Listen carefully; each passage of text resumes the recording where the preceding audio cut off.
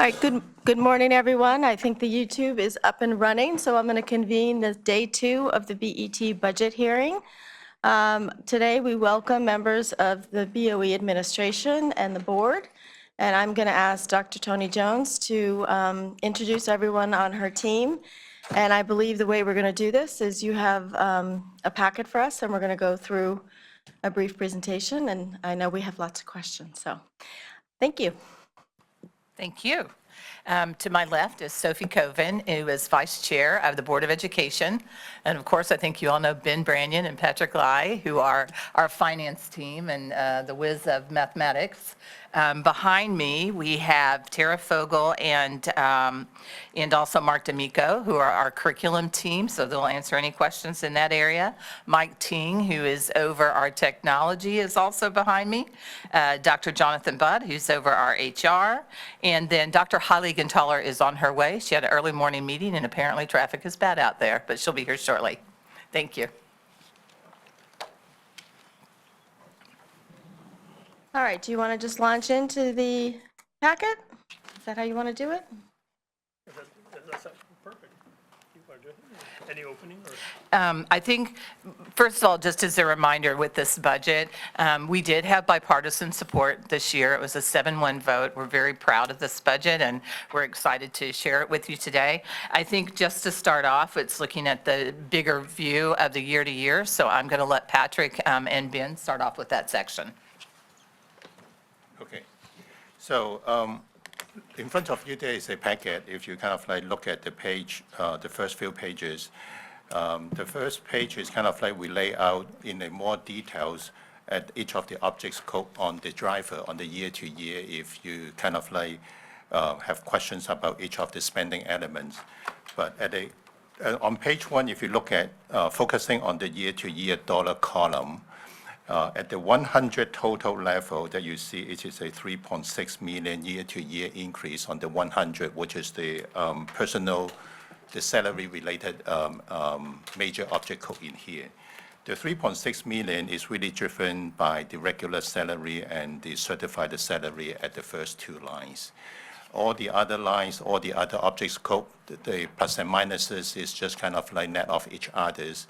And there's no significant kind of like change on the other object code other than the salary increase in the regular salary and the certified salaries. The regular salary, certified salary, the increase on a year-to-year basis is according to the union contract salary schedules.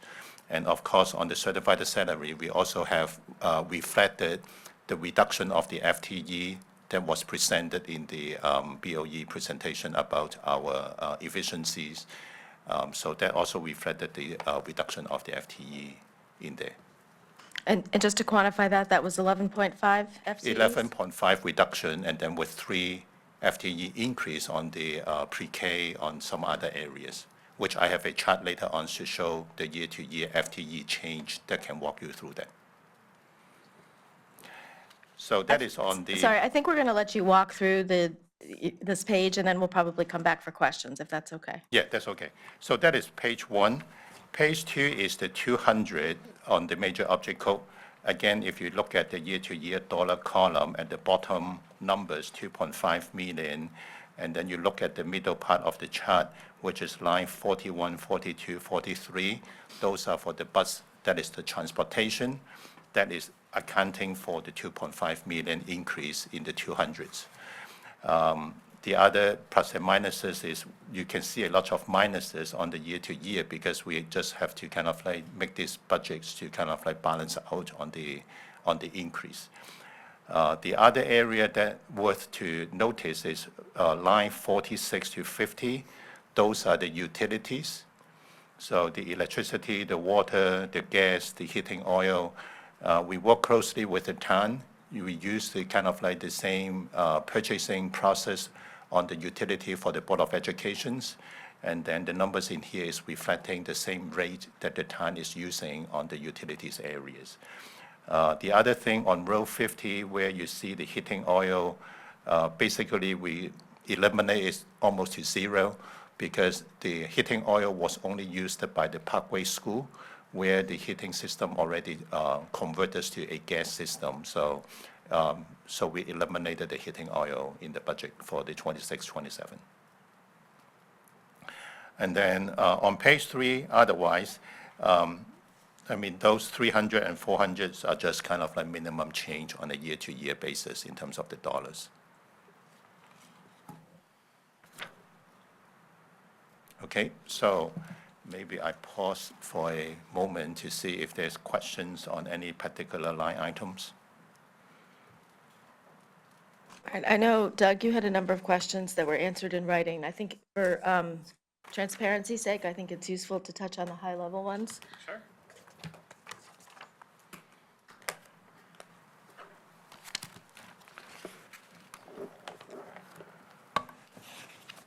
I guess the place I'll start is on the 100s, and one of the things you all had a surplus in your budget last year, which is consistent with a lot of other town departments, and a lot of that came through in the personnel line item. And I just want to understand, versus prior years, we saw personnel costs a couple million below what was budgeted for. What was going on around employee retention, the ability to be properly staffed up to what you wanted, and then what is the experience that you all are having this year? I go first. So last year in the 24-25 actual on the operating budget, the saving in the salary line is because of the vacant position in the certified staff, where there were significant kind of like position. Actually, there is kind of like high salary the position that was vacant throughout the years. So the deputy superintendent position was vacant for half a year.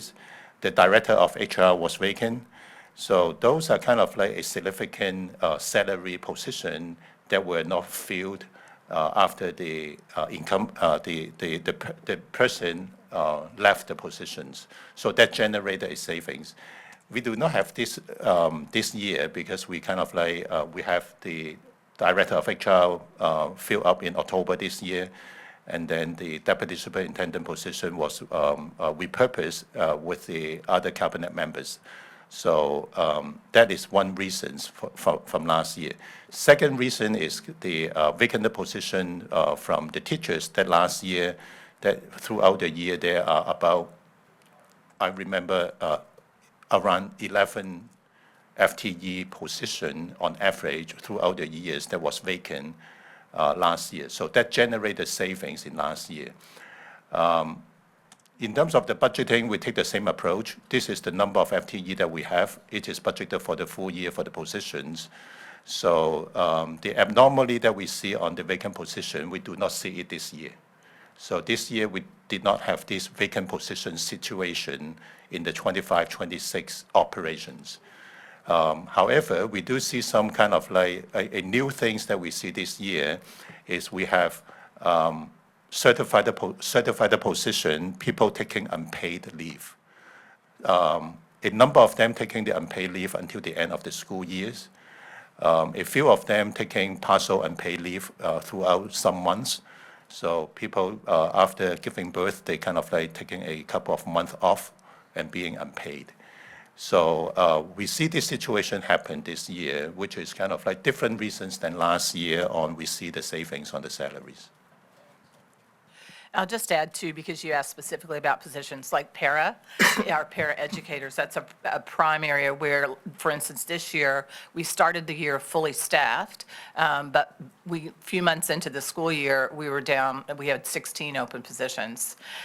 So those are high turnover positions, and, you know, unfortunately, the salary is not great. A lot of people that are in those positions, they love the work, but if they end up finding a position that's going to pay more, they will leave in the middle of the year.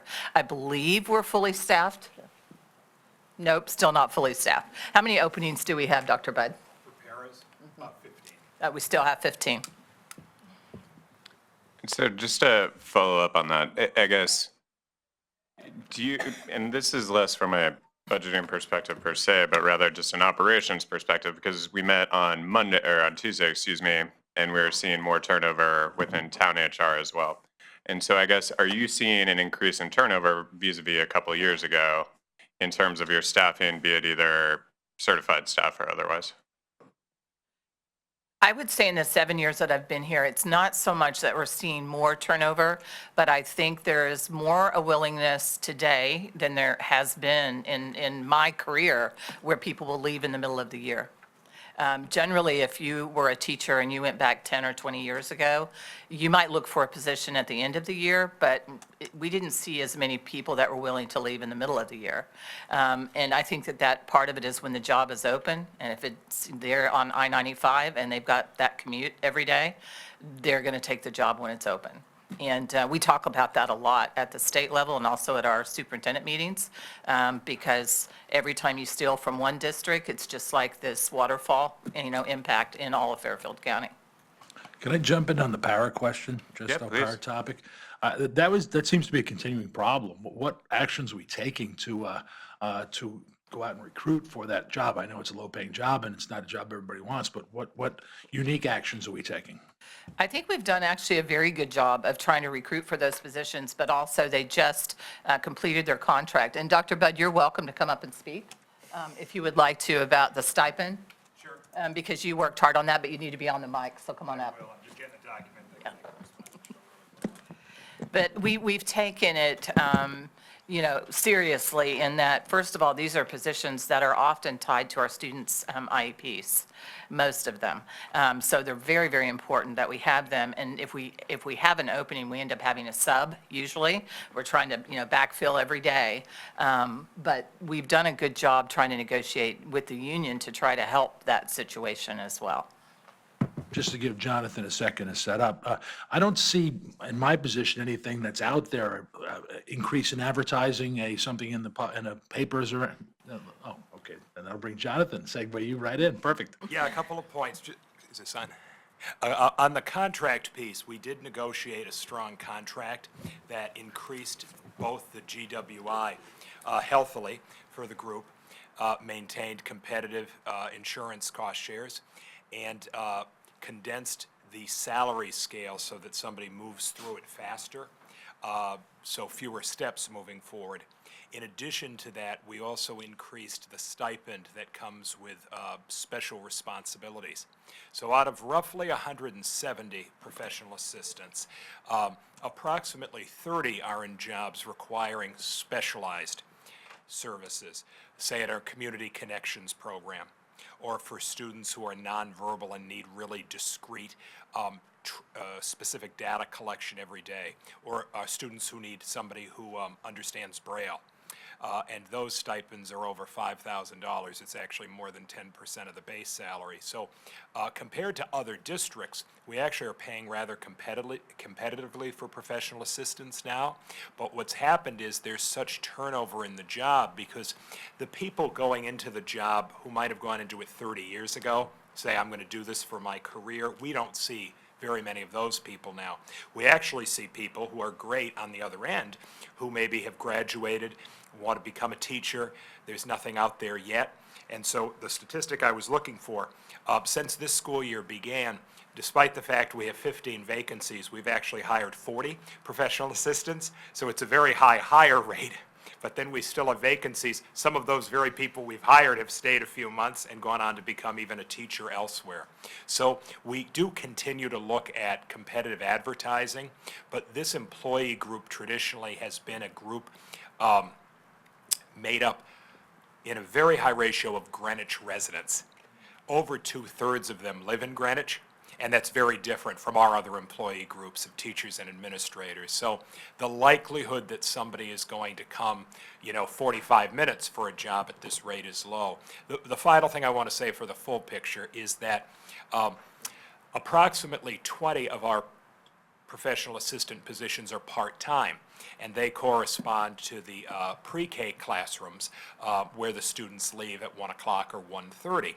So from a salary perspective, it makes sense to have part-time positions because we only need them 70% of the day.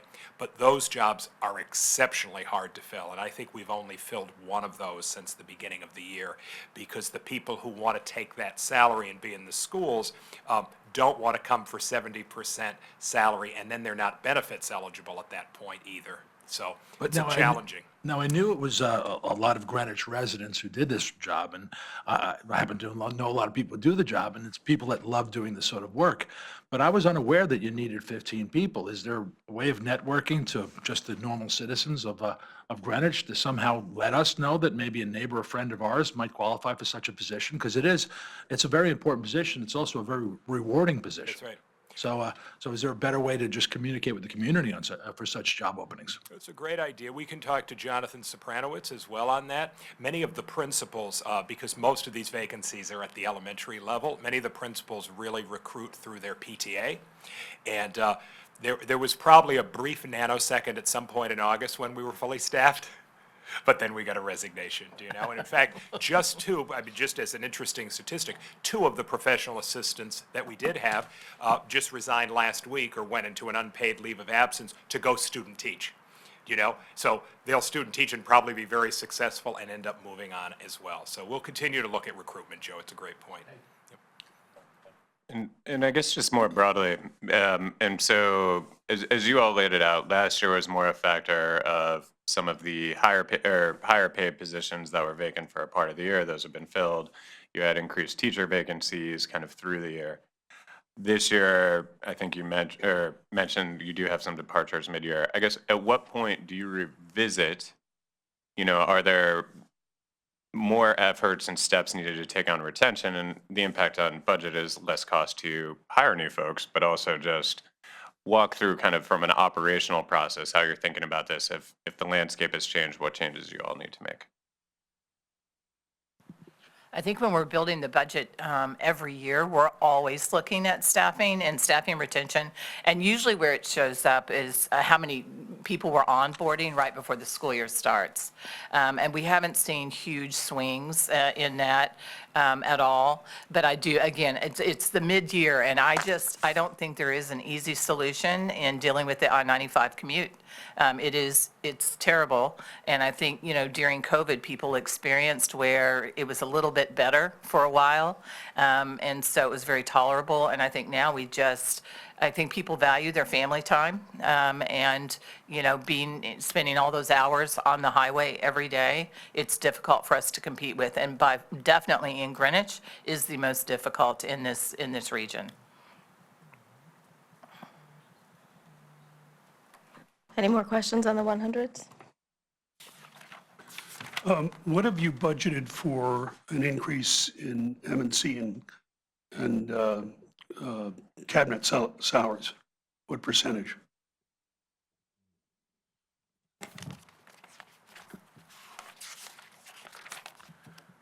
The M&C is budgeted at a 2.75% increase. The cabinet is budgeted at overall average 2.83% increase. Okay, is that sort of across the board, or is there some variation within those? The M&C is across the board. The cabinet member, Tony is 2% increase, that's in the assumptions, and then the rest of the cabinet member are the same. Okay, thank you.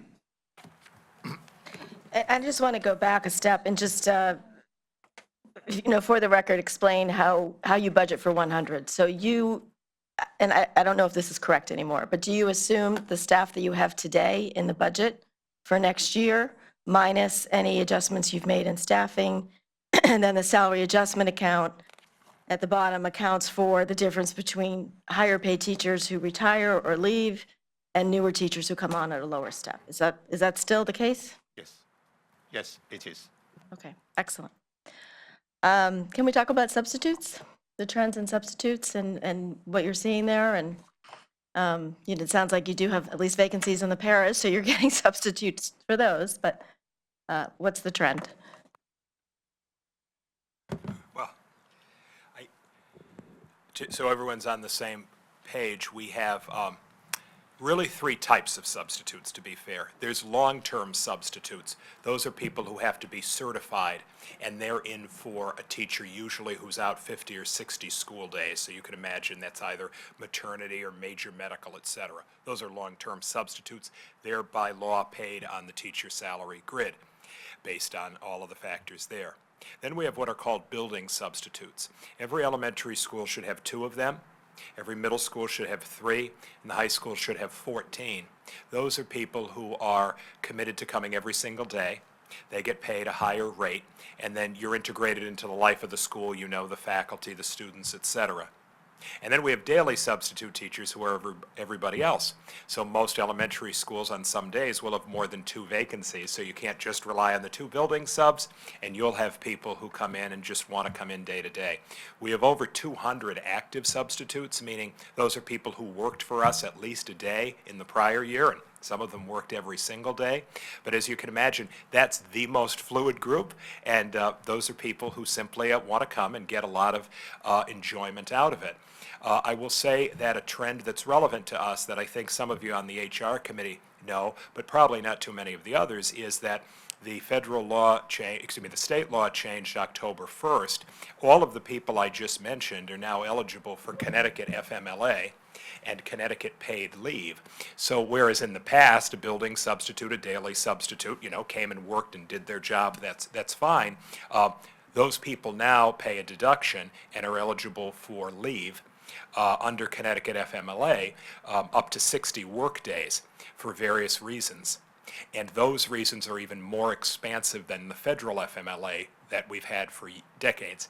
And then they can get income wage replacement through the state of Connecticut if they run out of paid time. We were required by law to give substitute teachers, building substitute teachers, some paid sick time starting in this school year. So there's some legislative changes that have affected the pool, and I know that leaves of absence was an interesting topic to some of you, and some of the people on leaves of absence are substitute teachers, which wouldn't have happened even 5 months ago, but now it's a requirement of the law. So you have a teacher that maybe has to not come in. So then you'd have a possible substitute teacher that also can be paid and also not come in. And you could have another substitute who'd be the one actually taking care of the kids. So there's a hypothetical situation where we could be paying 3 teachers for that one, according to what you just explained. Yeah, I mean, there are limits on the sick time. They don't all get paid forever.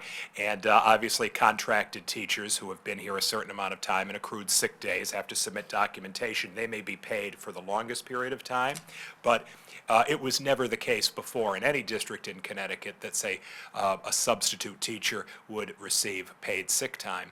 But we were required by law to give them a minimal amount of it at the beginning of this school year. And as I say, they're all eligible for 60 days every 12 months of unpaid protected leave. And I'm not here to opine on whether something's a good legislative change, but 60 days out of 180 work days is a significant amount of time. Yes. See what I mean? That was what stimulated my question. Okay, thank you. Sorry, What's and just- disappointing, I'm so sorry, Ms. Fenton, but what's disappointing is we talked to you so much about this topic, Joe, but we haven't seen your application come in yet for any of these jobs, but maybe someday. Once budget season's over.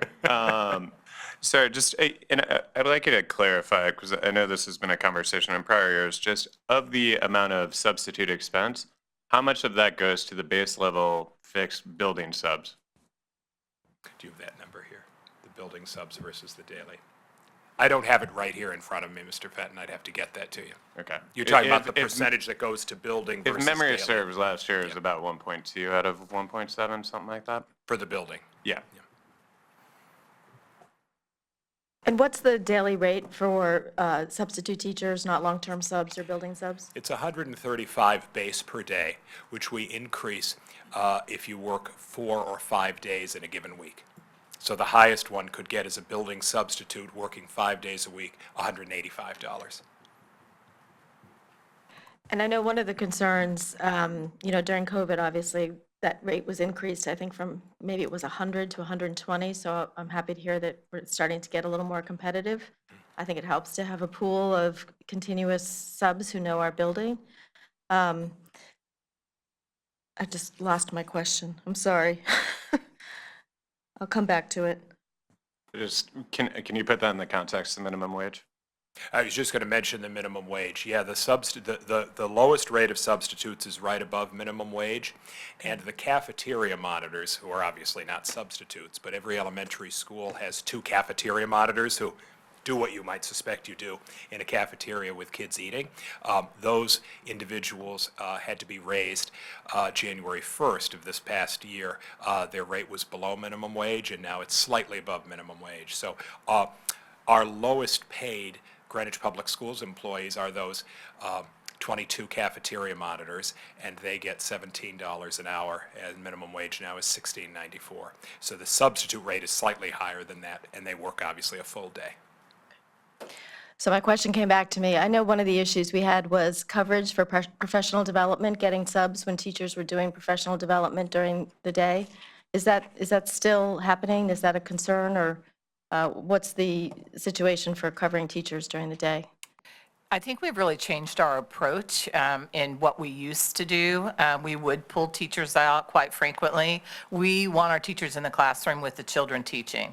And so we've made sure that we're using our Wednesdays, our extended Wednesdays, highly effectively. I have a great curriculum team behind me who plan that out for the year. And we're really making sure we're maximizing the time that we have where we're not pulling teachers out. Now, there are times when we bring in a trainer and then we will cover. And they do that across the district, and they'll do it staggered. For instance, if it's all second grade teachers, they're not doing them all on the same day. They might go into one building and then they'll go into the next building.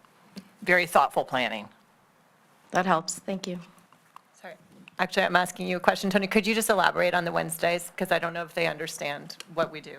So every Wednesday, via the teacher's contract, they actually stay longer after school. And depending on the week, it may be a program day where, like, the science coordinator is working and has professional development set up for the science team. One of those days is a principal day where they have their principal meetings, and those agendas are set by the principal. And then they have teacher choice day where it's just time for them to be able to do whatever it is they need to do as a teacher. So that is part of our regular ongoing schedule, and I think that we're using that time really, really well. So not just early release Wednesdays, every Wednesday? That's correct. Thank you. All right. Any more questions on 100s? We can always come back to them if you have more questions. All right, let's move to the 200s, and I know there are a couple of big items in here, so. Doug, I don't know if you want to start with, I'm sorry, I'm looking at you because you submitted all the questions. So. Sure. So I guess let's just put in context. Maybe can you, for the benefit of the public, give an overview of the new bus contract we entered, what's built into this year? I think you mentioned recently, or you mentioned in your response about a new RFP. Maybe just walk through what you all are doing with transportation as well as parking solutions, and we'll dig in from there.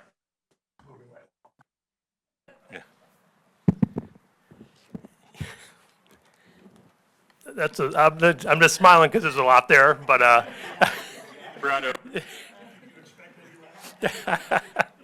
so in the beginning, I think we all recognize we switched vendors. We had a contract issue. The vendor threatened to walk out on us actually in December of last school year, which would have been just pure chaos mid-school year. We worked our magic through bond and attorneys to able to get them to honor the contract through June 30th. At the same time, they no longer wanted to honor the pricing in the contract due to their labor market pressures. We believe we had a full contract. Rather than fight that in court for 2 years and still not have transportation service, we were incredibly fortunate to have, we talked to a lot of vendors. DATCO was the only one that said was willing to provide service for us at the time. Yet the caveat is you need to find space to park the buses. When we were making this decision in the late spring of last year, we had several locations we thought would work out. So we thought it was a calculated risk to proceed forward because these locations seemed relatively straightforward. Fast forward to today, nothing is straightforward. We have looked at close to 50 locations throughout the region. And every time we even get close, something comes up between whether or not it's a zoning issue, it's a neighbor issue, or the property just simply is too small. The church it was incredibly helpful on us. They were the first ones to actually say, "We can help you," which was something we're not used to hearing on bus parking, because this is simply, I think particularly a nuisance. People just don't want to see these large yellow buses. So right now, we have half of our fleet, the type 1s, the large buses, at the church up on Sherwood Avenue, and the other half is at Western Middle School on the pavement. We have successfully no longer on the grass part of that section. And the balance of our fleet, the type 2s, the shorter buses, are at the Old Greenwich train station on the New York side, way in the back. So the town's been very helpful on that aspect of using the train station. And we constantly, it's whether or not a board member or the superintendent or somebody talks to me, I'm not exaggerating, twice a day, every day on this issue. We're constantly looking at options. The Planning and Zoning Commission gave us approval, temporary administrative approval to park at the lot through June 30th. But we are working with a couple properties in Stamford that I don't want to say anything out loud because we get super close and something happens, but we're continuing to pursue those. The RFP, we are going out to RFP in February. We had a 2-year contract with DATCO, yet this is, I think, the largest contract both on the town and the board side. There's no other vendor that this size of contract. It warrants a public competitive bidding of the RFP. So we're in the final stages of just wordsmithing the RFP to put that out there. But I will go back to the initial thought was the district, the town, the taxpayers, we need to be in control of our own destiny when you're talking about parking. We were not receiving the most competitive pricing when you did not own the real estate where your buses are parked. And you can take a look in Stamford or any other community.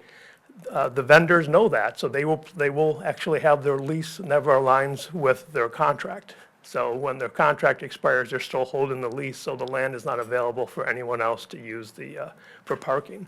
And so if we can, and I think we will, eventually we'll find a space that we have ownership over or control over, then we will actually be able to have, I think, significant amount of vendors bidding on us, because some of them will simply say, one vendor we talked to who actually put a bid on 2 years ago said, there's no place to park our buses, we're not even going to entertain a bid. So they recognize the challenge there too. So if you keep having that answer, then you're not going to have, you're going to have some much higher market pricing for the transportation. So we're trying to play the long game here. Eventually, if we can get real estate, I've been asked whether or not we're looking at purchasing or leasing. The answer is yes. Most time, though, the land is not available for purchase. People want the long-term lease. It's more advantageous for them. But if property is available for a purchase, we'll be there if it makes sense for our operations. And just to state the obvious, you can't go too far away. You still have operations, and you're paying the drivers as soon as they as soon as they sit down on the bus. So you want to be able to have the deadhead time between when they leave the yard to pick up the first student as short as possible. So it limits your radius of what you're looking at. And since other people have mentioned it, we have looked in New York, and we've looked in Stamford, we looked in Greenwich, and people have approached me, and when we chase it down, it just simply won't work, or you simply can't run our size of operation on several parcels. So we're trying to consolidate. The 3 right now that we have, Western, the train station, and Parkway, the church are the max. You can actually try to split the size of our fleet just for their operations. So that's hopefully I hit them all, but. No, it's great. And just to try to summarize and make sure I understand. So effectively, if we think last year, we had a monopoly vendor who had control of land, and so we had no control over pricing. We were a price taker.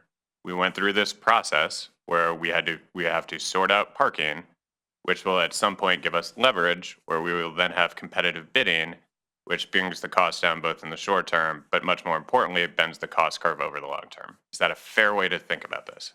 Yes. Okay. Going to the start time changes last year. Can you walk us through? Can we stay in buses just for a second? There's a couple It questions. was going to relate to buses. I'm sorry, but no, go but you ahead. can, No, no, Joe, no, go ahead. please, Doug, No, you I take it. insist. No, let's make I this insist. back and forth. Go ahead, All Joe. right, no, good. Doug's got plenty of questions. Well, I guess, of course he does.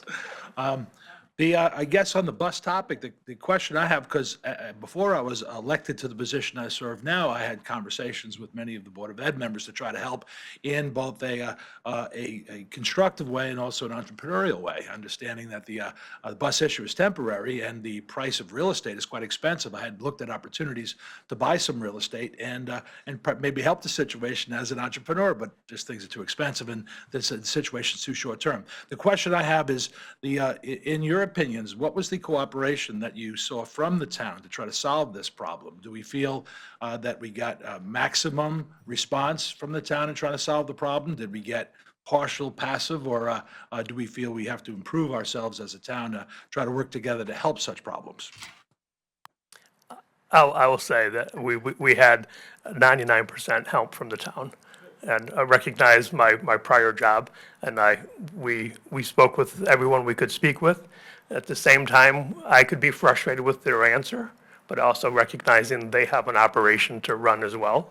And trying to find that balancing act. And there's several Parks and Rec facilities that people would look at and say, these look great, and yet you would run into just significant impact on their operations.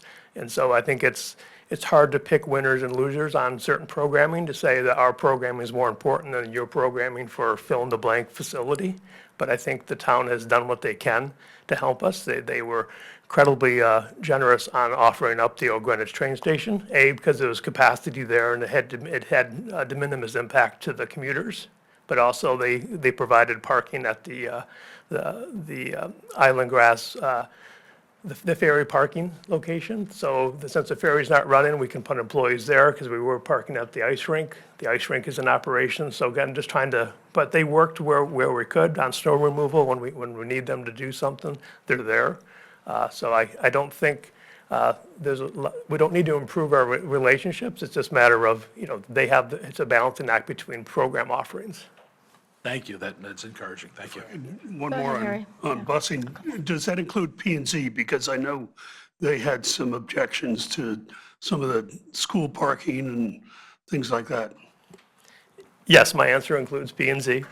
They were incredibly helpful on the process. They have the needle to thread as well on their rules and regulations. And I think you do not, from just looking at it from a macro municipality standpoint, you do not want to be the person setting the rules and then not applying the rules to yourself. That doesn't help either. So I think the P and Z did a very nice job of trying to make a temporary solution work. They are still getting emails complaining about the parking situation at the church, and so are we. So even though we went through the process, and P&Z they did very extensive due diligence, hiring a traffic engineer to make sure that this wasn't going to create an issue. So they did what they could to make it work. But again, it's I think they did what they could. Good to hear. Thank you. Yeah, so on start times, just can you give us context of, how many bus routes, because the way to think about buses, right, is number of buses times rate per day equals times number of school days equals how much it costs, right? When you all went through the start time change last year, how many bus routes did you expect to be reduced? And then what is the actual number of buses that have been reduced? We reduced 18 buses. And is that consistent with what your expectations were at the time last year? Yes. Okay. And so what would be the cost to, and I understand there are operational choices and whatnot, but just as a budgeting matter so the town understands, what would be the cost to return to 24-25 start times? Total. It's 2.6 to undo K-12. 2.6 million. Understood. And then just for further context, to synchronize the majority of the K-5 schools, which shifted to later start times, what is the cost to do that? What was the number? I think that's the 1.6 number. Yeah, I the was going to say, 1584. we just were going to make sure because 1.6. 1.6 million. 1.6. Yes, and that is probably, if we were going to adjust something going into next year, that would be it. We've definitely had the most feedback from our elementary parents who have, their start times have moved to 9 o'clock. And it's been a real challenge for dual working families because generally you start dropping your child 15 minutes before the actual day, the bell's going to ring to start the day. So now instead of an 8:30 drop like they used to be able to do and then get to work for 9 o'clock, now it's 8:45. And it's caused some real challenges. And it's also been difficult from a professional development standpoint across the district, having 4 different start times for elementary. If we could even just get back to 3, that would be a huge help for us from the curriculum side, instruction side. On the topic of start times, having the pleasure of having to work for the school some years ago for 10 years, I did interact with a lot of the teachers and coaches, and there was certainly a sentiment within the schools by the teachers and the coaches that the start time we have now is preferred, wherein the parents prefer the other start time. And I believe science proves also that the old start time was better. Do we have some degree of conflict between still the intentions of the teachers to still support the start time we have now versus the more important parents and the science that tells us the start time should change back to where it was? In all honesty, I'm not getting a lot of feedback. It has not seemed to have a huge impact at the high school. I meet with student government every month, and the students are actually saying it seems to be going really well. There are a lot of positives that actually happen changing back. And if you ask the students, they'd like to start later and get out early. Well, you can't do both. So they're weighing, okay, am I happy to start at 7:30? And really the first bell doesn't ring until 8 o'clock. So our buses drop so that they're there to be able to go see a teacher. Our teachers are in their classrooms available for students at 7:30. So we've fixed the flex kind of issue that we had for, I think 7 years where we couldn't get it to work at the end of the day, where students could go see their teachers. Now in the morning, our library is packed with students who are coming in, finishing up homework.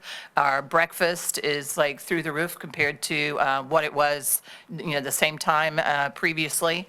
So I think it's been very positive shift. And again, we're going to continue to listen to the students. Are there tweaks we can make? And for instance, just I want to say 4 weeks ago, maybe 3 weeks ago, we adjusted the time the library was opening in the morning because some of the kids said, we're having to wait for the library to open at 7:30. We're here at 7:15. Can we get in the library? So now we're opening in at 7. So students that want to have that full hour and even come earlier than 7:30 can be in the library. So there was a cost savings to change things. It seems like the actual change of things didn't really turn out to be as bad as some people said. And it seems like you guys are working it out where you're balancing budgetary commitments and satisfaction and successful teaching of the kids. You're finding some degree of hybrid where it seems to meet the needs of everybody. Is that what we're getting the sense of with this? Yeah, I mean, I think so, and I think just as important to recognize the start time had been 7:30, 10 years ago, and then it moved to 8:30, and now the first academic bell is at 8, so we split the difference. So it's not as extreme maybe as people are thinking it is, So I think it has been, from what we're hearing, it's been a win-win. I know that the board asked when we made that change that we would follow up in the spring and also look academically, like we can look at AP scores. I guess actually it's going to have to be a little bit later, like in the summer, but to see if there's any measurable academic impact that we can see. What we're hearing qualitatively from the students is that it's been a positive impact. And just to follow up on what Tony was saying about students being able to meet with clubs and meet with teachers in the morning is especially helpful for students who need to leave right after school, either for jobs or for sports. They weren't able to take advantage of being able to meet with clubs or teachers in the afternoon. So I think it's like kind of found time that we have now between 7:30 and 8 that students are taking advantage of, and it does seem really positive. Well, that's great news. It seems like you guys are applying your collective big brains and solving the problem. So I think that's great to hear. Thank you. Sally, I know you had a question. Go ahead. Great. Thanks so much to all of you for joining us today. I had 2 questions, one on that I came up with myself, but a follow-up to Doug's question. and he has good questions, so I have a follow-up to one of them. The first one was, in the budget, Mr. Branyan, you mentioned about the parking situation for the buses, and that there's a potential to consolidate the buses into one location that the school district would either lease or buy. And my question was, in the budget numbers today, does that include the cost or exclude the cost of a rental or a purchase? The budget before you assumes a number for leasing, not purchase. Can I ask what that number is? I'm happy to share it, I will share it, but this is a lot like buying a car. If I tell you how much I want to spend, my negotiating power diminishes Okay. with the We'll private leave it at- sector. we'll But leave it I'm at happy that. to share it, but No, I that's just, okay. So I'm just glad to know that it's already included in estimate. Thank you very much.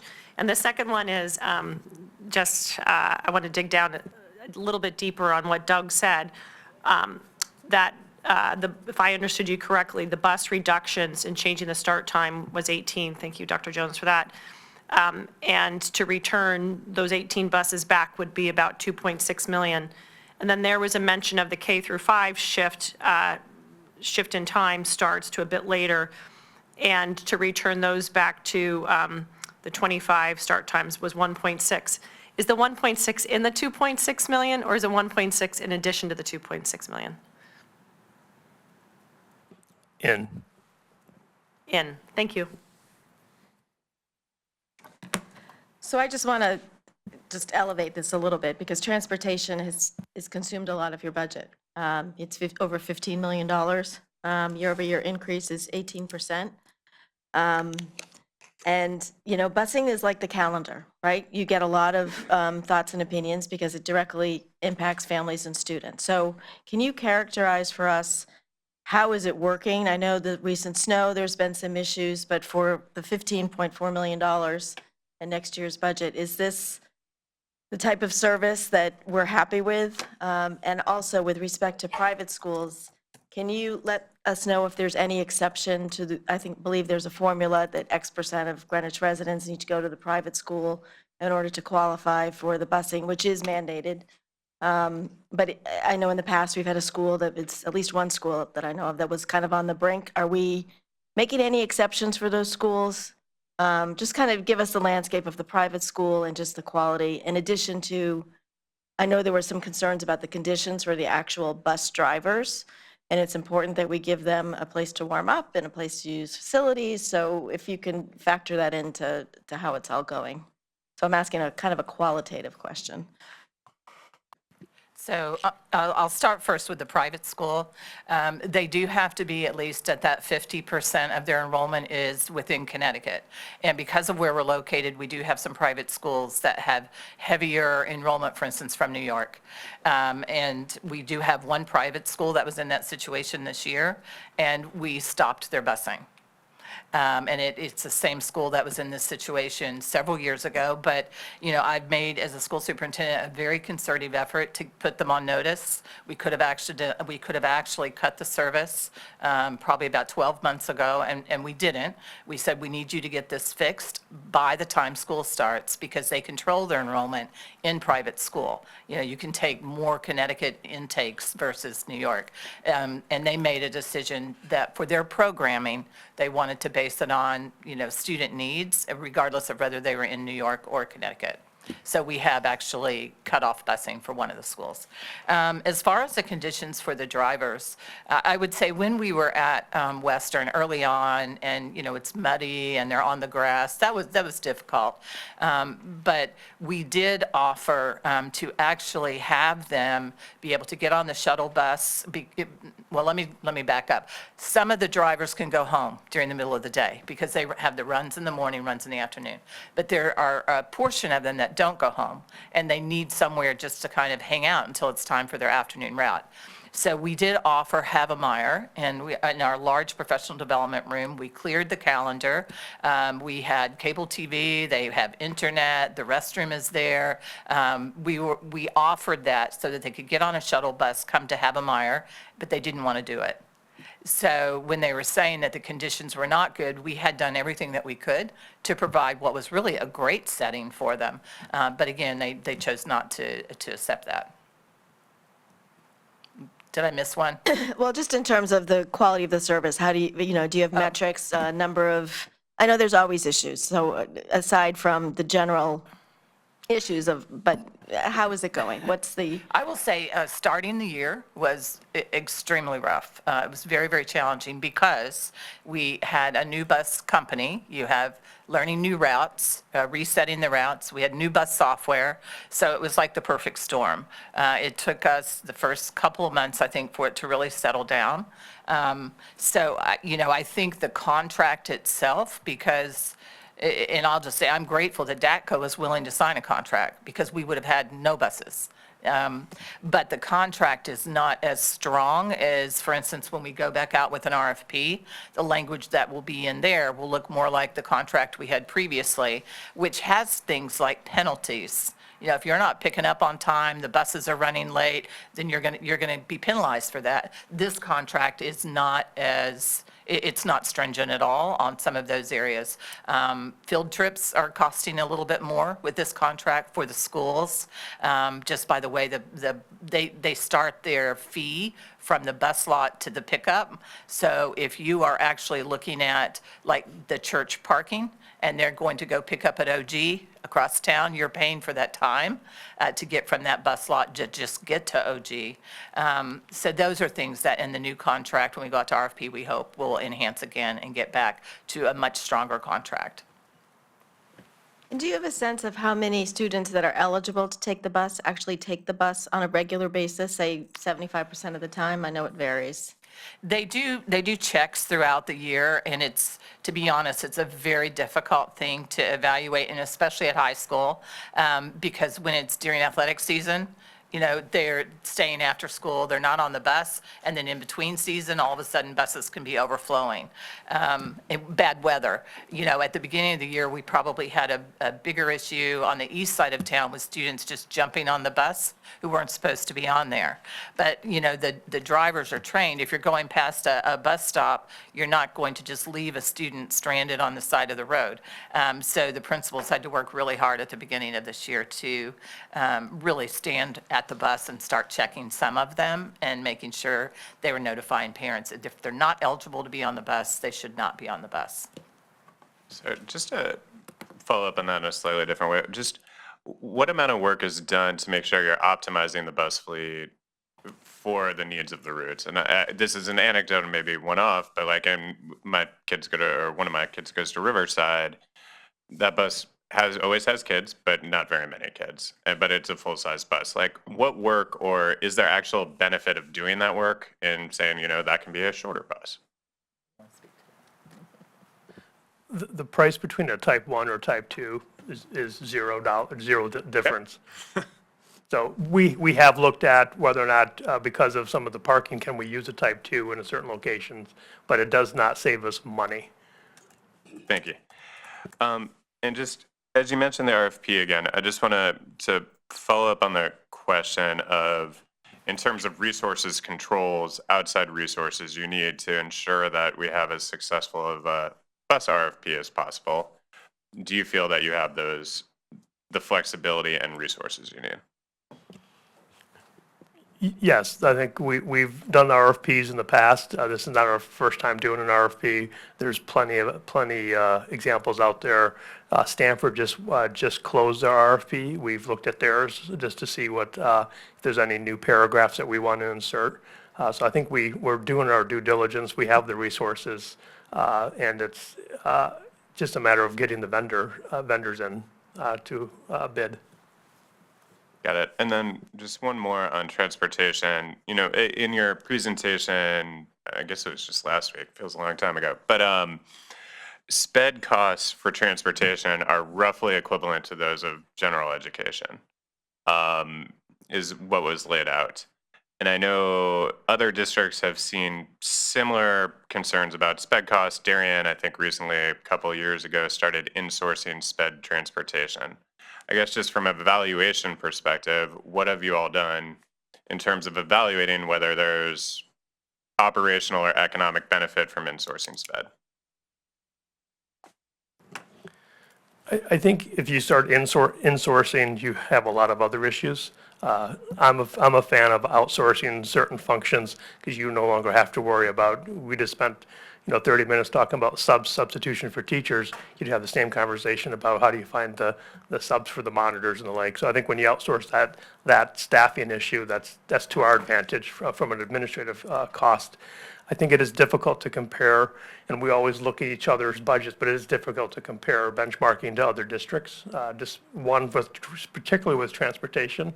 I think most of the districts line up on their policy of mileage, 1.52 miles from the middle school, high school. Those I think are relatively the same. It's the geography is what is the biggest driver. So Greenwich just has a very unique geography compared to Darien, if you will. So they can certainly be more efficient because they have more of consolidation and density issues. Greenwich with just on the north, that's not efficient to pick up in the north end of town, but we need to. But you have to have a lot more buses because then you have to manage against how long are the students on the buses. So those are some of those. But we look at it constantly to see is there a better way to do it? Because again, going back to it's the biggest contract that the town has. Could you just give a brief overview of our policy with magnet students and pre-K that are not students who qualify for special ed? Do we provide transportation? Do we ask parents or? For our preschoolers who are in the peer program, their parents drop them off. If they qualify for our program, then we, by law, have to provide bus service. For our magnet students, we used to provide a bus that would, and we still do from east to west, but we have very, very little of that now for Western because the magnet has been closed for, I think this is year 4, where we have not ran the magnet program. But other than that, the parents actually get them where they need to go. Thank you. Any other questions on transportation, buses, or start times? All right, can we go up to the special ed lines, Doug? Is that okay? All right, you want to start with your question that you'd asked? Sorry. So for outplacement and settlement lines 52080 and 52081, 2025 was the first year in a long time where outplacements and settlements came in below budget. I guess first, just talk to what you saw there and the successes. What's the experience so far this fiscal year? So I would encourage you to turn to page 27 because I think it will be helpful. This is the special education section, and the page numbers are teeny tiny on the left, either at the top or the bottom. Page 27. And just for everyone's benefit, we will post this document. So on page 27, we've given you a little bit of the history because definitely last year, we were celebrating, where we ended up. That is not the norm and has not been the norm for us. And so we wouldn't want to go into this year or next year's budget assuming that we're going to be able to stay under budget. As you know, this is a very volatile area of the budget. Right now, we think by the end of the year, we may be under budget, but not as much as what you saw last year. But again, we can have one student, one settlement that is several $100,000, and that changes between now. June's still pretty far out. When you look at from 2020, 2021, you can see where we did not have the funds in that budget in order to cover it. Some years, 22, 23, 23, 24, we needed to come before the BET and ask for an interim. Some of those years, we were able to consolidate from salary lines and other things to try to cover the hole ourselves, which is what we always try to do. And then last year was the first year, I believe since I've been here, that we actually ended under budget. So we watch it very, very closely, and this is, credit to Dr. Heiligenthaler, and I will also say Town Legal. Abby Wadler is often at many of the meetings, and they really do a great job in making sure that they're watching every penny. And again, maybe kind of for the broader audience as well as ourselves, is just not only is it a budgetary impact, but you're able to keep, it's prior investments made in new programs and services that have allowed more children to be served in district, which is both operationally good and good for those kids in our community. And then that also leads to budget savings. Is that what right way to think about this? It's not just a line item. That's the benefit of prior investments made, and then we're able to have more students within their community, which is great. Absolutely. We are into year 5 of our really working on our action plan for special education. And we had 0 programming pretty much across the district. Since we've put in our action plan, each year, we've been building towards more programming and stronger programming. So we have a unique program that's at one of our elementaries for our children who have more significant needs. This year, Positive Pathways is brand new, which is for children who are dysregulated and need a specialized setting and more support. We have our COTOP program, which is located at Cos Cob. And each year of the budget, we've been adding. We started the first year with 2 teachers, and then each year we add the new grade level as the children have been moving through Cos Cob. And this year, that is one of the positions where that program will be complete. We've added the 5th grade. So because we have those programs, we're able to keep students in the district, which is wonderful. And it's wonderful for the families and the children. They want to go to school with their siblings. Parents want them in our neighborhood schools. So it's been a win-win, I think, for everybody.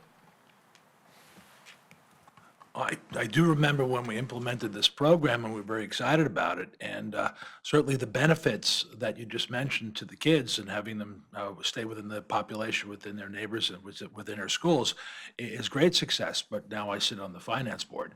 Have we ring-fenced this looked at this as a business?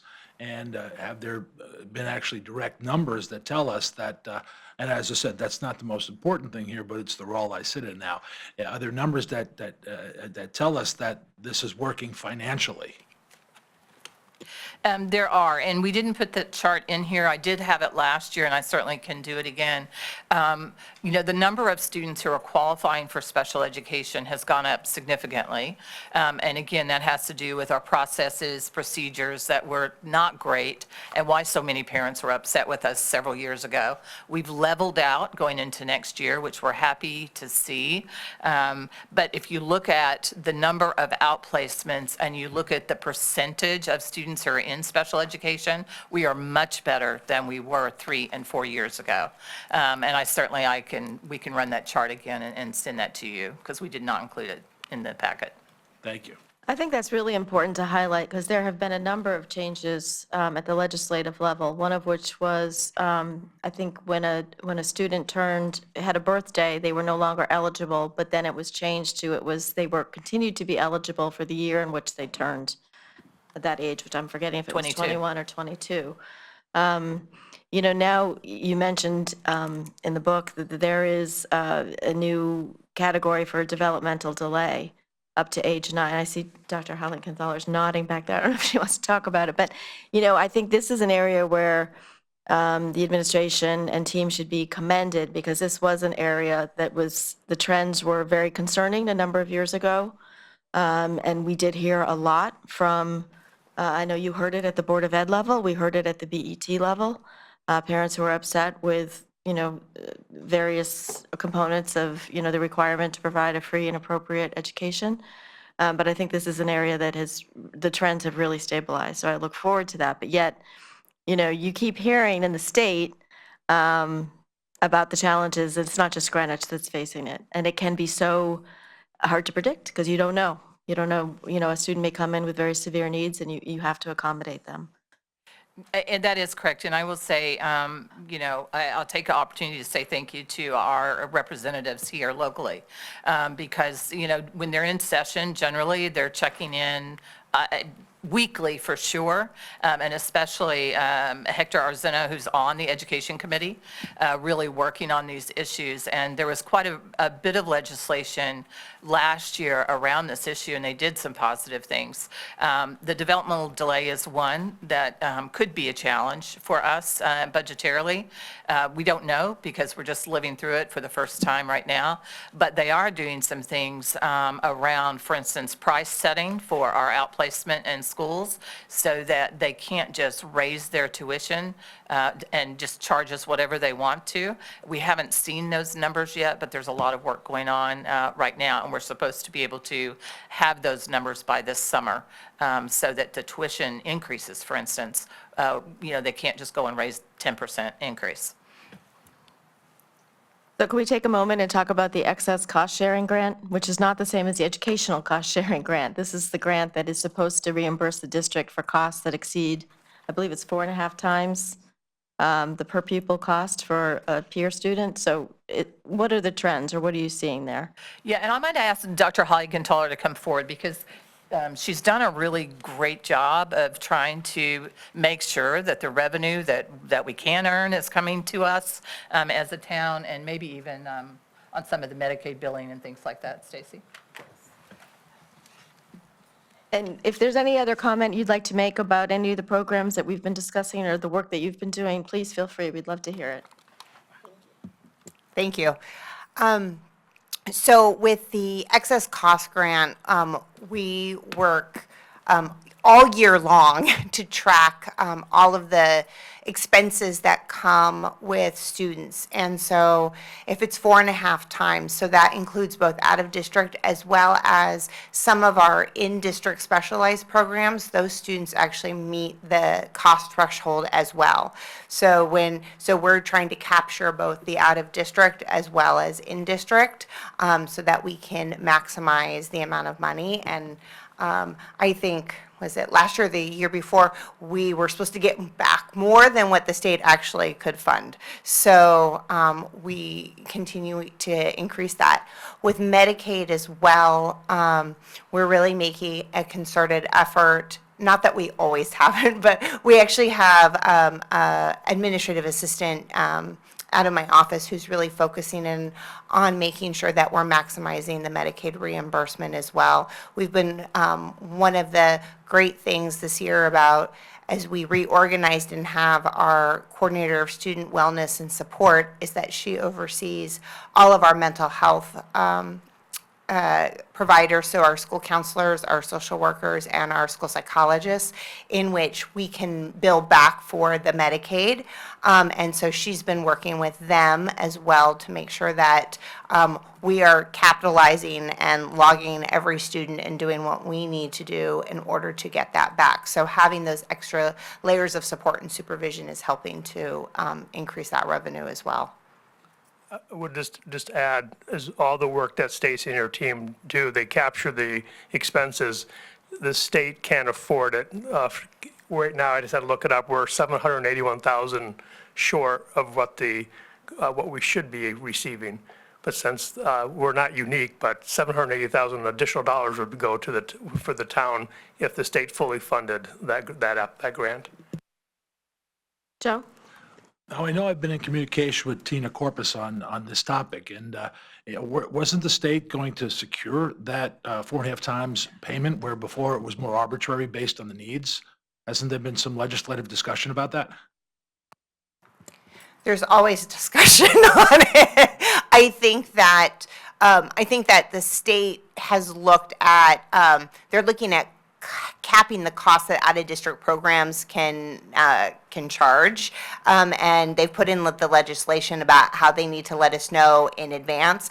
I think they're looking, I don't know that they have extra money, and from my vantage point, it looks like they're trying to curb costs on the other end so that there is not so much of a cost being paid by the district because they necessarily can't make up the difference. I thought there was some legislative change that protected this money and made sure it got, do we know anything about this? Am I misreading this? There was a lot of discussion last year about changing that.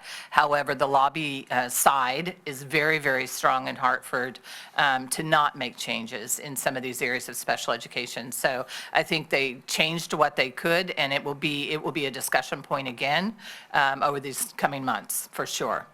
Thank you. Sorry, just to contextualize the point Ben made of $800,000, is that, so in your budget for the excess cost grant, it's about 1.8 million. Last year, we collected 1,862. Is the way to think about that 800 is that we, in truth, should be paid 2.6 million roughly, but we're budgeting that 1.8, or is it 1.8 is what we should be receiving and it's $1 million?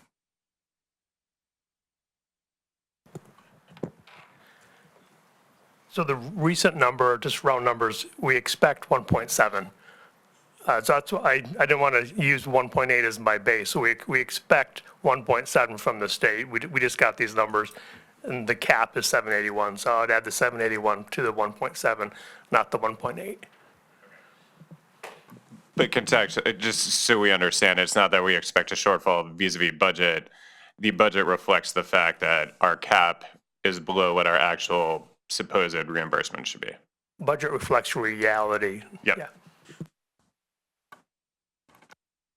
All right, any more questions on the special ed lines? Actually, yes.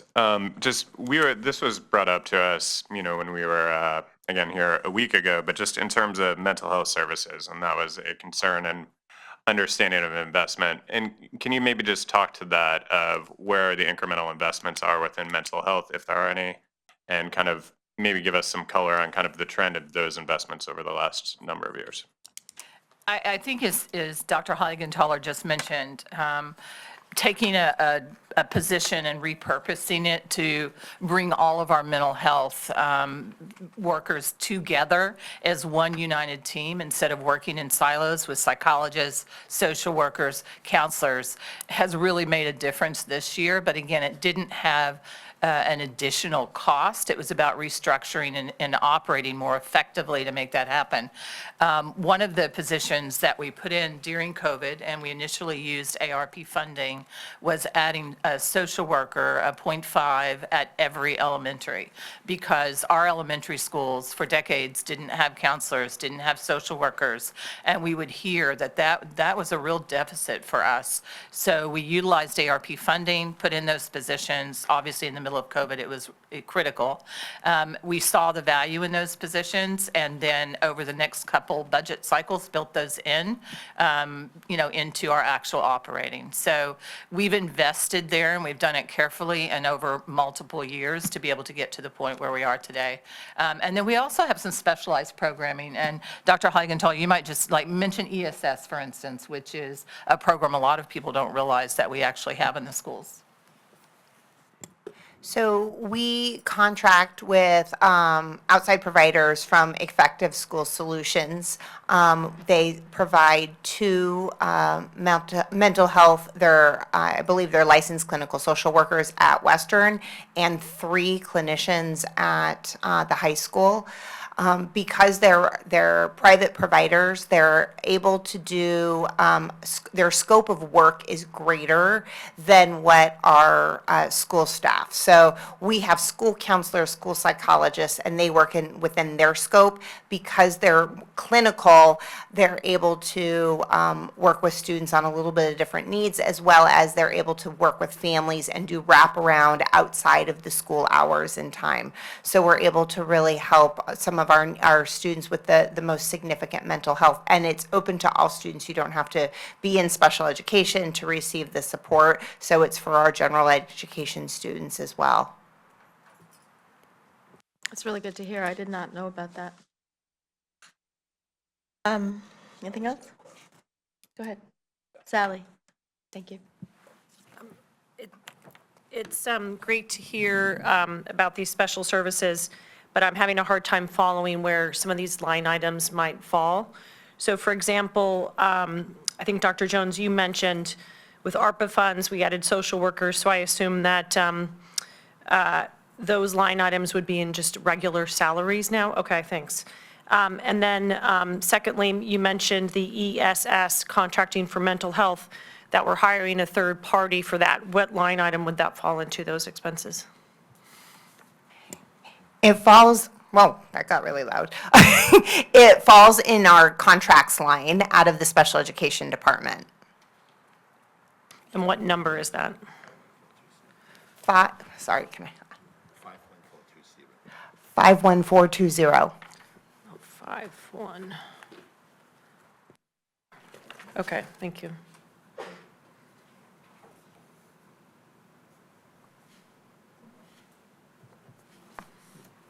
All right, and just for clarity, in that line, what else generally is in that line? I don't want people to think that we're spending all this money on ESS. In addition to the ESS, our occupational and physical therapy services are out of that. So all our OTs, we have one town OT that is an employee. All of the rest of our OT PT services are contracted out. And what about speech? Is that included or is that internal? Speech is internal. Does that help, Sally? I'm sorry, I didn't hear. Is that good? You good, Sally? You have, Yeah, I'm good. The only thing under 51420 is it says medical and dental, and that's, I think, why I was confused by how it's designated. So just to be clear, make sure I'm clear, ESS falls into 51420, even though it says medical and dental. Yes, the 51420 is the object code, which is just across the town. If you look at the town budget, they'll have some 5142 account as well. you will find that the object codes maybe aren't always as clear as they could be. Let me leave it at that. Some of the limitations of our system. I'd like to, there's a couple other big categories. Pre-K is one I think we should talk about. The increase in the trends of more pre-K students being identified and increased classrooms, I believe. I think we're 18 this year, projecting to go up to 21. So I'd like to talk about that a little bit. You can do it in broad strokes, you can do it using numbers, but it's a trend we should discuss. If you turn to page 12, you can see historical going back to 2012, 2013, and see the tremendous growth that we've had. And these are the children who qualify by federal law, for our program. So we have more children in the program than this because of the peers that we are also required to have. I get asked the question all the time, is this going to level off? Is it going to slow down? I really can't answer that. Right now, I think Child Find is better than it has been, over the past couple of decades. We work very closely with all of our community pre-Ks. A referral can come from a parent. It can come from one of the schools. It can, it could be anybody that reaches out to us. We have that obligation. The other thing that's happening right now is our birth rate is up right now. So when you have more little babies out there, it's likely that we're going to see more preschoolers continue to qualify. And that there is a chart in here for the birth rate as well. You can see that on page 11 if you just go back one. So what you're seeing from 26, 27, 28 is that those little ones, they call them COVID babies, but they're going to be coming. So I'm not expecting it to level off a great deal as far as pre-K. And it is a challenge for us from just a space requirement. The one thing that I would say is that there are some people who think we compete with local pre-Ks. That's not the case. We actually work with them in partnership. And if we have children who need services, they're coming to us. But again, we're in partnership with all of our local community pre-Ks. So the way that the pre-Ks are currently placed is if there's capacity at elementary schools, we have certain schools that we have pre-K as part of the program, some of our Title I schools. But tell us about, I know there's an elementary school facilities utilization plan study going underway. Tell us how you're approaching where the pre-Ks are placed. We're trying to be as strategic as we can, but to be honest, a lot of it, and with multi-story buildings, they need to be on the bottom floor. They need to be either close proximity, you prefer the restroom in the classroom. So we have to look at factors like that. Do they have the space to accommodate a preschool classroom? We really don't want just a single pre-K teacher by themselves in a building. So do they have space for 2 pre-K classrooms? So right now, we are at Old Greenwich, Cos Cob, JC, North Street, New Lebanon, Ham Ave, and this next year, or the next class, we will actually be returning to Parkway, who used to have pre-K, but at that time, the preschool program was not large enough, so we were having kids, get on the buses in the middle of town and then having to go all the way up to Parkway, 45-minute bus ride. Now we have enough preschoolers up from that kind of backcountry area that we'll be able to pull from that area for the pre-K at Parkway. So we won't have the same busing issues that we had before. So, I mean, just to kind of put a pin on that, do we currently have, putting aside the challenges of relocating a K-5 school and making it purely a pre-K facility, do we have any facilities within the district that if we made it, or if you all made the choice to do that, where we could have one centralized pre-K facility to cover the entire population of pre-K we serve? I would say no, but I think when we see the efficiency study, it'll speak for itself, especially since, when you think about special education and the topic we just talked about, that takes classroom space as well. So our unique program, our positive pathways, you need space in the buildings. And so some of those rooms have also been lost to that type of programming. The other thing about having just one single site, it's not any more efficient. We still just have one principal, at JC. We have one principal at Cos Cob. We don't add like additional administrative staff at all of these buildings because you put a pre-K in the building. They just become a pre-K through 5. So you don't really gain a lot of efficiency to create a K-5. And as a matter of fact, if you look in this region, Norwalk had a pre-K that they built like not that long ago, and they're dismantling it. In Fairfield, even when I was in Fairfield, which is, 7 years ago, we had already outgrown the pre-K center there, having some of the same issues we're seeing. And so I had to actually put pre-K then out in the buildings, which they're still doing now. So with the growth that everybody is seeing with pre-K, just because you build it does not mean you're going to have enough classrooms. And the other piece about our facilities, there are very few schools that would be a functional preschool because we have multi-story buildings. I think this is a really important point to underscore because I know in the budget guidelines, there was reference to a concept called pooling of pre-K. So I just want to really stress that point. And maybe you could just talk a little bit about other services that some and it's not just pre-K, but OT, PT, speech. I mean, just can you underscore that point about it not being any more efficient? Yeah, I mean, it isn't any more efficient, just to say that they're all in one building. Even if you look at transportation, if we have kids that live on the west side of town and they can go to Ham Ave and New Lab, so let's say we're going to have a pre-K that would be Cos Cob, now you're busing kids even farther, across town.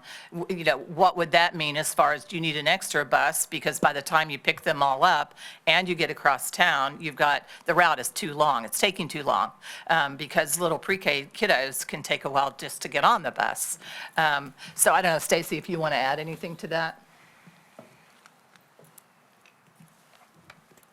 Right now, we're able to utilize, we look at the staffing pre-K through 5 at the elementary. So for speech, mental health support, we utilize that. So we're able to maximize staff usage for the pre-Ks that are in the building, as opposed to if you have a separate site, you're hiring specifically for people for that building, and you need to have them staffed, and you may or may not be utilizing them to the fullest potential, because there are issues of driving, if somebody has 2 schools, they get a half an hour and travel. So, we, by being able to be in the school, we're able to utilize all the resources that are there for the preschool. Sorry. I just wanted to add, in terms of the experience for the students and the families too, I think it's really challenging. Like, so say we had a consolidated preschool program in North Street, and then you're a family that wants to do pre-K and you live in Old Greenwich and you don't qualify for services. So, are you driving to North Street? I don't know how we would actually maintain the ratios that we're required to maintain by law if we made it so challenging for people to get to a facility like that. Thank you. I guess mine is a bit of an economic question. If my memory serves, that you could elect to go to pre-K and pay for it? Those are our peers that they do pay a tuition. Right. So what is that tuition and what does that cost us per student? I'll let the finance folks talk about the tuition and how that works.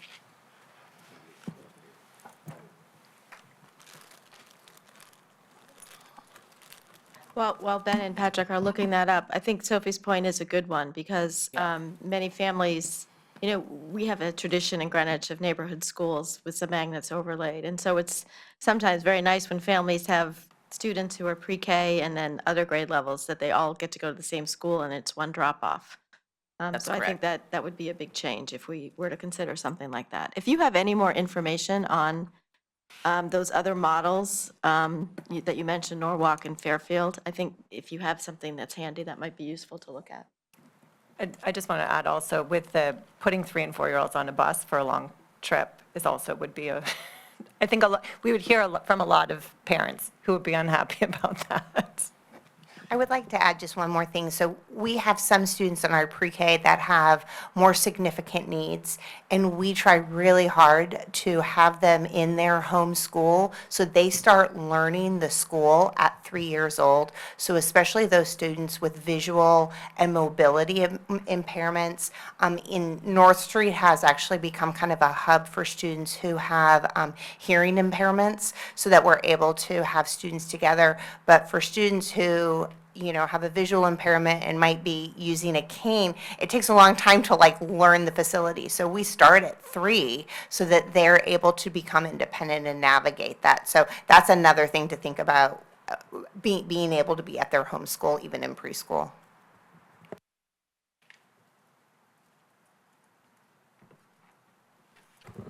The current rate for pre-K, the 5-hour program, is just under 10,300. And the Board of Ed has on their agenda for this month to set the rates for next year. And I guess it's just a cost analysis if we decide to expand this program and encourage people to pay the tuition, and we would lose money based on just purely looking at the economics of it. Being that I'm on the finance board, I've got to ask economic questions. But what would it cost? I mean, we know there's plenty of talk about per student, it's just under $30,000 per student. If we're charging $10,000, is there a different calculation we would use for pre-K? Less cost? I think there are a couple of factors. And on page 35, there's actually a preschool budget Q&A where we answer some of those questions. And one of the questions we get is, are we aiming for universal pre-K, where you expand the program and anybody that wants to come?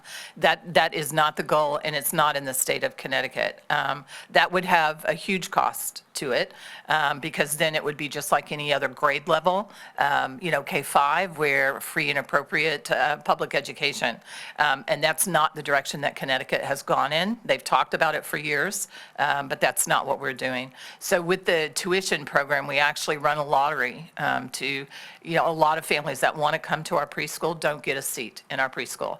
But we also need to be mindful that we need to have our peers so that our classrooms are not just students who have special needs. And that's where our ratio, we have 15 students, and our ratio is 9 peers and 6 students with special needs. Now, sometimes by the end of the year, that can get to 7 or 8 if we have students who qualify and, it's May or June. You're not going to go add a whole nother classroom. But that's really important. But to have that actual ratio, we also have to be somewhat competitive so they see not only getting to go to school with their siblings, but also you don't want the tuition so high that you price yourself out, where why would they come to, our pre-K and not just go to another community pre-K that may be open until 5:30? So we try to balance the two where we're getting the tuition. And again, we have so many people that want to come. It's wonderful. And I've been in another community where that's just not the case. And it was very difficult to get peers to have space for them. One more point than that, you're saying that a lot of people want to come and do it, but it's difficult to get the peers for the kids as well. It's sort of a conflict where if you have a lot of demand, then you would increase the cost in order to minimize the supply and just to offset the costs. How do we set the cost? Because obviously it's lower than what it cost us per student to run this program. It really has been, we will have incremental increases year over year. We don't actually go in and say it costs X amount for a preschool student. And depending on which preschool they're in, even the cost factor could be a little bit different. A few of our programs run a little bit longer during the day, have access to like PE. Some of the programs don't. So, and in Greenwich, they've called that community, but like a community program versus non, which are extended. And we tend to have that more at like HMAV, where they go a little bit longer during the day. But again, the costs are not the same even from classroom to classroom because of some nuances like that. Thank you. So, and just, because Joe's question feels like, oh, if we want to expand it, we expand pre-K purely in reaction to the number of unique learners that are identified, correct? The number of students who are found eligible for pre-K, that's what causes us to add a class when we need a classroom. And just when you mentioned earlier, you were talking about, when will this flatten out? I guess contextually, right? Let's say we have 600 kids per school grade. We have about a sixth of those are identified as special needs, so that's 100 kids per year. You have ranges of ages covering what, 3 to 5, 3 to 4, or roughly multiply that by 2.5, let's say, they go at 5.5. That seems like about a 250 would be kind of your high point. Is that a fair way to put the 159 in context? I don't think it's quite that simple. And again, if you go back and you look over time, just the percentage of students who are qualifying for special education in general, where it used to be 10 or 11%, now it's, 16. You look at the state, it's now up to 18, and some districts are just under 20% of the population that is qualifying for special education. And as long as that keeps changing over time, that's going to impact, the number of students who are likely to qualify even at the earliest years. And then the other impact, which I know we've mentioned, is legislation. Can have big impacts from year to year based on what happens in Hartford. And just for context, that 250 would be the unique learners, and then you multiply it by 2 to match the peer grade, so then you're at, call it 500. Anything else on pre-K? Can we just touch on the other two programs, Windrose and Community Connections? Are there any trends there or anything that we should know about at the other end of the spectrum? Both programs are doing well, I'd like to say. Community Connections, because of the population of students that they serve, we're able to trend that out for multiple years. So we know who from the high school might be matriculating. Stacey, can you explain what Community Connections Sure. Community Connections is our program for our students who are 18 to 22 who require special education services, usually in the area of community skills, job skills, adaptive daily and living skills, post-high school. What we are finding is that because of the extended age that from legislation, so students are eligible to stay in the program until they complete the school year in which they turn 22. And Attorney Wadler and I have looked into this, and that starts July 1. So if you have a student whose birthday is July 2nd and turns 22, they are allowed to stay for the entire additional school year. So because of that increase, we do see that we are placing some of our students that last year in more community programs. The cost is not quite the same as it would be for an out-of-district, but we do include them in our out-of-district numbers. Because we are paying those additional fees. But when we're talking about a year 5 and also having a student who's almost 23 years old with students who are 17 and 18, we're always very cognizant of that age range and making sure that we're providing experiences for students. In regards to Windrose, we have expanded, Dr. Charles has really worked on the edgenuity and making sure that we have options for many students. So we're continuously graduating. We graduated 3 students just 2 weeks ago from mid-year. We had, I want to say a dozen, a little bit more that graduated last June. So we have 2 graduation times of the year, and students are able to have the in-person learning for the current classes that they have, but they're able to access Edgenuity to make up for those classes that they might not have passed when they were at the high school. So they're able to accelerate. So we are able to, for many students, get them back on track and graduate with their cohort. There are some students who might take an additional semester or a year, depending on when they do come over to Windrose. But our graduation, we're having great success with that. I might just add, we have seen growth in that program, though. When I first started here, we would have 25 and 30, and now we're seeing more like 50 students. So we have seen some real growth there. Well, Community Connections in particular, and it's interesting you said, could you explain it? I happen to have been involved in that to some degree and felt it was underexpressed to the community because we're required by law to take care of these children, these young adults. Yet I think we should have a greater exposure to the willingness of Greenwich citizens to help and get involved with that group. So as I said, we're required, it's obviously expensive, we're required to maintain these kids, and I think it should be a higher profile. So just a suggestion. And our current teacher, Ms. Fazzino, is making she's new this year to Greenwich and is making those connections with the community providers and is out there talking to them about expanding opportunities for job sites for our students and, participating in events around the Greenwich community. So I agree, we're trying to get the name out there and we have students that are using Community Connections as the platform with the job coach and support for their initial employment, but we do have Greenwich businesses who are then hiring our students as employees once they leave, which is wonderful and which is what our goal is in working with the community and having our students in the community. Given the growth, is there any issue with the space they're currently in? Oh, sorry, that brought a look.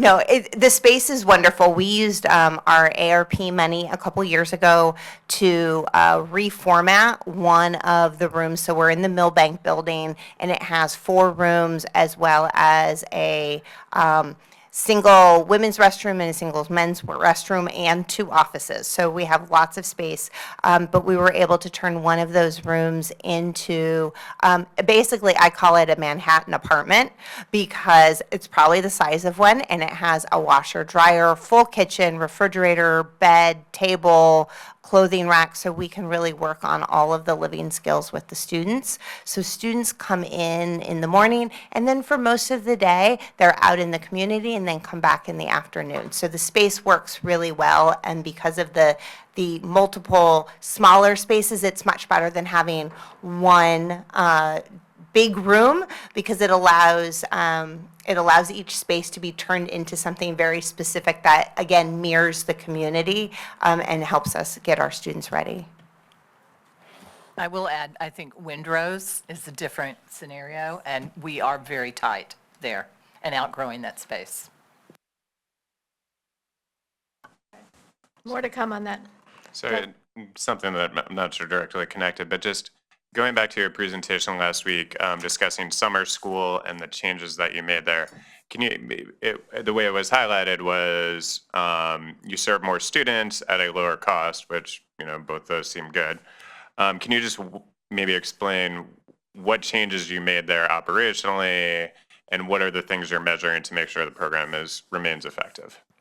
It kind of feeds off of what Dr. Heiligen-Thaler was mentioning with Edgenuity. That is basically online programming, can be offered in multiple languages. We have a highly qualified Greenwich High School teacher attached to that programming. What has been happening prior to last summer is we might offer 10 courses, like credit recovery, for instance, and you would have, 4 freshmen who needed freshman English, but the course wouldn't run in the summer because you didn't have enough students to hire a full-time teacher for freshman English, another teacher for sophomore English. When you're using Edgenuity, we now can have an English teacher that can be working with students who are in 9, 10, 11, and 12. They can be in any grade because all of the content is catered to the course that they need, and that content has been vetted extremely well, so it coordinates with our high school curriculum and the same standards that we expect. And by doing that, we were able to maximize staffing. And if you look at the slide in that presentation, it shows where we needed fewer staff to run the program, because if I'm an English teacher and I'm working with 9, 10, 11, and 12, I could have 20 students in the summer doing 4 different English classes because the content is online, where previously it would have taken 4 teachers, not 1. So we were able to maximize, and we more than doubled the number of students who could get the courses that they needed. Financial literacy is a new requirement for high school, and we know a lot of our students would love to do that in the summer and get it done so that it frees their schedule up during the year to take the other things they really want to take. So we had, I think it was 170 some odd students in financial literacy last summer. But again, it's a much more cost-effective structure to run it more innovative and where we can meet the needs of our students. So just to summarize that, lower cost, better outcomes seems like a really productive change. Absolutely. It's great. Sally? Thanks very much. And I appreciate the book today, really helpful. So if there's 15 students in a class, and you have 18 classes to go to 21, and 9 of those children out of the 15 don't qualify and are there without special needs, and we're charging them a tuition that is about 1/3 of the going rate of traditional pre-Ks. I just can do the quick math, and if we doubled the tuition, which would be still significantly lower than a traditional, that's about 1.6 million in our budget. So I just ask you, if I did do the math correctly, you mentioned Dr. Jones said the BOE will set the rates for next year. Just to do a hard look at the rates for next year, I would really appreciate it. And if I didn't do the math right, please correct me. My second question is, are the teachers for pre-K paid on the same scale as K through 5 teachers with full benefits? Just a quick question on that. I don't know that. Yes, there is a difference in the staff that we must hire as a public school. They are fully certified teachers. So they are part of GEA, part of the union, and that's required by law. It's different than in a community pre-K where you can have somebody who got their certificate, and it's really more childcare, not preschool as what we offer in public school. The other thing about the difference in tuition is you have to really look at the hours. Our hours are much reduced compared to a lot of the community pre-Ks that charge more. Is some of you, if you had early drops when your kids were little, some of them open at 6:30, 7 in the morning where parents are dropping and then they're not picking up till 6 in the evening. We don't have that type of pre-K. So that also is a factor within the cost. Thank you very much. Again, I just will reiterate, I would really appreciate some focus on what the tuition rate set is for next year. Harry, did you say something? Okay, let me just, I think we're good on the other programs, so we've covered pre-K through 22. Let's talk about curriculum, since we have Mark and Tara here, and let's talk about technology, since we have Mike here.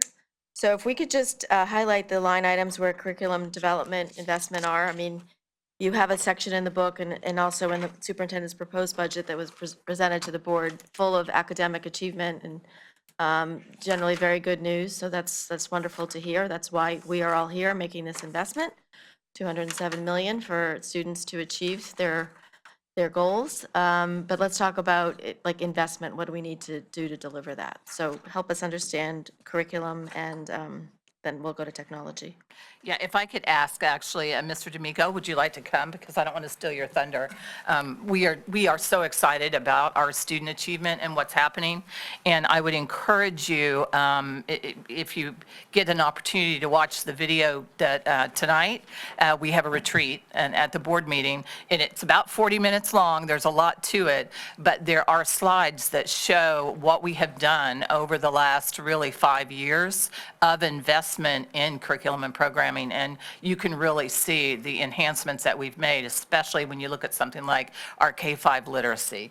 But if you'd like to talk, Mr. D'Amico, about some of the achievements that we've had and some of those investments that you're going to be talking about tonight.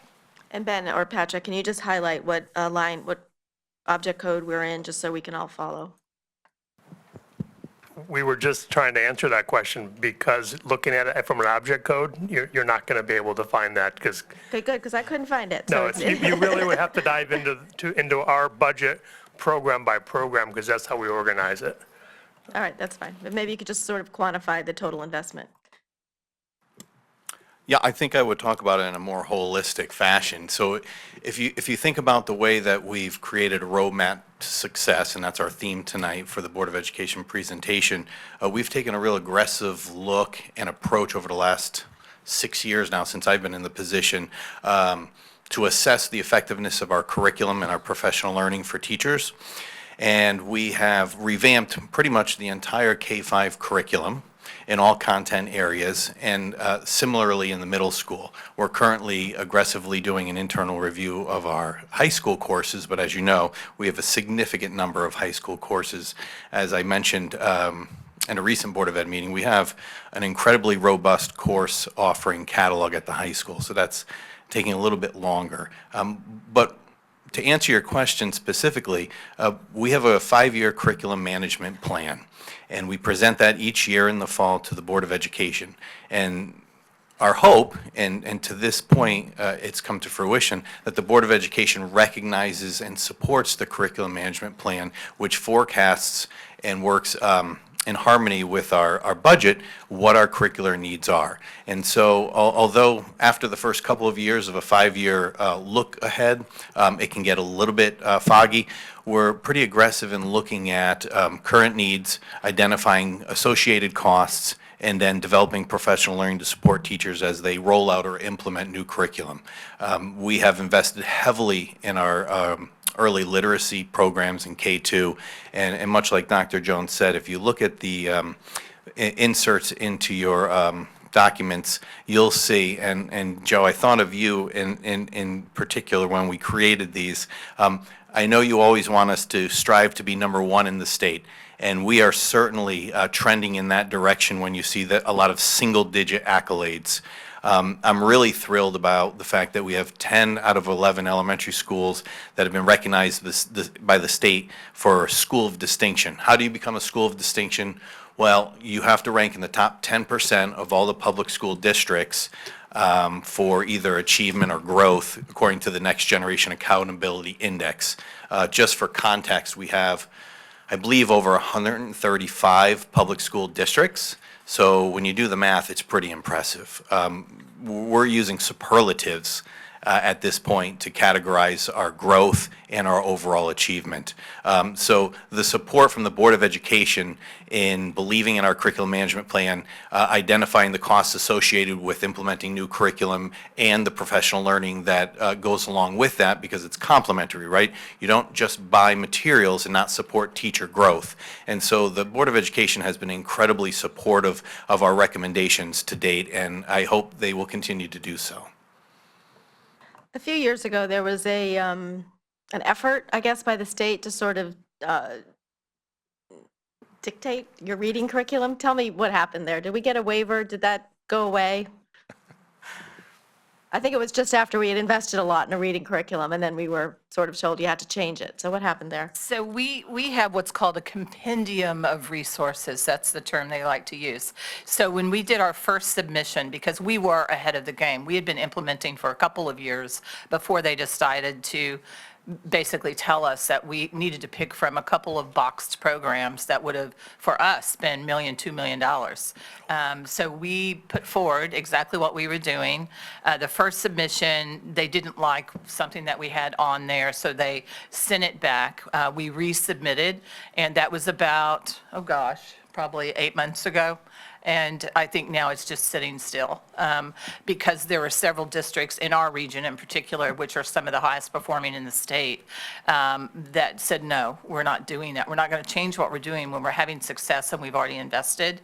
And so right now, what I'm being told is it's just kind of sitting still right now. And I think they're watching the results, and the districts that maybe had didn't get a full approval. We were a partial approval. Some didn't get approved at all, like Westport, for instance, that we're having such great success that it's hard for them to come back and say, oh, we want you to change to that box program, because some of the localities that are using the box program, the districts, aren't having the success. And now they're in like year number 3 after they invested $1 million or $2 million. Joe? To answer you, you know how competitive I could be. We played basketball against each other. We know how they could have, but thank you. That's music to my ears, the fact that the amount of money that this town is investing in the school systems to have results. Results can be quantified in many different ways, but for the layman, seeing our rankings go up, I think that's a good thing, of course, very important. And that's only just a sign of the hard work that all the others are putting in. I remember years ago when being involved with you guys, how we set a course, and it's great to hear that course is succeeding. It makes it easier for us as the finance board to look at the numbers, know that the amount of money we're putting in is showing results in many ways. We're still going to scrutinize the numbers. We still have to do that's our responsibility. But you're saying the right things for me. But thank you very much for that. Just to try to answer the macro question on what's the investment in curriculum, during the downtime, we were just trying to pull that number up for you. So it is in this book by program. So the best way to look at, if you look at the tab that's by location, you can then dive into the individual programming, but just the number, just not to bury the lead, the number is just over $3 million non-salary. So we invest over $3 million in the arts, business ed, ESL, world language, health, family, consumer science, tech ed, language arts, reading, math, music, PE, science, social studies, ELP, library, theater arts, student activities, and teaching and learning, and then curriculum. So those are all there's a lot of programs that go up to that, but I just wanted to try to attempt to answer your macro question. Non-salary is that number. Yeah, I kind of remember that there used to be a code, if it had a number at the end, it was curriculum or professional development, but it's a little hard to tease out the way the codes work. Okay, that's helpful. Thank you. And then can we talk about, Sarah, can I ask a follow-up there? Just if you think kind of rolling forward from last year, what is how have you budgeted for curriculum? And if you think out, 2-3 years, how should that grow vis-a-vis the overall budget, given you've made these significant curriculum changes or investments?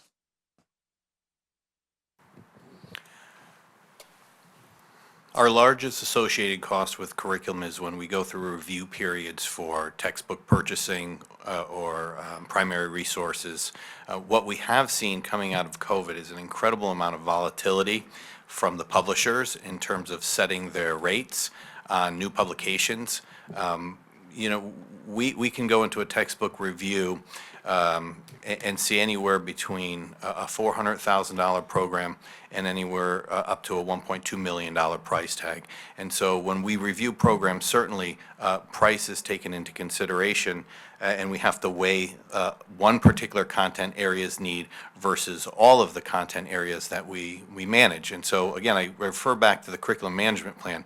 We can't do everything in a singular year, so we try to determine what are our primary focuses, what are significant areas of need, what are our areas that are coming under review and renewal. And a perfect example of that is we've had a great deal of success with our K-8 implementation of Big Ideas Math. Big Big Ideas Math is already signaling to us that they're going to sunset our current platform in a couple of years, and they're starting to float out trial materials with regards to their new product. That new product is going to have a significant price increase associated with it. So the largest numbers associated with the overall number that Ben just shared is our purchasing of textbooks, primary resources, digital platforms that teachers use as primary resources. And I was going to ask about curriculum management and development as it relates to standards. I know several years ago, they changed the science standards, for example, so we spent a lot of time trying to find a curriculum that rose to the occasion. Is there any, I mean, are the standards continually changing? Are they, what's the status of that? Are we keeping up? Oh. You're calling in reinforcements, I see. Well, we happen to have the science lady who has taken on the new Perfect. role of assistant chief, so I'll let her talk specifically about science. But I was just saying this to someone recently. We often don't go out to national conferences, but when we do, and I'm sitting in small group sessions, I'm reminded of just how far ahead Greenwich is nationally than many other school districts. Things that people seem to be in awe about, we've been doing for decades. And so I think Greenwich is one of the leaders in education, certainly across the state of Connecticut, if not nationally. And I'm quite proud of the fact that we're always ahead of the curve. And in terms of standards alignment, that's where we start our framework for anything that's new or revised in terms of a content area refresh. So we're always state and nationally aligned with our curriculum. Specifically in science, I'll let the science person speak to it. Well, I think science is one example of how we can do that, and thank you for the question, Ms. Erickson. Science standards came to the nation in around 2012, 2013, and with hopes of adoption in Connecticut by 2019 when we started the new NGSS assessment, when we moved away from the CMT in science into the NGSS, National Generation Science Standards Assessment. That's just one example of a way that we would need to pivot or shift our curriculum management plan based on external factors such as national or state level standards changing. More recently, this happened in social studies. So if you're closely following our curriculum management plan over the past 5 years, social studies was in a progress monitoring phase. We heard from the state that they were going to be implementing new K-12 standards across the board. We then program planned to move social studies up in our curriculum management plan so that we would have the costs available to pivot to those new standards when the state was going to require them. As Mr. D'Amico had shared, sometimes we're able to accurately forecast out 5 years. For example, since the social studies standards just were solidified in 2024-25, we know we should be solid in social studies for the next 5, 6, 7, 8 years. So when that happens, we're able to shift things into longer term planning. When things we don't know about pop up, we have to shift and pivot, but obviously our national and state standards are guiding that work primarily. Thank you. So it's 11:05. Is everyone good to continue for a little bit? I'd like to hear about technology and trends from Mr. Ting, if that's okay. And then if we generally break for lunch at noon, if we could discuss revenues and grants before the break, that would also be great.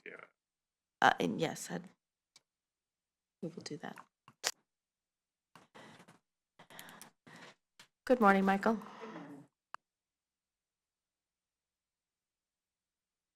Perhaps you could start by introducing yourself and your role. Hi, my name is Michael Ting, and I'm the Chief Technology Officer for the Greenwich Board of Education. So I'd like to sum up technology for the Board of Education by talking about the IT budget. In summary, the IT budget requested increase for next year is approximately 2.9%, or $141,000 year over year. Now, some of this increase will fund additional time with our Chief Information Security Officer, or CISO, which we will use to complete several cybersecurity-related initiatives, including the completion of the Cloud Vendor Review and Remediation Project, which is being worked on in cooperation with Town Hall's IT department and Town Hall's CISO. Another reason for this increase is the increase in cost for our telecommunications system, including the rising cost of our VoIP service and the increase in cost for the support contract for our school district's phone system. I have some more updates, but I'll stop for questions. I think we're good.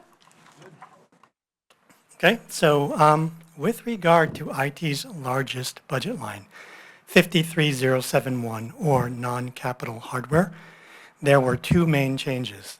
The first change was in order to reduce the IT budget by as much as is reasonably possible, we saved money, $85,000, next year by changing our refresh cycle for servers and network equipment to longer cycles. This is not ideal, as we already run some equipment until it breaks, but we believe the balance between risk and money saved next year is acceptable.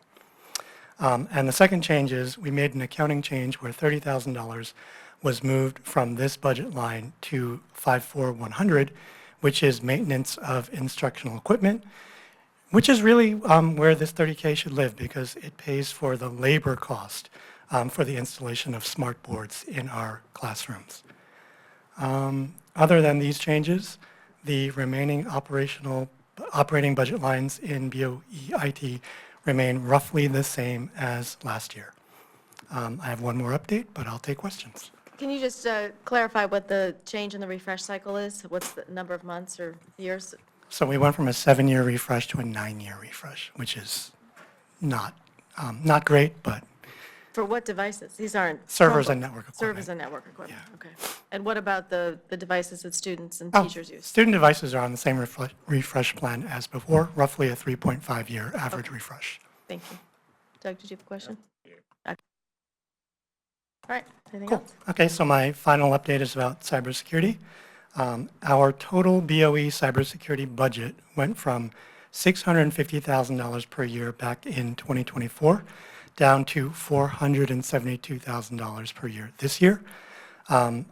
This reduction was mainly due to the completion of the network segmentation project, which was about $100,000 per year, as well as the reduction of the cost of our content filtering appliances, where we saved roughly $80,000 per year by switching our service to the Connecticut Education Network, or CEN.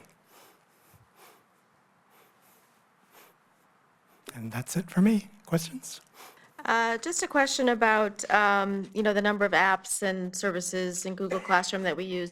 How often do we look at that? I know there used to be a committee that reviewed those, and there's just such a proliferation of, how do you manage that? We actually go through them every year as part of our budget process. We have, over the last couple of years, really consolidated it all within the budget. It used to be all over the place as far as the different platforms. Some of them were at the building level, some of them were in the curriculum budget. Now we can see everything in totality. And we pull usage. Jen Lau is our research manager that does that for us, and we'll go in and look at a piece of software that we have and say, how much usage is it really getting? If we're paying for it for all K-5 and we only have one building that's using it, then why are we paying for it? So we do that every single year. Mike, as efficient as usual, thank you.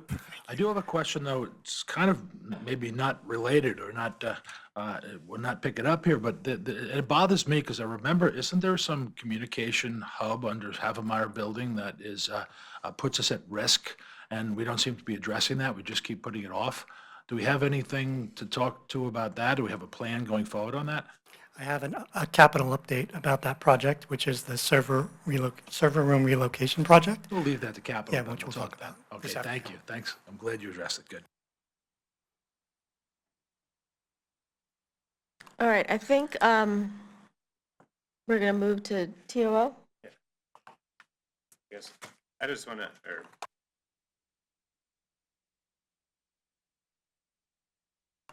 If you have a page number, Doug, help us out.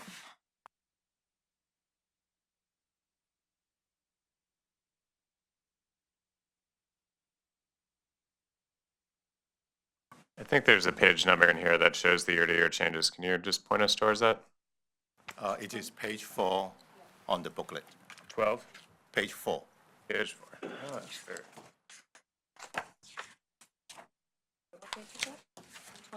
Four. Page 4. Yep. So maybe can you just start by giving us an overview of the Yeah. TOO change? Yep. So if you look at page 4, that is the FTE from the 2026 budget change to the 2027 budget. If you look at the far right, which is kind of like the total on the full-time, part-time, and the total FTE. On the full-time, when you look at 2026, it is 1356.6. And then the new 2027 budget that we budgeted in is the 1350. So it's a drop of 6.6 FTE on the full-time. And then on the part-time, it's a drop of 2.1 for the total FTE drop of 8.8 from a budget-to-budget, year-to-year basis. Get it. I guess just to start, we heard feedback and concern from residents about the teaming changes planned for Central Middle School next year. I respect in some of the Board of Ed meetings, you've previously explained this is a response to current year and forecasted enrollment rather than driven by budget. Can we maybe just for us and the community quantify the prospective team sizes expected at Central next year with the model you're switching to? So that's a hard question to answer right now, just because a lot of the conversations that are happening, what we were looking at going into next year was team and a half. That's the way the budget was presented, which means you have some cross-teaming. There are other names that you can call it, but cross-teaming means half of a team would teach a little bit of 7th grade and a little bit of 6th grade. So they still share all the same students, but they would teach on 2 different grade levels. By contract, by teacher contract, they can teach up to 120 students. So if you have 2 teams, you would expect to have up to 240 students, 120 and 120. What's happening in specifically Central right now, where enrollment is down, is the class size in totality this year is about 131, 133 students, barely larger than 1 team. The incoming 6th grade looks exactly the same. So we have a couple of years where those smaller cohorts of children are moving through the middle school, and so we're trying to adjust for that. What I will say, though, if you go look at some of those documents, we have cross-teaming at all 3 middle schools right now. It's not a new concept. It doesn't mean that we're doing something radical that's going to impact, education. But, and I say the hard part is open enrollment is being discussed because Central is a brand-new school. Their enrollment is down. And so we did a preliminary, I'm going to say round 1, of who might be interested in attending if you're at Western or Eastern and you'd like to go to the brand-new middle school. And, for families, for some families, they may have not wanted to be in the school because it was condemned.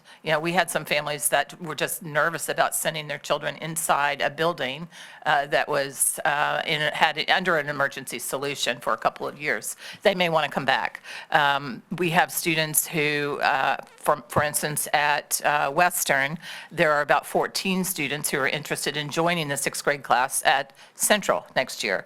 So we're going to continue those discussions. It will probably be on our next Board of Education business agenda, where we're looking at how many students could we move across and still have, a teaming size that's reasonable without hurting, either building like Western or Central. How many students could we accommodate in an open enrollment situation?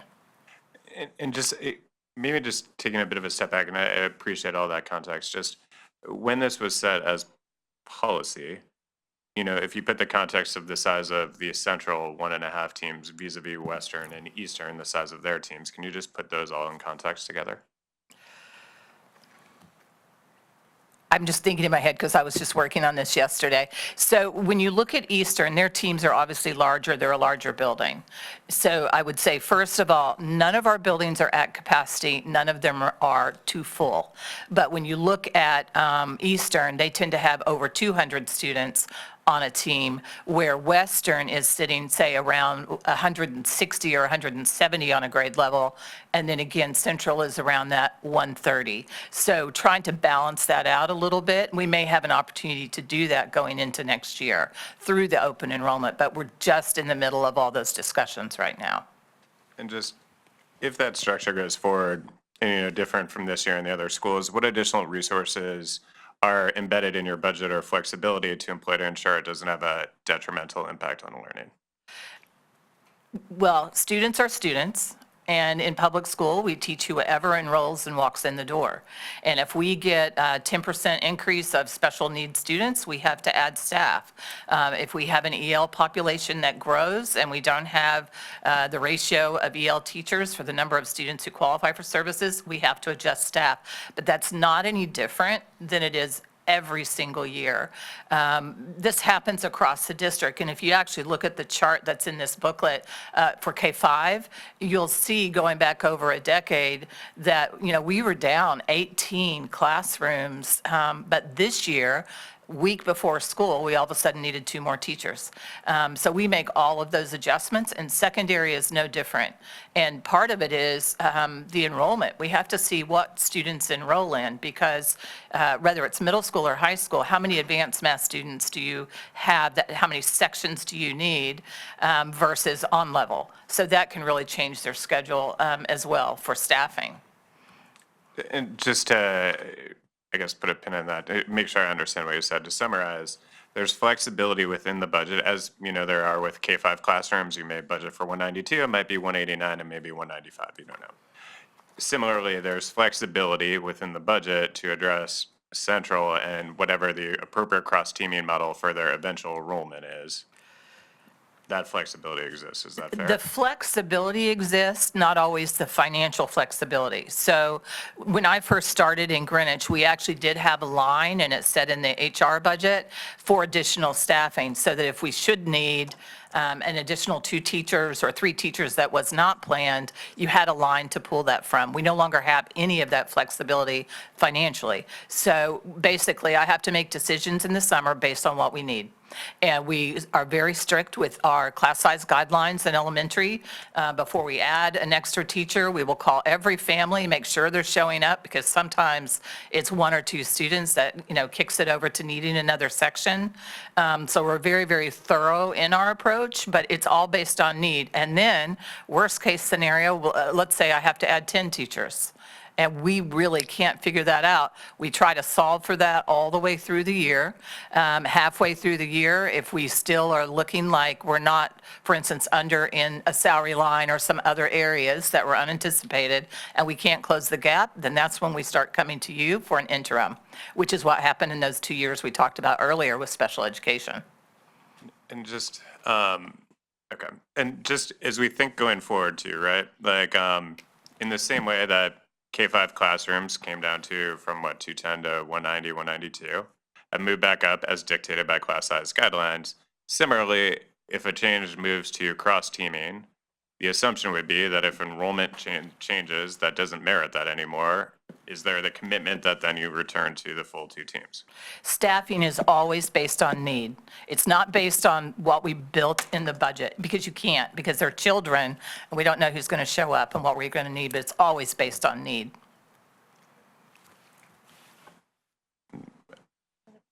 I have a few on high school as well. Just, I guess starting, something that, big change, and I know you all at Board of Ed meetings have said most other districts have had automated scheduling for decades, and, yay, we're finally there. So what's you introduced this last year at the high school, it's being introduced next year. Can you just walk us through the outcome?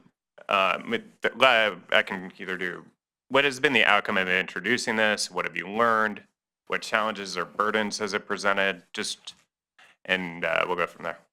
Well, I think from a burden standpoint, it's just a technology skill. We have to train staff on how to use the software that we've had, but to actually use the capacity of the software. So middle school is the implementation year this year for them.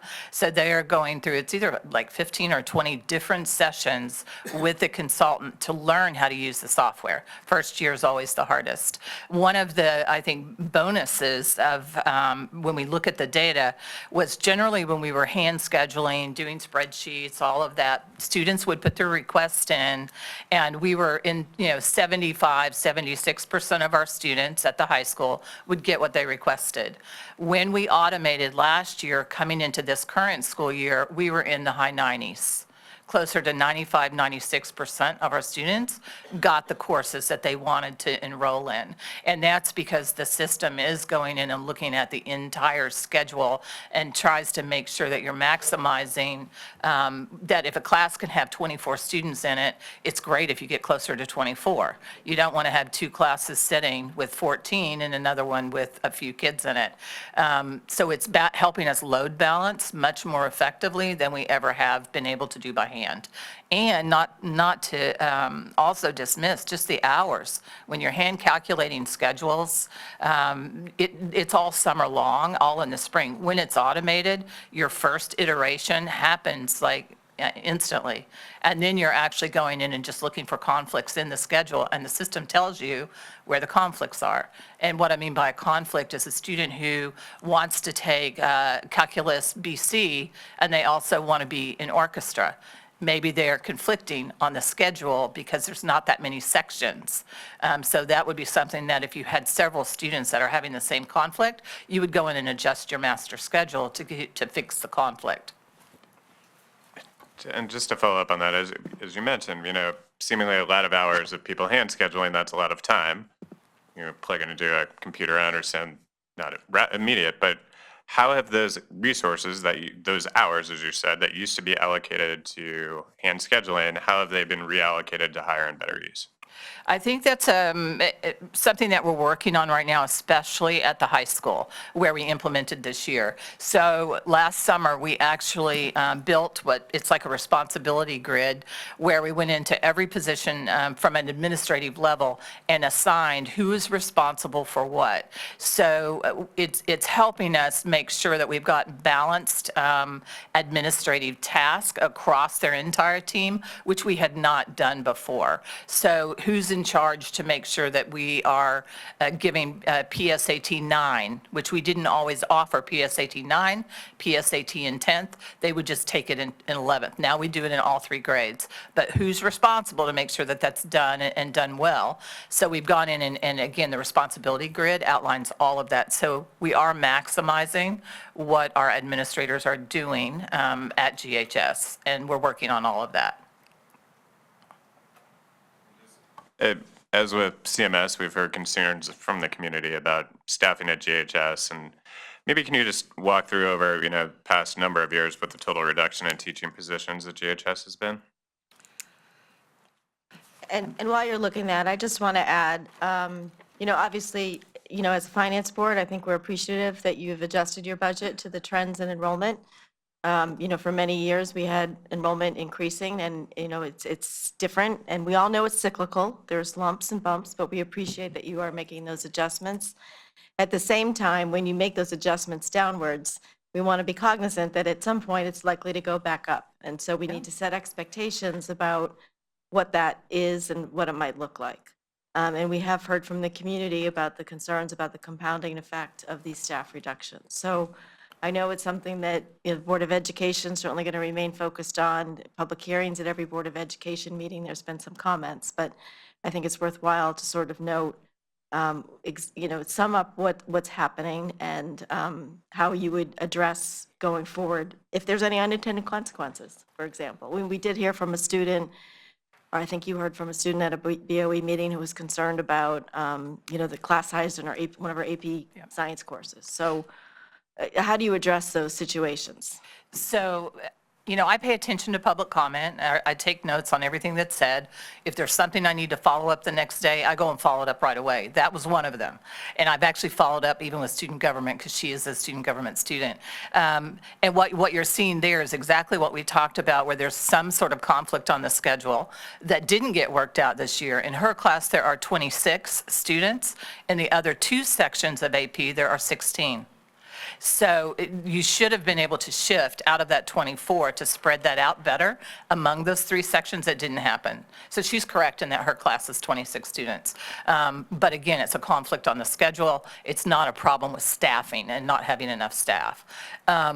You know, from the high school perspective, I can't remember if it's 3 years or 5 years. Do you have any of the numbers there in front of you for just high school? I have the 3 years.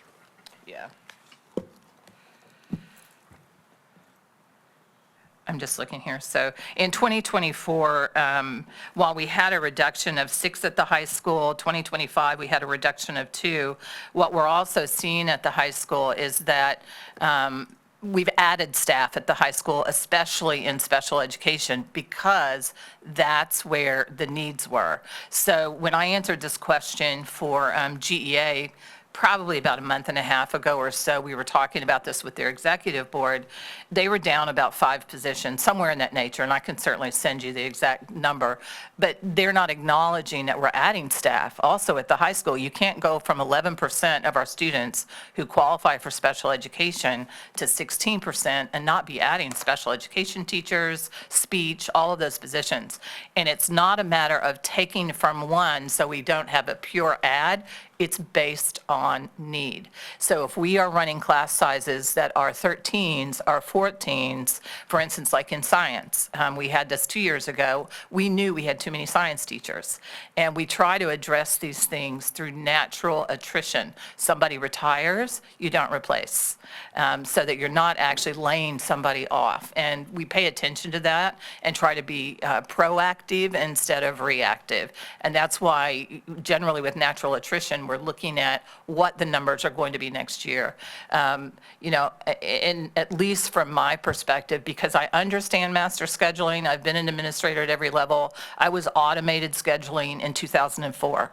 So just to give you an idea, like this is not a new concept. So I actually go in and look at the schedule myself to make sure I also understand what our needs are and go through every schedule, every single teacher, like at middle school and high school, so that I can see if we're out of balance somewhere.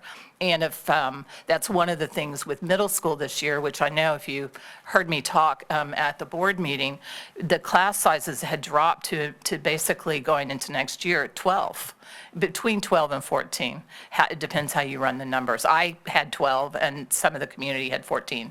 But 12 or 14 either way is still very low.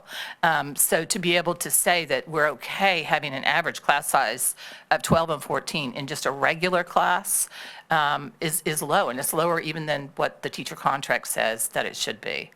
So we make those adjustments. And again, it happens every year. It's based on need. If we need more teachers, we're going to hire more teachers.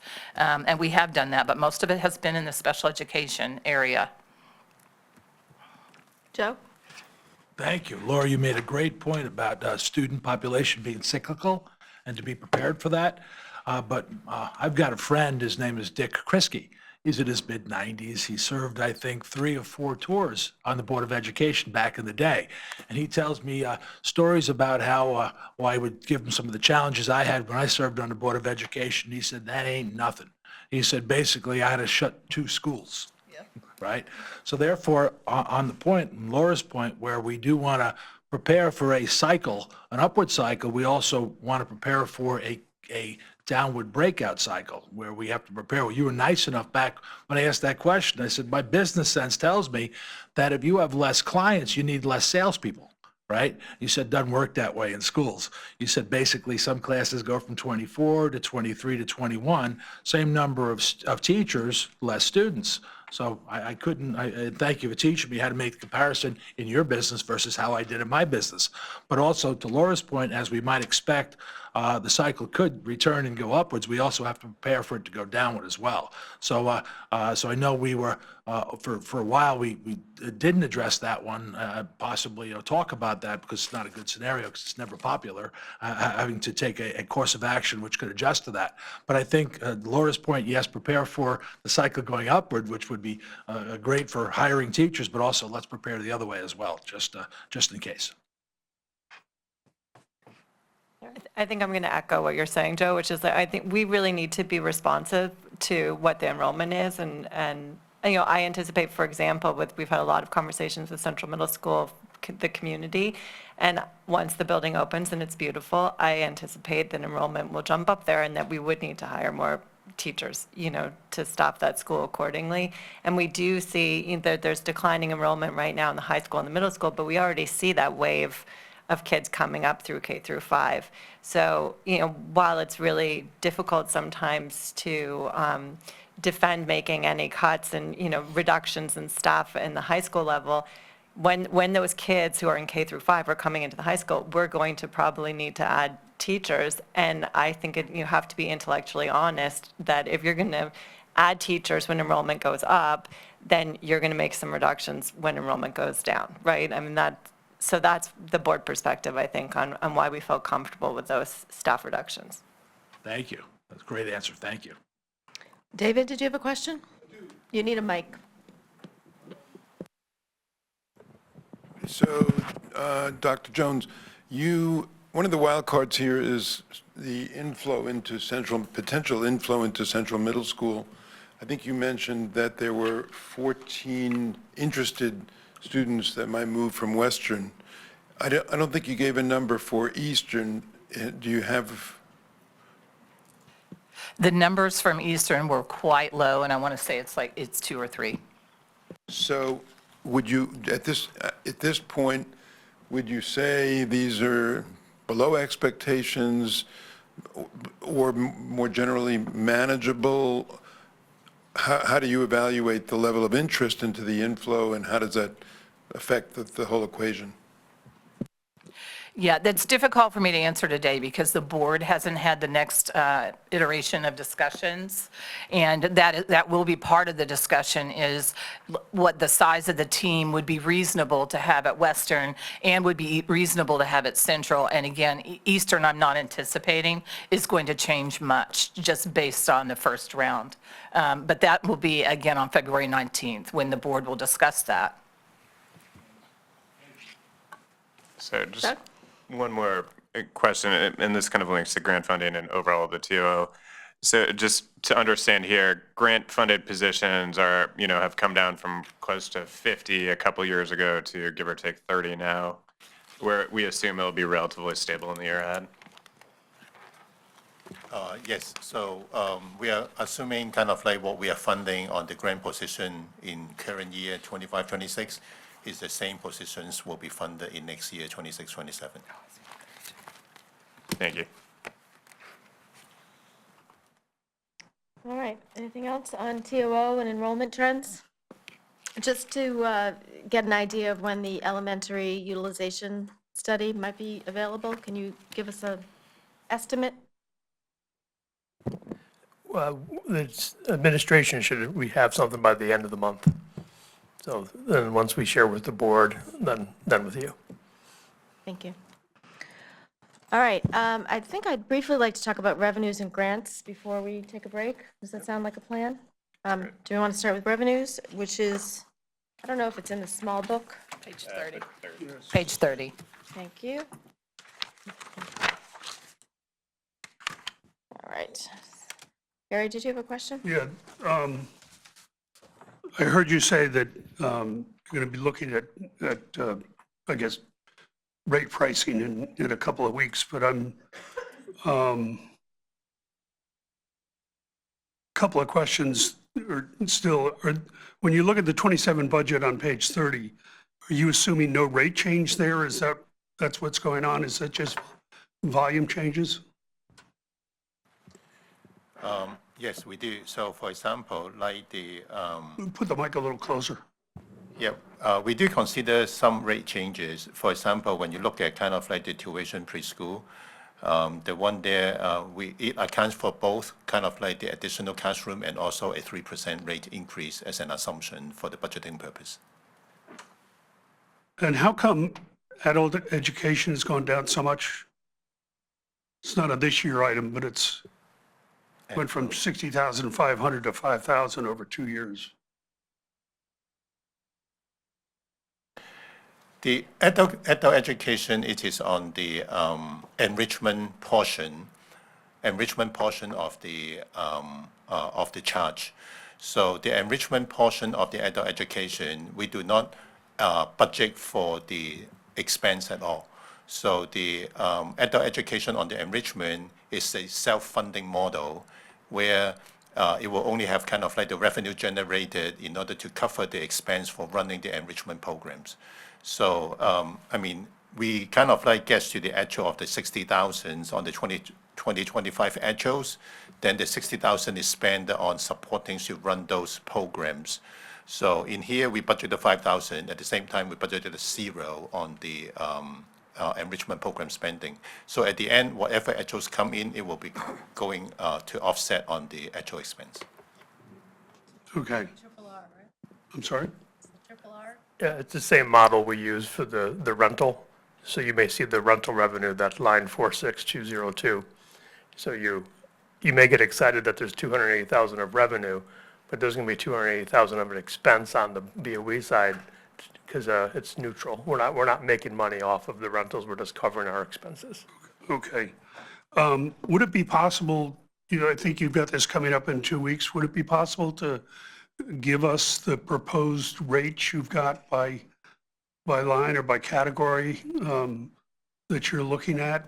And and we've got some particular comments on some of them. I am happy to share the agenda item once it goes public. We're in the process of putting it together now. Okay. And you've heard me talk about this before, but the parking at the high school facing the bridge work on Route 1. I remember last year looking at the parking rates that you charge seniors being substantially less than certain peer communities. And with the bridge work and wanting to lessen traffic at the high school during that period, I'd strongly suggest you have a plan to raise parking rates to disincentivize students. I guess I didn't understand. realize we charge students parking. How much do we charge for senior parking, roughly? I don't have I that thought it was number a in lot. front of Not me. a lot. Yeah, But not a lot, it's yeah. student activities, it's not in the general fund. Okay, all right. I do think that bridge work has been postponed for another year or two, so. Yeah, but that gets into this coming fiscal year, probably spring of '27. I think it's going to be put off longer. They just really? pulled all the permits, yeah. Okay. Um, But so- at some point, it's going to hit, and it's going to be a nightmare, and reducing traffic is a great objective. We need more kids to ride the bus. Exactly. Yeah, Joe? Thank you. I do regret not focusing more on revenue while serving with you guys, because basically I think there's opportunities, and even there's things we're overlooking at this point. I know that I go to most football games, and I know, Sophie, didn't we change the rule where the money that's actually collected at the stadium goes towards the event itself rather than the general fund? I thought we had changed that. I know I started the process, but I'm not sure we did. But still, we don't, when I go to an away game, I'm getting charged by that school. We now have people with buckets asking for optional donations, and none of the visitors give optional donations. So we're giving all this revenue. Of course, it's not a lot when it comes to the books we're looking at right now, but it's just an example of how we're not focusing on revenue generation. We don't have every other school or away school that I go to a game, there's a computer program or an app I've got to click on, and the money goes directly to whatever it goes to. But have we not created the ability for our events to collect money and have them go towards the cost of that event in a much more efficient, mandatory way? So this sounds like a BOE policy question. Actually, That's why I directed it, Sophie. I thought we already accomplished this one, but maybe not. I think it's the interesting thing about revenue in that I don't know any other district, definitely in this region, that handle revenue the way that we do in Greenwich. So it doesn't flow to the school district. And, you know, including with excess cost and things of that nature, it sits over on the town side.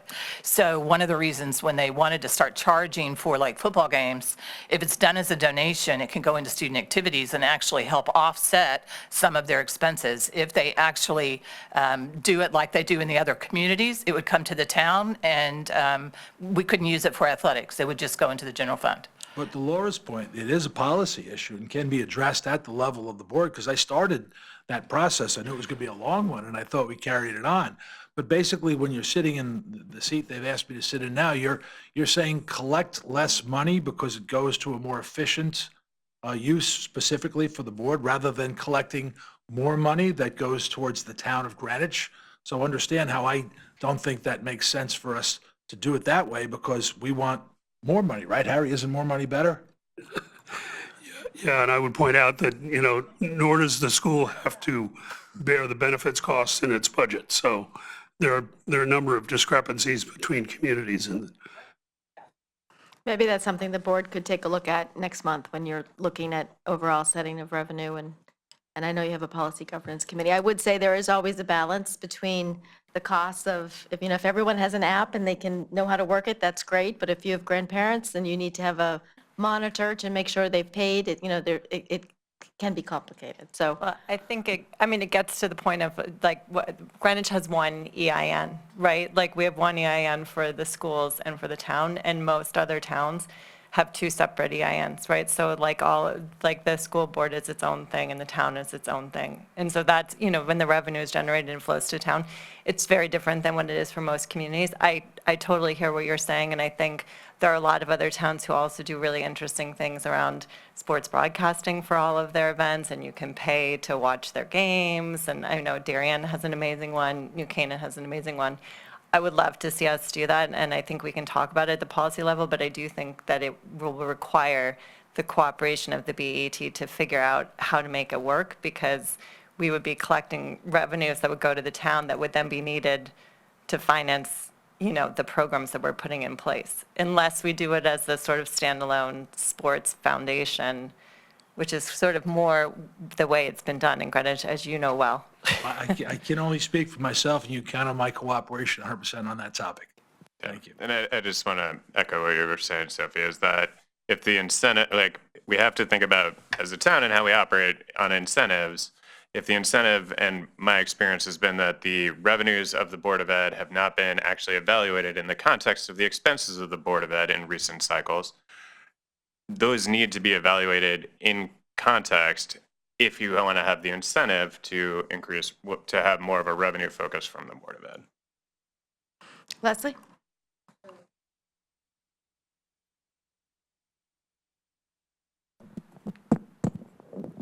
I don't know if this is the right place to bring this up, but since Harry brought it up, I do think, and this is an expense, it's not a revenue, but healthcare benefits were a lengthy topic about the previous BET, and in the budget guidelines, on a bipartisan basis, it was voted that school healthcare benefits should be added to the public preparation of the school's budget for the consistent comparison with other school districts. And that was requested, and I think that many are disappointed that this current budget that was sent to the BET does not show that. And that number, Ben can tell us what that number might be, but it's probably around $45 million that is not in the school's budget. So since we're talking about small dollars of revenue, I thought I would bring up a larger dollar of expenses. Thank you. Thank you Page for the- 34. Oh, thank you. I was going to say, I saw it somewhere. Okay, before we get off revenues, I just have a question. I think we typically find out before June what our education cost-sharing grant will be. Am I misremembering that, or do we have any sense? I know there has been some efforts afoot to more appropriately fund those accounts.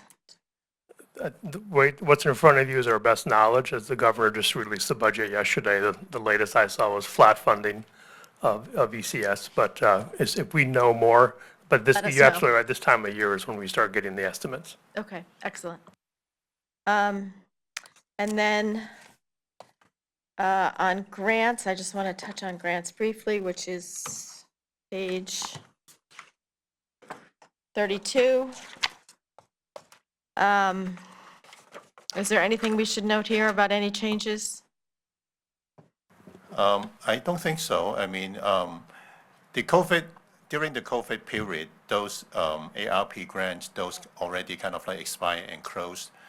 Now remaining the two key grants. One is the Title I, and then the other one is the IDEA. All the others are kind of like smaller in size that you can see on page 32. So the two key major one that remain in the BOE on the state grant is the Title I and the IDEA. And this is generally a 2-year grant cycle? You have 2 years to spend on the grants, is that correct? That's correct. Both Title and also the IDEA are 2 years grant. Okay, and I know that both the Finance Department and the Board of Ed has been working to really make sure that we're, I don't know what to write the right word, that we're in sync with our grant accounting and collecting. So I appreciate everyone's efforts in that regard. And then to Leslie's point, on page 34, there is a budget including benefits. So that is presented there. Is there anything else? If I could just focus on page 34. Yep. Because you got a 4.5% projected increase for benefits, but healthcare is going up over 13%. Can you break this out as to different categories of benefits or explain why you're only going up 4.5%?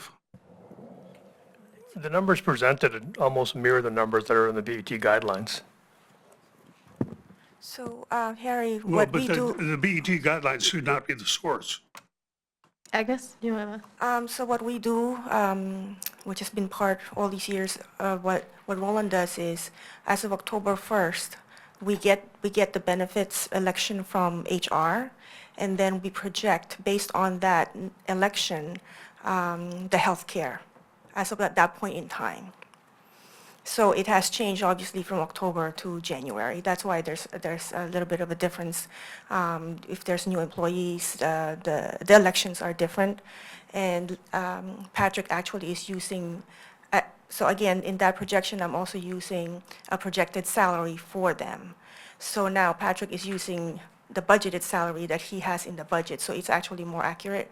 And then when I did the projection, I only used a 13% increase based on actuals.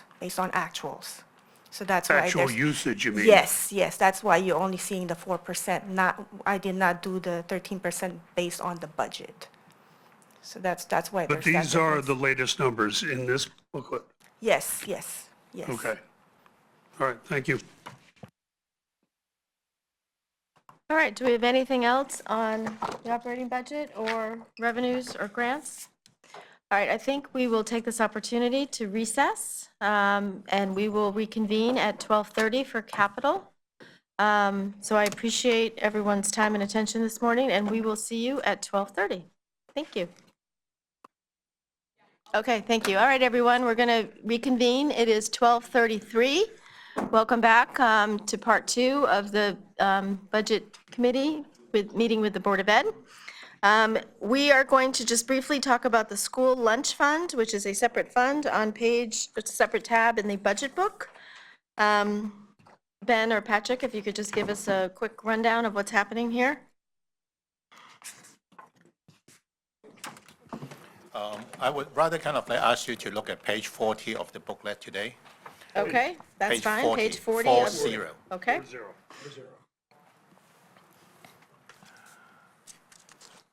This one gives you kind of like the historical view of the school lunch fund, the revenue and the expense on what happened. So, I mean, we separate it into kind of like the time period of the COVID, because it is kind of like having a different business dynamics on the COVID timing. Before the COVID, when you look at 2014, 2015 school years until the 2019, 2020, you see that each year the school lunch fund is making a loss, and then the town general fund is making a contributions to kind of like support the school lunch activities on this time frame. During the 3 years in the COVID timing, you see that the revenue increased significantly in the 2021-22 and the 22-23 to the $5.8 and the $5.4 million. That was because at that time, all the lunch and all the breakfast were served free. And then it is the state kind of like we reimburse all the meals served during that time period. So the participation rate was kind of like increased significantly. The free lunch, free breakfast is no matter of kind of like your free and reduced program, it is not, but it is free to every student. So that kind of like get an increase in the state reimbursement during those 2 years that accumulate the school lunch fund balance that you can see on the right-hand side under the yellow column. So by the end of 2022-23, the school lunch fund balance was at $2.1 million. And then after that, starting 2023-24, I mean, there is gradually kind of like reducing on what is being free coverage by the state.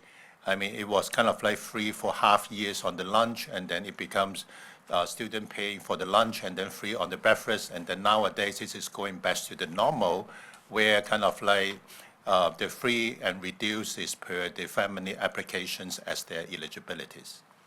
So that's where you see in the last two, I mean, in the 23-24, it was making a loss of the school lunch operation by $543,000. 24-25, it was a loss of $344,000. That is pretty much in line with the pre-COVID time that you see at the top of the table. The budget that we set in 25-26 is at a loss of $873,000. That will bring our school lunch fund balance to kind of like $360,000 by the end of the school years. Ben and I are kind of like keeping our eyes on it to make sure that our forecast for the full years, we are expecting kind of like it will be kind of like doing better than this. It's not losing as much money as the original budget. Looking at next year with the assumption of the student participations, the general wage increase on the food service personnel, with the inflation on the food costs, and so currently we are kind of like expecting a $961,000 loss. So by then, the fund balance will become negative, close to $600,000, where at that point, the town would require to kind of like do the contributions like before the COVID timing on the top part of the tables. For the, sorry, Doug, do you have a question? For the revenues, given what we heard earlier about the high school students asking for the library to open up and the popularity of the breakfast, is there any potential upside in the revenues at this point based on your run rate year to date? For the 25-26, yes. Currently, we see there is possible upside to the 4.3. That's why I mentioned that we will not be losing as much as this $873,000 as we budgeted. Because we also see kind of like the activities that because of the start time in the high school, they're kind of like getting more participation of the student eating breakfast at the school before the class start. So that's where we see kind of more transactions, more sales purchase on almost kind of like the breakfast and also the snack. Harry? Yeah, thank you. Down the lower right, you've got expense per meal. Is that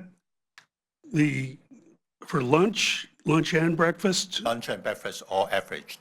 Okay. So that's where I kind of like try to do another benchmark or kind of like sensitivities to see whether it makes sense. So when I'm looking at kind of like the number of meals served versus the expense is without the snack, right? So What do you mean without snack? Meaning, because for example, like selling for the chips, selling for the cookies, selling for the high school. But they're charged for those separately. Yes, we charge them That's separately. the à la carte aspect. Okay. Correct. So that's why in terms of the cost. Okay, got When it. I kind of like calculate per meal of the cost, I exclude those snack So what are costs. we charging on average per meal? On the lunch, it is 445. It is the 455 for lunch at the high school, and then for breakfast it is 295 at the So at the schools. we're losing money on every meal. Yes, Right. yes. Which you see that we are losing money at the kind of like 2014-15 until the 2019-2020s. And if Governor Lamont gets his way, we're going to lose money on breakfast. He's advocated for free breakfast. Depending on how much revenue comes in, then that would be an offset. Oh, I don't think I'd expect any revenue on I that. didn't say I was expecting it, I was just saying mathematically that could be that way. All right, it's early in the legislative session here.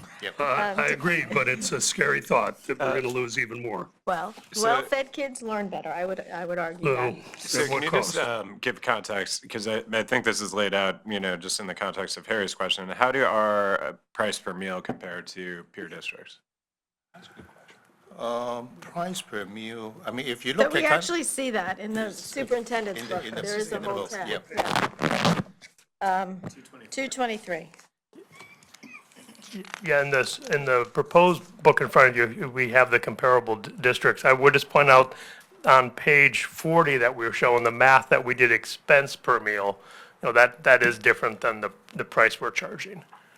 It's an interesting model. We can actually pull some of the data to see what other districts run expense per meal. I just meant on a price, what we charge our students per meal. But I guess it's here, where we tend to be above both the median and mean across the various districts, right? Okay. And then just one follow-up on, as you mentioned, you have a budgeted $873,000 loss. You mentioned you're running ahead of that.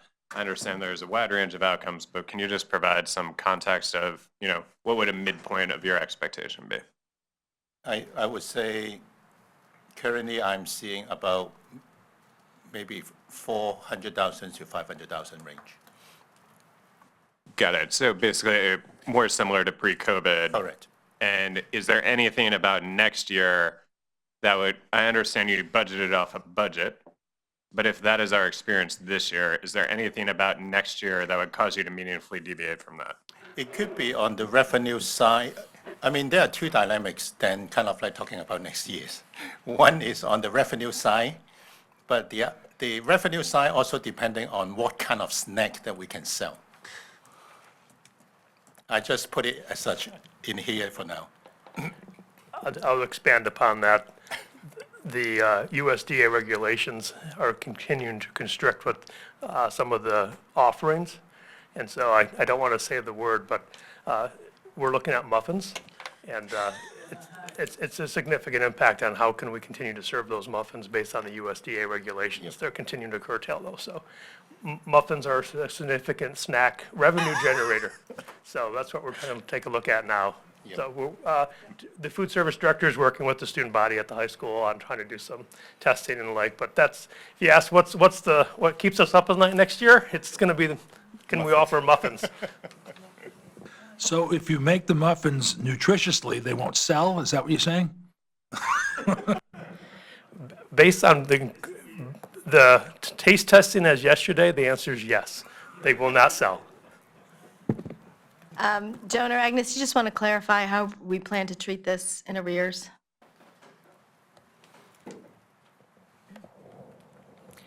So that we have the exact amount, we plan to budget to fund it 1 year in arrears based on actual.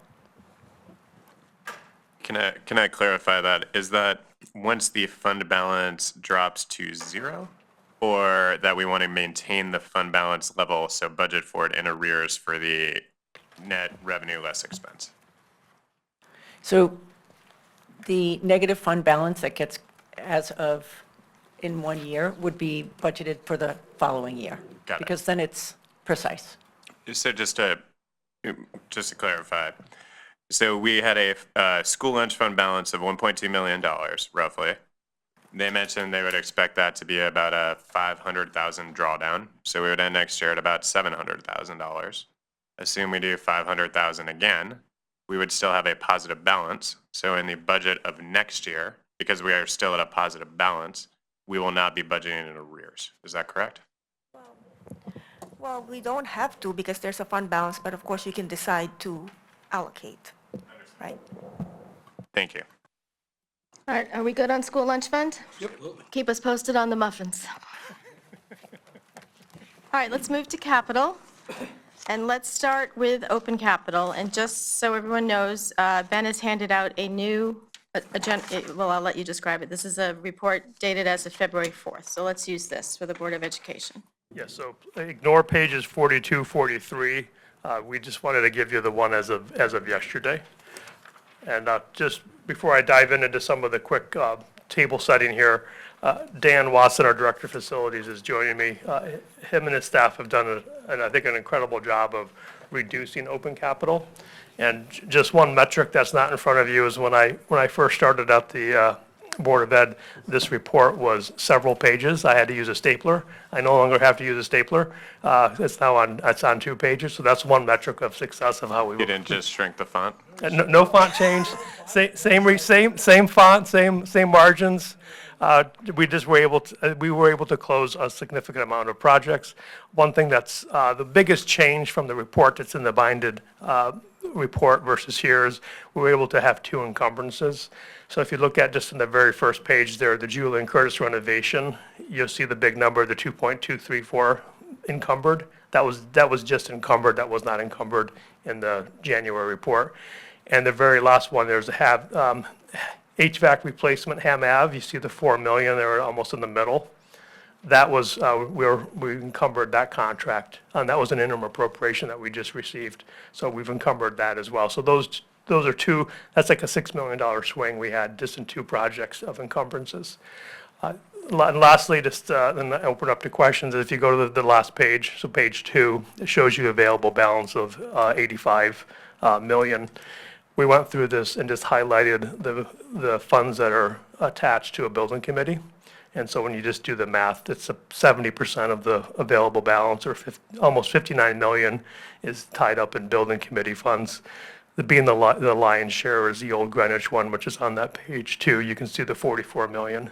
And we recognize the RTM just approved the interims, and when they go to contract, that 44 will be reduced dramatically when it'll shift over to the encumbrance column. So just on this page, the 2006 is 2026, correct? 2016, I think. So the very first page that says 2006, that is that's the year we're sitting in, 26. 26. Right? Okay, thank you.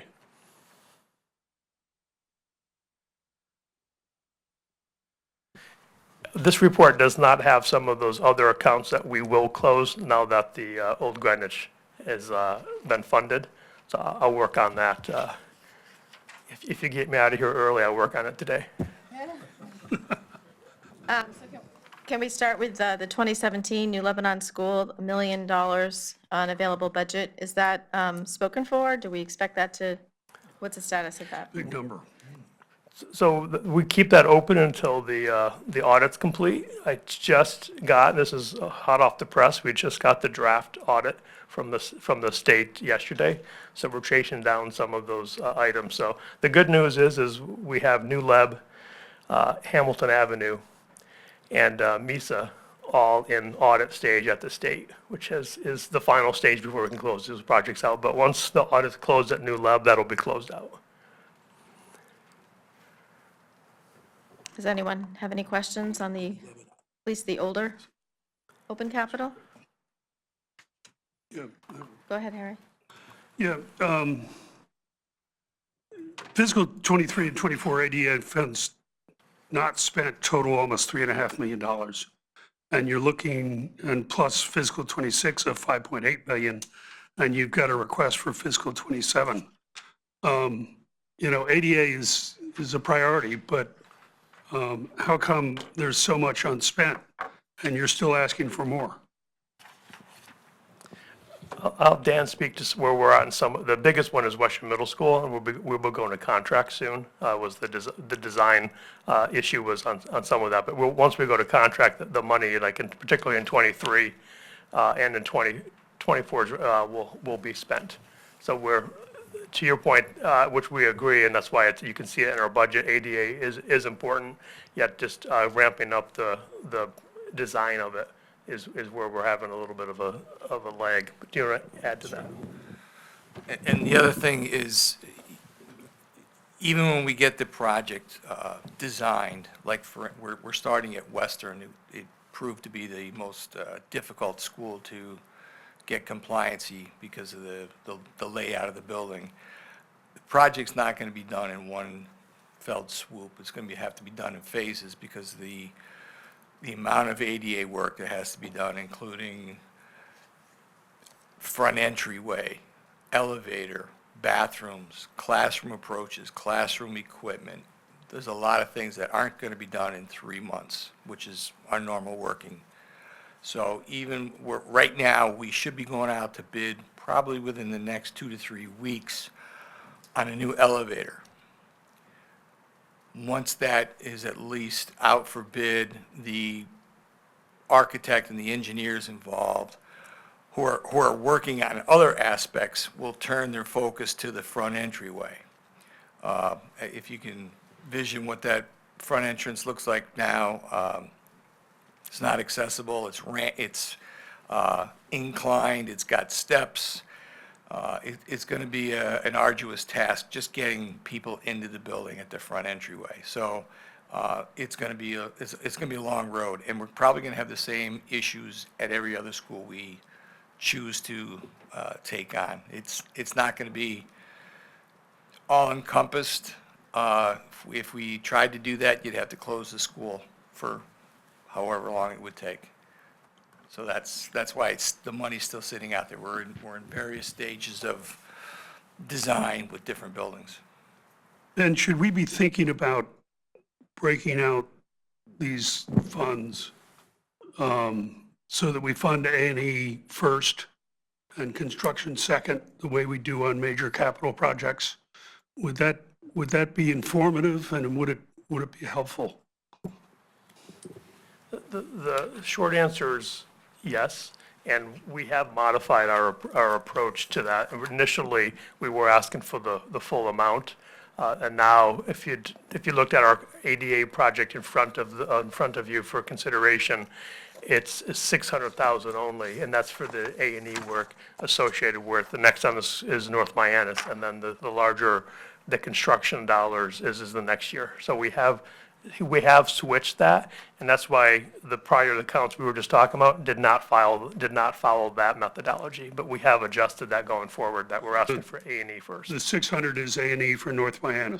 Yes, A&E construction documents, then we can go to bid. Okay.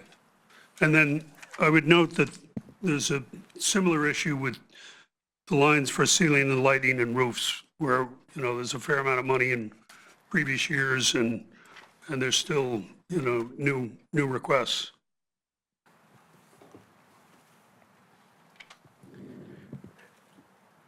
Yeah, I'm just trying to go off my. It's not the same scale, but. No, I totally hear you. I'm seeing like a project, the first page, 23,349, the ceilings and lights, it's $1 million available. Yeah. I don't know, Dan, do you know off the top of your head what that project is for? We are currently out for bid or we will be out for bid this week on ceilings at Eastern Middle School. Again, it's a phased program. We did probably 30 to 40% of the ceilings last summer and the summer before. This summer, we hope to get the second floor in the media center. So again, it's a phased project.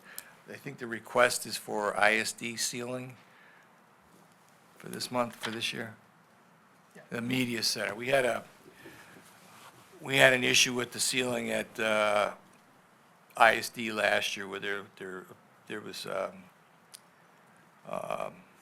probably a design flaw, and it showed the ceiling sagging, and it wasn't a dangerous situation, but we chose to take the ceiling out, and we have to complete that and we have current estimates that it was around $300,000 to $400,000. Okay, thank you. Joe? Sorry, just to finalize on, there is a couple ceiling and lights that will be closed, so the count 21249, that has the encumbrance of 400,000, that's directly associated with Old Greenwich. So this afternoon, I'll close that, I'll close the PO and then email town hall to close that account. And the same thing's gonna happen on account 22355, the ceilings and lights, that 29.7, as soon as that's in the hopper to be processed, once that's processed, that account will be closed as well. Great, thank you. Question for Dan. You talked about the open ADA projects. We talked about them. Are we looking, because I know myself and Harry both worked on the JC Building Committee for some time, and our goals were accessibility, not compliance. You had mentioned compliance. Are the goals of these projects, the one we talked about, are they ADA compliance or ADA accessibility? It's ADA accessibility. I'd hate to use the word compliant. That brings on a whole. Yes, that's why I you know, asked, yeah. If it was a brand-new school, we could say, we want the building ADA compliant. There is a little bit of leeway in legal terms as far as what's compliant versus what's accessible. And that's the avenue we're going to go. For instance, not every classroom is going to have ADA accessible features. We would pick one per grade or one per subject and make that particular classroom ADA compliant. But that doesn't necessarily mean the entire building is ADA compliant. So leaving the compliance opened, maybe this is a question for the board or the superintendent, or do we have any exposure legally if our aspirations are not to make these compliant, just make them accessible? Could a lawsuit be filed that we're not compliant, that the accessibility we're spending money on doesn't cover? Yeah, it might be. I'm only asking if it's been addressed. If it's not been addressed, then Harry's right. It's more of a legal question, yes. I think in every project, it gets addressed when we're doing these projects, what has to be done, and that's why we did the ADA study. That was so thorough. So if you look at that online, I mean, they actually go through priority 1, 2. You can see where the priorities are. And to be honest, code changes over time. So what works today may not be okay 4 years from now. And that's just part of any facility that's already open when we go in to start doing this work. Can somebody file an OCR, for instance, at any time? It costs nothing for people to do that. Would you prevail on that? They would probably come in and see what we've done. And, when we last did our project, did we make sure that we were up to code on what we were doing at that time? And that's really what they look at. Thank you. If I could just comment on that. Yeah, I think, in general, you're right. If someone files on us like they did with the Byram Marina, you have to do the work.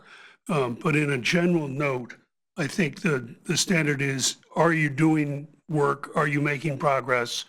Are you addressing the worst aspects? Is kind of a good defense. It's my understanding. I just have a quick question on soil remediation at Western 2025, 641 and change. Are we still doing more work there? I thought that was more or less complete.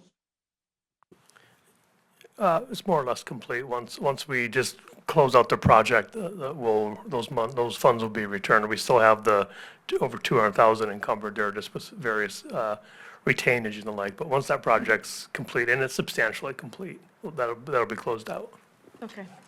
I commend you on the work you've done to get it from multiple pages to one page. Thank you. And I know, I'll just, give a shout out to Joan and Agnes, because I think this is a townwide effort. So I appreciate everyone, all department heads, if you're listening, thank you in advance for closing out older capital projects. Anything else?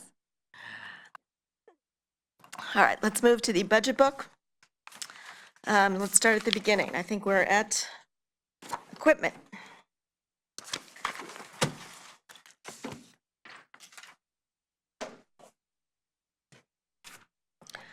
I don't have any questions. Custodial and maintenance equipment. Next. School kitchen. School kitchen.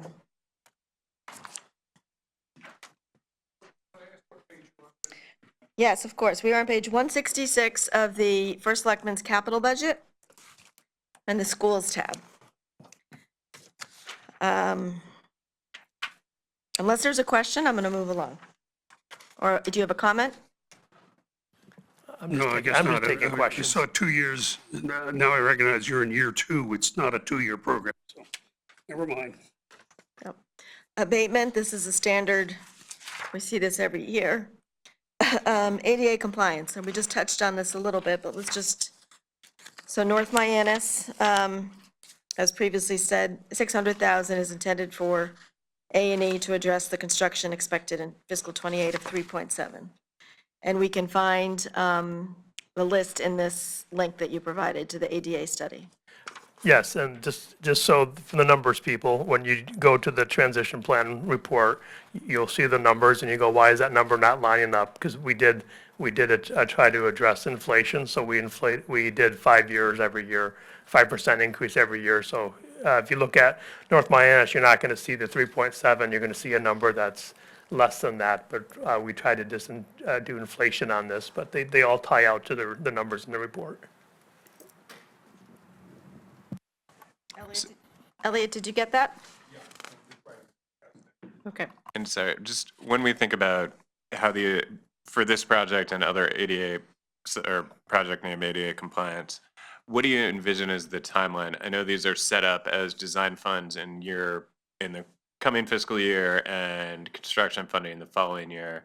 Is the scope of these projects such that that might actually be a 1-year gap, or how do you think about turning design fundings in year 1 into when construction funds are needed? Trick question, because we don't have a design, we don't know the actual cost, we don't have an estimate. The numbers we threw in there were order of magnitude numbers based on previous projects, other projects that the architects have done. But once we get the projects in design, we'll get estimates at various levels, and we'll adjust our request at that point. But I guess my question, less about the quantification and more about the timeline. So meaning, would you expect, assuming, if this gets approved, would you expect that construction funding would have a high likelihood of being needed to be funded in the next fiscal year? I would hope so. Okay. Sometimes it takes a little bit longer to shake things out, but that's the way we have things planned. Again, actually, Okay, we moving on. jump to that? Yep, ceilings and lighting? I just note you've only got a forecast of 2 years, and I would guess in 28, 29, and 30, there's going to be money needed. Have you built that into a 5-year capital plan at all, or will you? Right now, this is what we know. We took a look at the master plan, which is several years old, but that master plan still covered 29, 30, and 31. But we don't, and right now, we're not anticipating any significant major ceiling lighting projects. It's if you go back to prior years, it's been healthily funded. So a lot of these projects. And a lot of it's been done through with Eversource, with their energy incentives. So when we put the lighting in, we can do some of the ceiling work as well. You have a rough idea of the percentage of LED lighting that you've got now? Somewhere between 90 and 95. That's terrific. Yeah. Great. Interior, some of the exterior lights, like in parking and on the buildings. Use the mic, Dan, sorry. I'm sorry, that's interior number. Right. There's still some Still got exterior work to do. parking lot lights, bollards, building lights that aren't LED just yet. Okay, thank you. Can I ask? Sally? Yep. Sorry, I just want, before we get away from ADA, you have 2 really big projects in the budget at Old Greenwich School and Riverside School, and both of those, I understand, the original impetus for those renovations were ADA compliance. And I just want to confirm that these estimates that you have on 169 in the capital budget do not include, are separate from the budgets for both of those school renovations. Yes. Thank you. Anything else on ceilings and lighting? Yes, go ahead, Elliot. Thank you. I can address some of this when we meet next Thursday, but I just want to get a quick idea.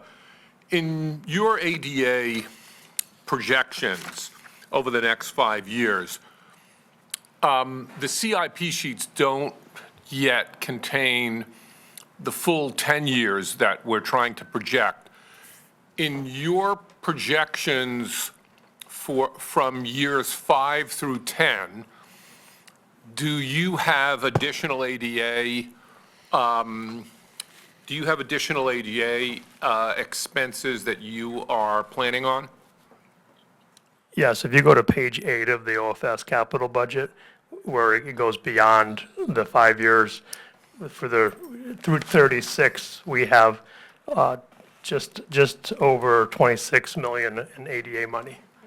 So we took the entire plan and the entire transition plan and put it in the capital plan. So where is that? Where, I'm not, So that's in the first tab, Elliot, the First Selectman's 10-year plan on page 8, the capital schedules.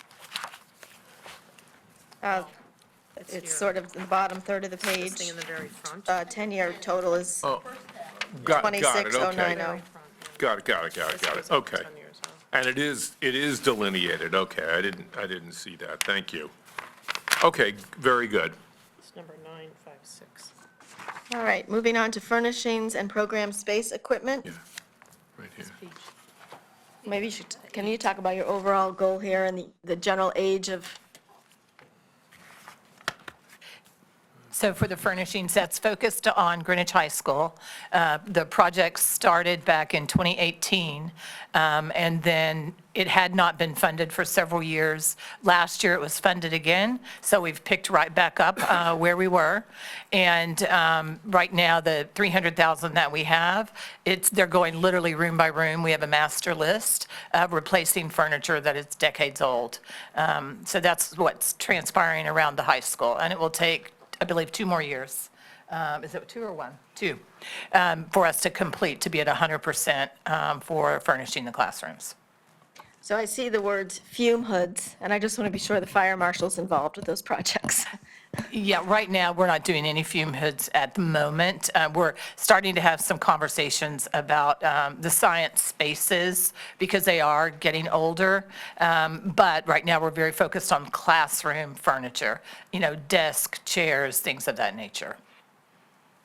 So this is broader and maybe you won't have this top ahead, but what is the average age of our furnishing stock across our school district? How does that compare vis-a-vis other districts? And what is a typical replacement cycle? Like, is it 20 years, 40 years? I don't know. Education has changed so much over the last 15 and 20 years where at the high school, for instance, you still have some of those desks that are all attached as one unit. So if you're, a bigger football player, you may not even really fit in a desk like that in today's age. But so it's getting rid of those that were very old. They were very useful during COVID. We actually, had to pull them out of storage. But building by building, every building is different. So obviously, New Lebanon's a new school. Everything's brand new. These schools where we have projects that are ongoing tend to have, some of that newer furniture. But then we have some buildings where it's older, but the greatest need is definitely at the high school right now. Yeah, I just note that the $3 million placeholder in the out years is a big number, and I wonder when you're going to, be able to break that out a little bit. And I also see that you're, basing it on a dollar formula per classroom at New Lebanon. CMS almost is at a budget number for FF&E for CMS, so you might start breaking out your forecast versus elementary versus middle based on new information. Yeah, and that is how we approach it. And right now, again, because we're focused on classroom furniture at the high school, they know back in 2018, the furniture's worked well. They know what was welcomed in the new instructional approach to grouping students. When we look at middle school, when we get ready to look at Eastern or Western, we would absolutely go in and look at what we've done, brand new at Central, and that's why we use New Lebanon as the model for elementary. So is the 3 million just elementary? Or does that include some middle school assumptions too? In the out years? 6 million, really. Yeah, that's a significant holdover from the initial master plan. So Okay. that has to be refined. So it Your needs a lot point's of well work. taken, yeah. Okay, thank you. All right, moving on to GHS pool replacement. Nick Magilla. I don't know if there's much to talk about, but. So the number before you is we're paused because we're working on a complete revamp of the initial program. The program that was, the money here was for an option 5, which when we started revealing it to the public, we received significant feedback that it just doesn't work for a variety of the stakeholders.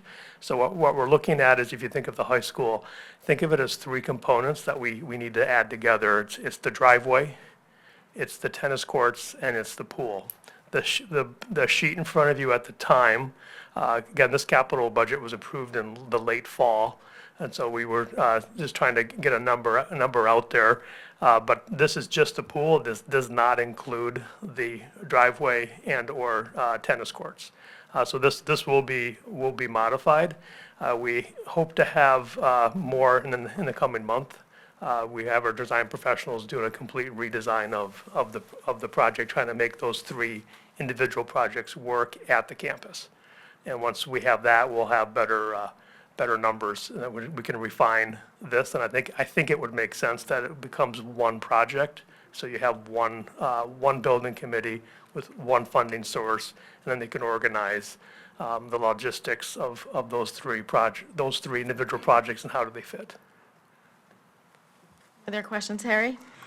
Yeah, can you be more specific on when you might have that information? Will it come before decision day in early March? We'll know more by the decision day, but I don't anticipate even having the feasibility committee come back until the end of this month with the design professionals, and then it's going through the process. So we may have more information, but we're not going to have a definitive, just because we have the process with the committee. And the ed specs have not been approved yet by the Board of Ed. But I'm well aware of your schedule, so we're trying to move in line. Just for clarity, that's budget committee decision day. There's another decision day for the full BET itself. I think just to manage your expectations, the odds that we're going to get you good numbers for your decision day are pretty slim. But for the BET decision day? That's a significant. That's your objective? Yeah, we need to hit that. Okay. This project is important. That is important. Thank you. Doug? And just to understand it feels like we're not, what is before us is not what we'll eventually be evaluating. But I want to have context for the future capital plan, because in there was $8 million for the tennis courts 2 years out. GHS tennis courts, can you just provide context of where that number came from? I wish that I could. I did not provide that number. If you go to page 8 of the document, there's 2 line items that were not provided by GPS. So if you go to the, this book? yeah, the OFS capital budget. Yep. You have 2 line items there, the GHS secondary egress, which is in fiscal year 30 for 1.5, and the GHS tennis courts were in fiscal year 30 for 8 million. Those were not included in the original submission by the administration.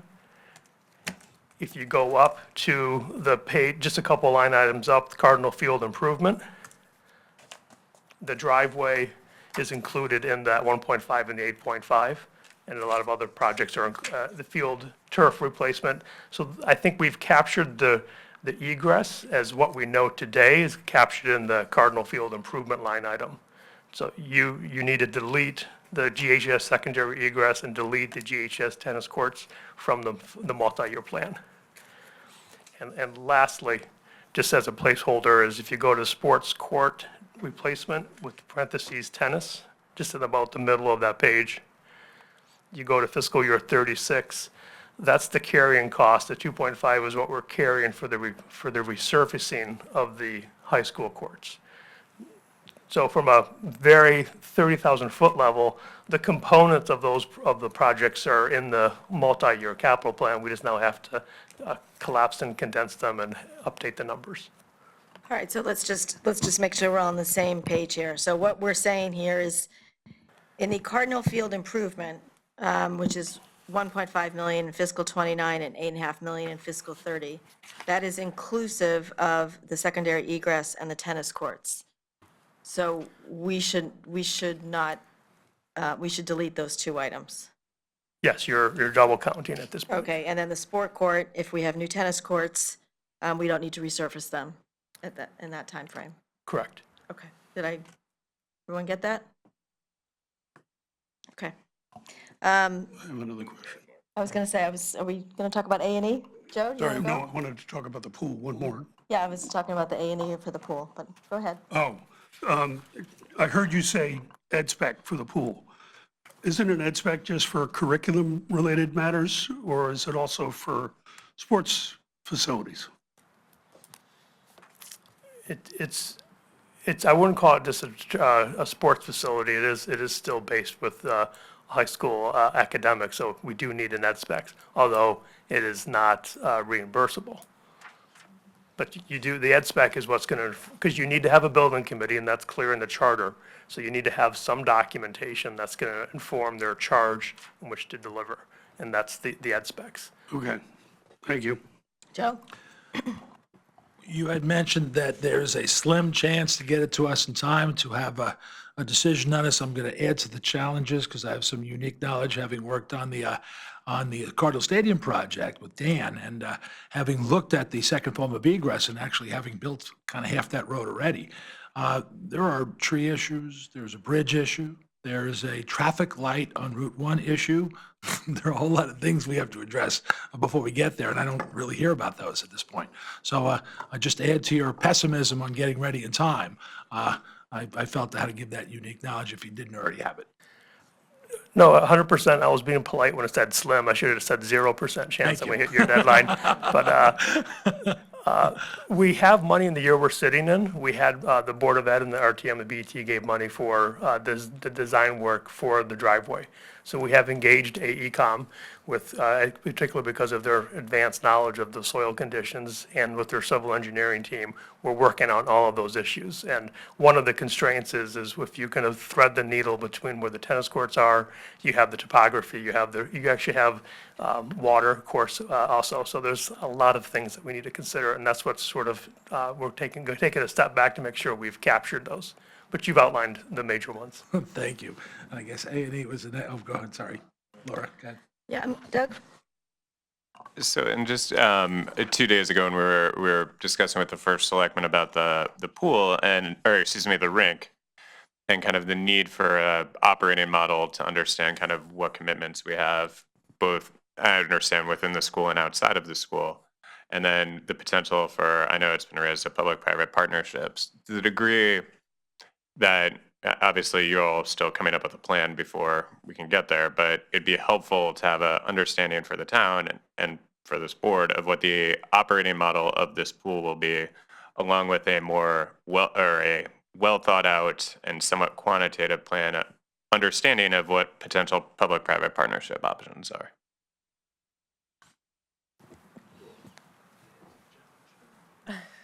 I already said mine. I don't know if you have, Sophie, do you have a comment? You were on the Yeah, pool no, feasibility I just want comment. to comment, yeah, I mean, we're certainly working on what you were just referencing, Doug, and also just wanted to say, we are focused, because I think there was a little bit of confusion on some of the way it was presented in the budget. You know, from a board perspective, we see the pool project, the tennis court project, and the driveway project as being one project. And we're trying to actually think holistically here and not like do one thing and then realize, oh, well, by doing that, we eliminated 5 of the 6 options for the next thing.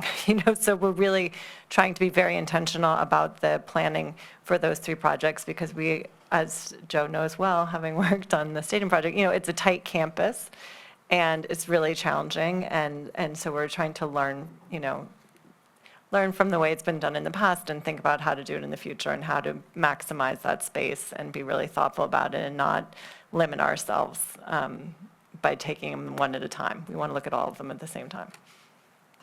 I see the hands on the side. I'm just going to ask a question and then I'll recognize you. But I think it's important to sort of say why we're here. This was not budgeted for in prior years, and we have a real issue with the existing pool. So I think we want to just take a moment and talk about those challenges and what we're doing now to keep it operational, and if there's a potential risk in the budget for that. And then I'd also like to talk a little bit about the 4 million, which is the item before us for this fiscal year, and what is needed for MI. I think feasibility's been done, but A&E, like, what's the number? I think we can all recognize there's significant zoning challenges at the high school. We've exceeded our FAR with the performing arts and music classroom space. So, there's a lot to tackle here. And while I appreciate bringing everything together, I think it makes sense to look at it holistically. It's also a lot to take on zoning-wise. So let's start with the existing pool and then talk about the number for what you need to get M&I of the 4 million. So when you look at the CIP sheet for the project, I would really encourage you to look at the page 3 or the supplement number 2, where we have the hyperlink to the full report. So that's the condition report that talks about within their report, in the very appendix, shows you the entire deficiencies of the program. That was presented to the Board of Ed. We worked in conjunction with the Risk Management Department of Town Hall to make sure how do we maintain the operations of the pool. It's such a unique asset. It's not simply just, we can move the operations over to this room. It's not the same just because of the uniqueness of the asset. We believe we've mitigated the risk. One of the biggest issues we had there's a lot of issues, but a lot of the issues you just can't mitigate. One of them is the clearance for the diving board. So we took the diving board out of it's locked up. Only one person has the key. It's just not operational. So we took that. We put in an emergency plunger, shut off and plunger in case there isn't the potential for entrapment in the drains. Anyone who uses that facility has been trained in the need for observation and the use of what's the protocol to shut that off if that does incur. Those are the biggest issues. There's several other issues, health code issues that you just can't mitigate. So the option is it's been operating that way for how many years? Can we continue to do it, maintain the operations? Finding suitable swing space, if you will, is similar to the ice rink. It's, again, a unique asset. How do you find that? Our athletic director is working with various community groups that have pools and surrounding school districts that have pools to see what is possible, because we do need an emergency plan if that pool does fail. How quickly can we pivot? I don't know I think it may be one of the facilities that keeps Dan up at night. Like, will it keep going? The pumps are weak. They're just, so we have issues there. That's why we've accelerated the project. That's why you see the 4 million it's higher than what you normally see. It is, again, this isn't a normal project. This isn't a general school building. It has some unique character and with the soil. So we have additional experts needed, but also it's how quickly can we go to design. So there's a lot of it in there is the design money and the like. But I think this is a casualty of just how the sausage is being made. This was originally back in the fall, and now we have this. This has not been updated since all of the new stuff has come forward with the coordination of the tennis courts and the driveway.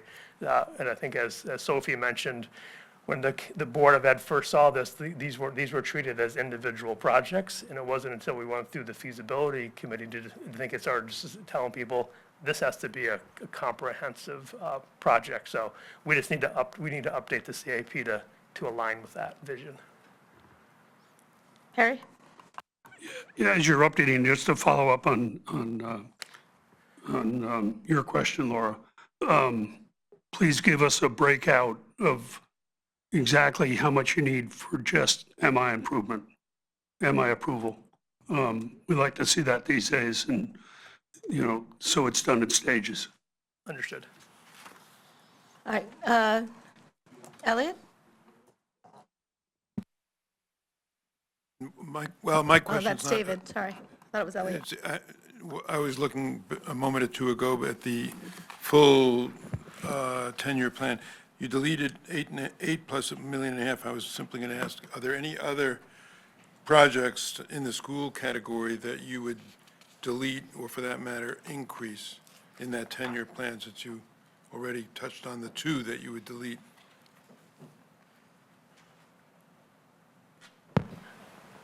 I have no further deletions from the plan.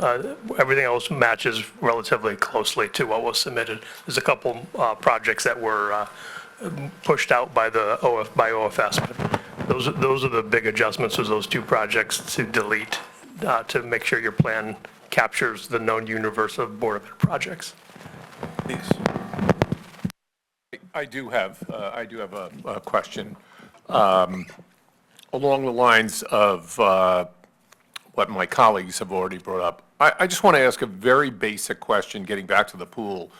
Do you see the pool as exclusively do you see the pool as exclusively used for the school? Or is this going to be a pool that's also open to the public, much like, say, the tennis courts? I'm not the policy maker, but I would say this is no different than any other asset that the town has, from athletics or the schools. We rent the facilities out for schools, the gyms and the like. We see that as a community asset. How do you maximize that asset when it's not being used for educational purposes? So I don't see this pool being treated differently, but I'll let Sophie speak to that. I would say yes. You know, we're looking at this as being a community facility. The town doesn't have any indoor swimming pools. So this would be, you know, the Greenwich High School pool is the one indoor swimming pool in town that has public access already now. I mean, and it is used by other programs in town for various things at the moment, even in this more modest version of a pool. But if we had a brand-new natatorium, I assume that there would be enhanced public use, and that certainly is the way that we're thinking about it. I don't know exactly how that would look, and we're looking at other towns to see what that model could be. Okay, thank you. And then one more question. Do you have, when we talk about ed specs or programming statement, do you have the length and the width of the pool? Do you know that this is going to be at a minimum an Olympic pool? Do you have anything you can tell us that will help us kind of get our head around, financially what we're likely to be spending here? Well, I think that, I mean, there's the feasibility study. I would suggest that you look at that because it has very detailed drawings of the pool facility, of everything, I could go on for a long, long time. But yes, I mean, it would be a competitive swimming pool, proper for water polo, proper for, it's not a long course, because I know you're a swimmer, so I know you know what I'm talking about, Elliot. It's not a long course pool, but it would be proper for all swim meets, and I think you should probably just look at it, and I'm happy to discuss it with you further. So I'll just note that was first brought to the board in November, and then I think you had a follow-up, you touched on it in a December meeting, but it's yet to be scheduled on the agenda. So David, a note, if there's a feasibility committee still in existence, we should appoint a BET rep to that. And please let us know. It's been me. It's been you? Yeah. Okay, all right, well, I'm passing it to the chair because I know it was a TBD on the liaison report. But if you'd let us know when that's coming back for further review, that would be great. Leslie? Yes, I just wanted to follow up on a couple of comments that both Joe and you made on we'll call it the GHS site, as it relates to remediation and FAR. The first on remediation is that, as you know, we all know, there's additional remediation for GHS in our budget for fiscal year ·27. Well, I guess you'll get to that in a couple of weeks. That project is not yet complete, and we've spent $47 million to date on just the remediation projects, not those remediation related to the Cardinal Stadium. And as Joe knows, additional remediation was done other than the direct budget so that needs to be taken into consideration. And also, in terms of FAR, Cardinal Stadium also used FAR after MISA, so there were also exceptions for that project too, and they become more complex in terms of the FAR. Coming back to the remediation, that project, you know, I mean, obviously, we've got fiscal year '27. Doug and I have, you know, been meeting with the DPW. You know, obviously, you're not going to get the EPA and DEEP to sign off on that until, you know, a year or two thereafter, if then. And so we need to take into consideration that. The other thing that we need to take into consideration is the bridge or dam, whatever we call it, on the west side of Hillside Road at the Post Road, because I think that that is going to be critical to get that done, probably to consider timing with the bridge before the bridge is done. And it's my understanding that to do that project, we'll also have to start with the drainage projects downstream from that, like Millbrook. So it's nice to talk about the new projects, but in this particular campus, I think we need to, you know, make sure that we've got it encompassed with the other issues that are going on, perhaps not so much fun, but necessary. Thank you. One more question. Harry? Yeah, one more question is, do you happen to know the order of magnitude of what's been spent on the pool over the last 5 or 10 years? Because there's been a fair amount of work done on the pool that, you know, the deck, the tile work, I don't know what else. Rather than spitball, why don't you get back to us? Maybe you could get back. I was just going to say that, we don't, Okay, I can thank give you a you. number, but I don't know if it's right, so we'll. That'd be good, thank you. So just to follow up on this, so you're going to maybe do a little number scrubbing and get back to us to break down the proposed 4 million in terms of what is the right number to get to MI? And maybe, I don't know, you have some other design money, so I don't, what's your understanding of where we are? Let's make sure we're on the same page. We will give a CIP sheet that incorporates all 3 components of the campus project. Okay, The driveway, the tennis Courts. courts, and the auditorium or the pool. okay, We'll have a CIP sheet that shows where that fits in, and we'll have a number that has the bare minimum for MI only. So I think as you've modeled the Riverside Land, the balance is conditioned upon MI. okay, excellent, thank you. Okay, district network closet. Here's Mike. Thank you for your patience.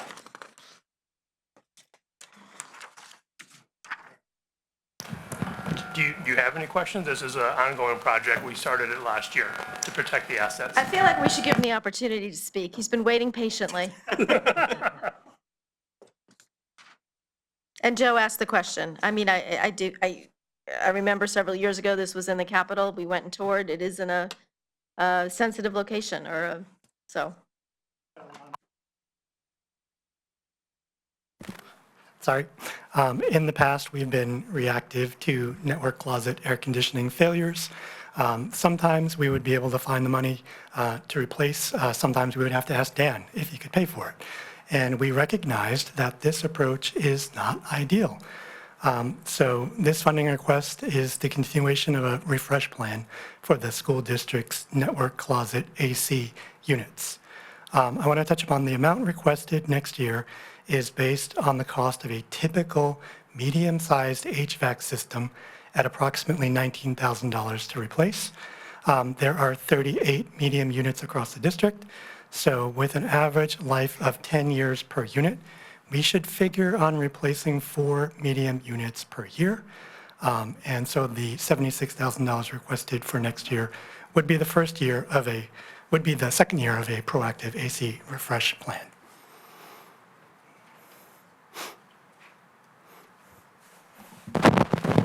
Any questions?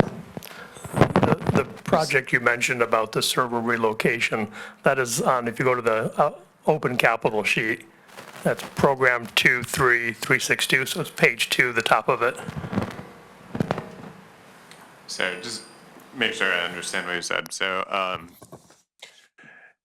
basically, this is just an ongoing project. These things have a 10-year useful life. It's phase 2, replace the 40 units we have 4 every year, and this, which is just good practice, keep age, same age, et cetera. Exactly. Perfect.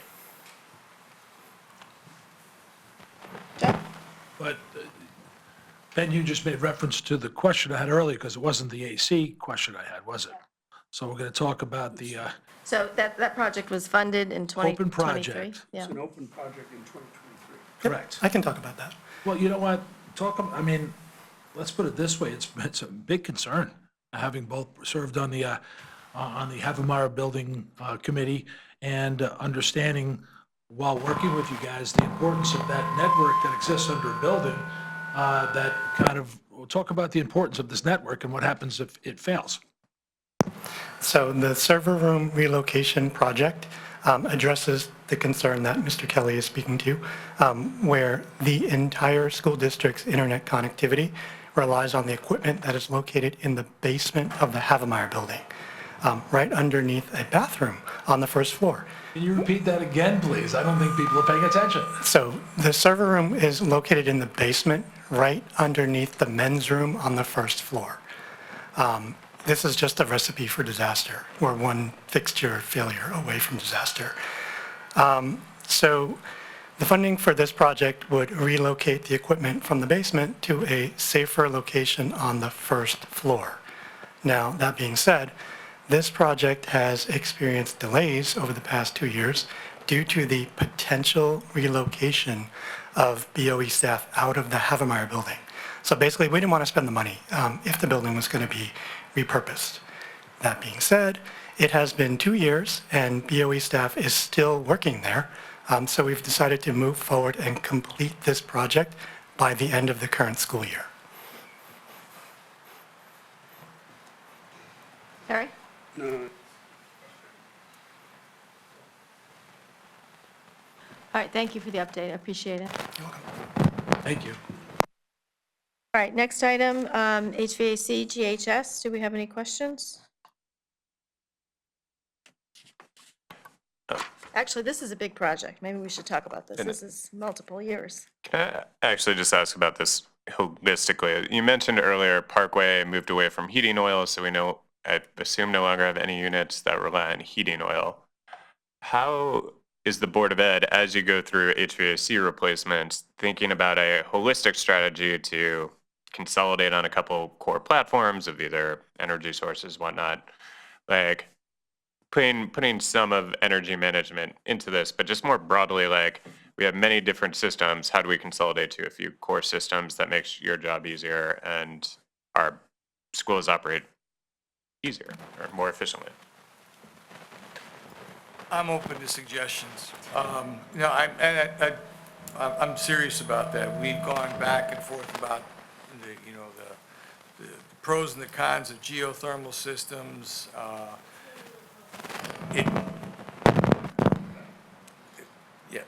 So, thank you. We're at a point at the high school now where the major equipment is in. We are looking at replacing rooftop units that are much less involved, I don't want to say cheaper, they're less expensive than the major chillers, the cooling towers. Those major components are already in. The brand new boilers, we're good there. It's the ancillary equipment, and it's also the distribution. The big thing that's coming up now is the ductwork in that school, as in a lot of the schools, needs to be cleaned. And we're in the middle of a review right now and a design of distribution at the high school. We're starting in the 4 classroom buildings. The first phase would be to explore the existing conditions of the ductwork, clean them, make repairs as needed. The following year, we would put in the new equipment, that's the air handlers that were associated with that building. And we would continue on until all 4 of the academic buildings are completed in that respect. The buildings to the north are in much healthier conditions, they're newer. We haven't seen any real complaints other than the units that handle the Galleria of the Performing Arts Center need to be replaced. So we do have a plan. It's not major components. At the high school, we're in good shape. To change to something that's a little bit more modern, maybe a little bit more efficient, meaning geothermal or something like that would be probably a wrong turn right now. The equipment that we put in is efficient. There's no doubt about that. It's just, it doesn't have the buzzwords. My question is less about the GHS equipment, but just more holistically,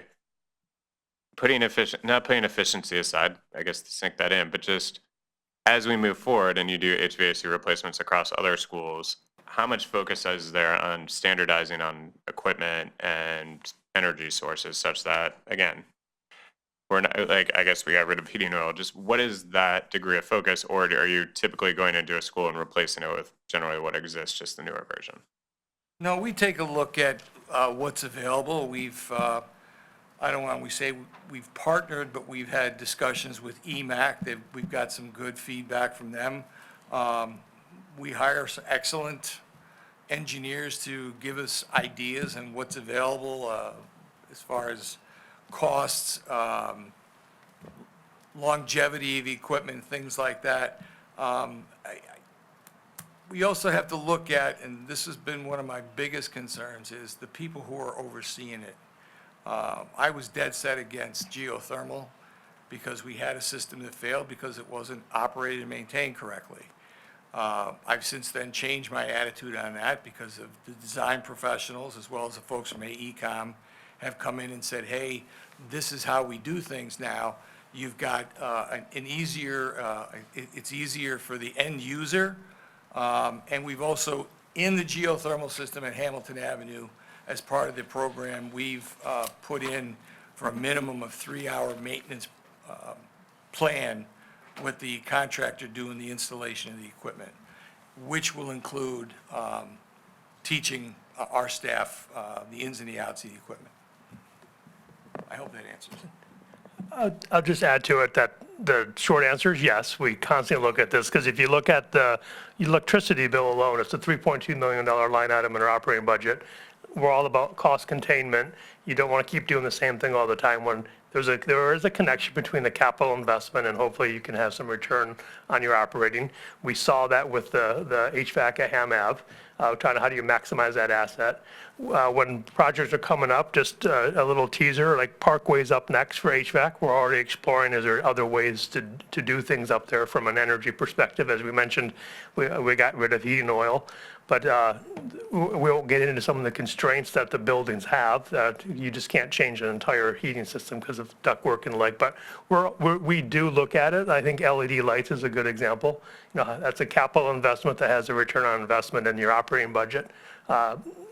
Dan's crew has standardized the building management system across the district, so they can manage the facilities remotely.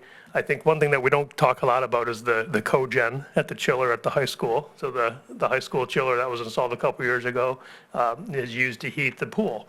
So we're trying to be efficient there as well. So we had a chiller investment. The excess heat from the chiller can then be rerouted water to heat up the pool. So we try to do those things that make sense. We don't ignore it. I'm happy you mentioned the building management system because I think that was a significant investment. Can I just ask about the units on top of the Performing Arts Center? Because that just opened in 2015. Did I hear you say they needed to be replaced? Yes. Is that normal lifespan or is that shorter than anticipated? It's short of lifespan. I know that building requires, because of the wood, you know, the temperature control is really important, but, and the acoustics. These are the units, these are the units that handle the gallery, the hallway outside, not so much the Performing Arts Center. It's the space between the Performing Arts Center and the gym. Thank you. Yeah. Julian Curtis, we have a substitute, yes, sorry, Elliot, go ahead.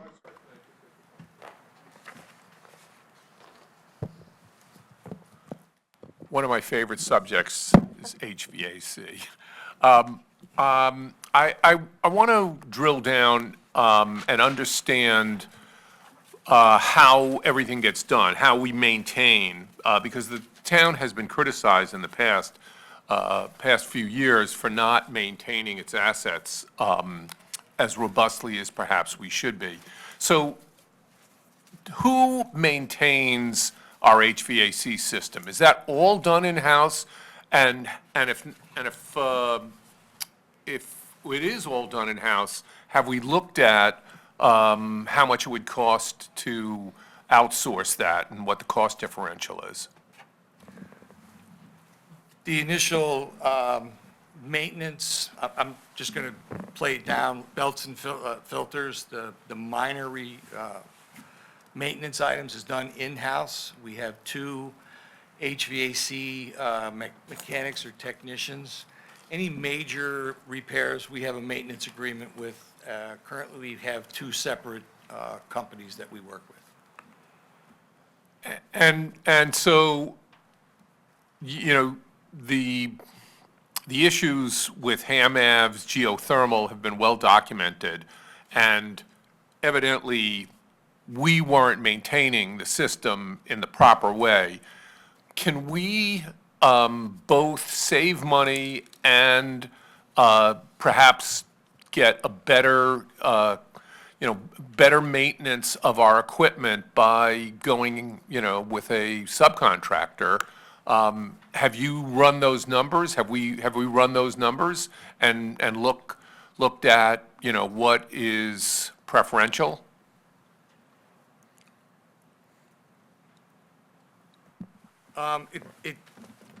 We haven't run them the way you're describing it, only because for the last 10 years, we've been in a serious replacement mode because some of the equipment had not been maintained.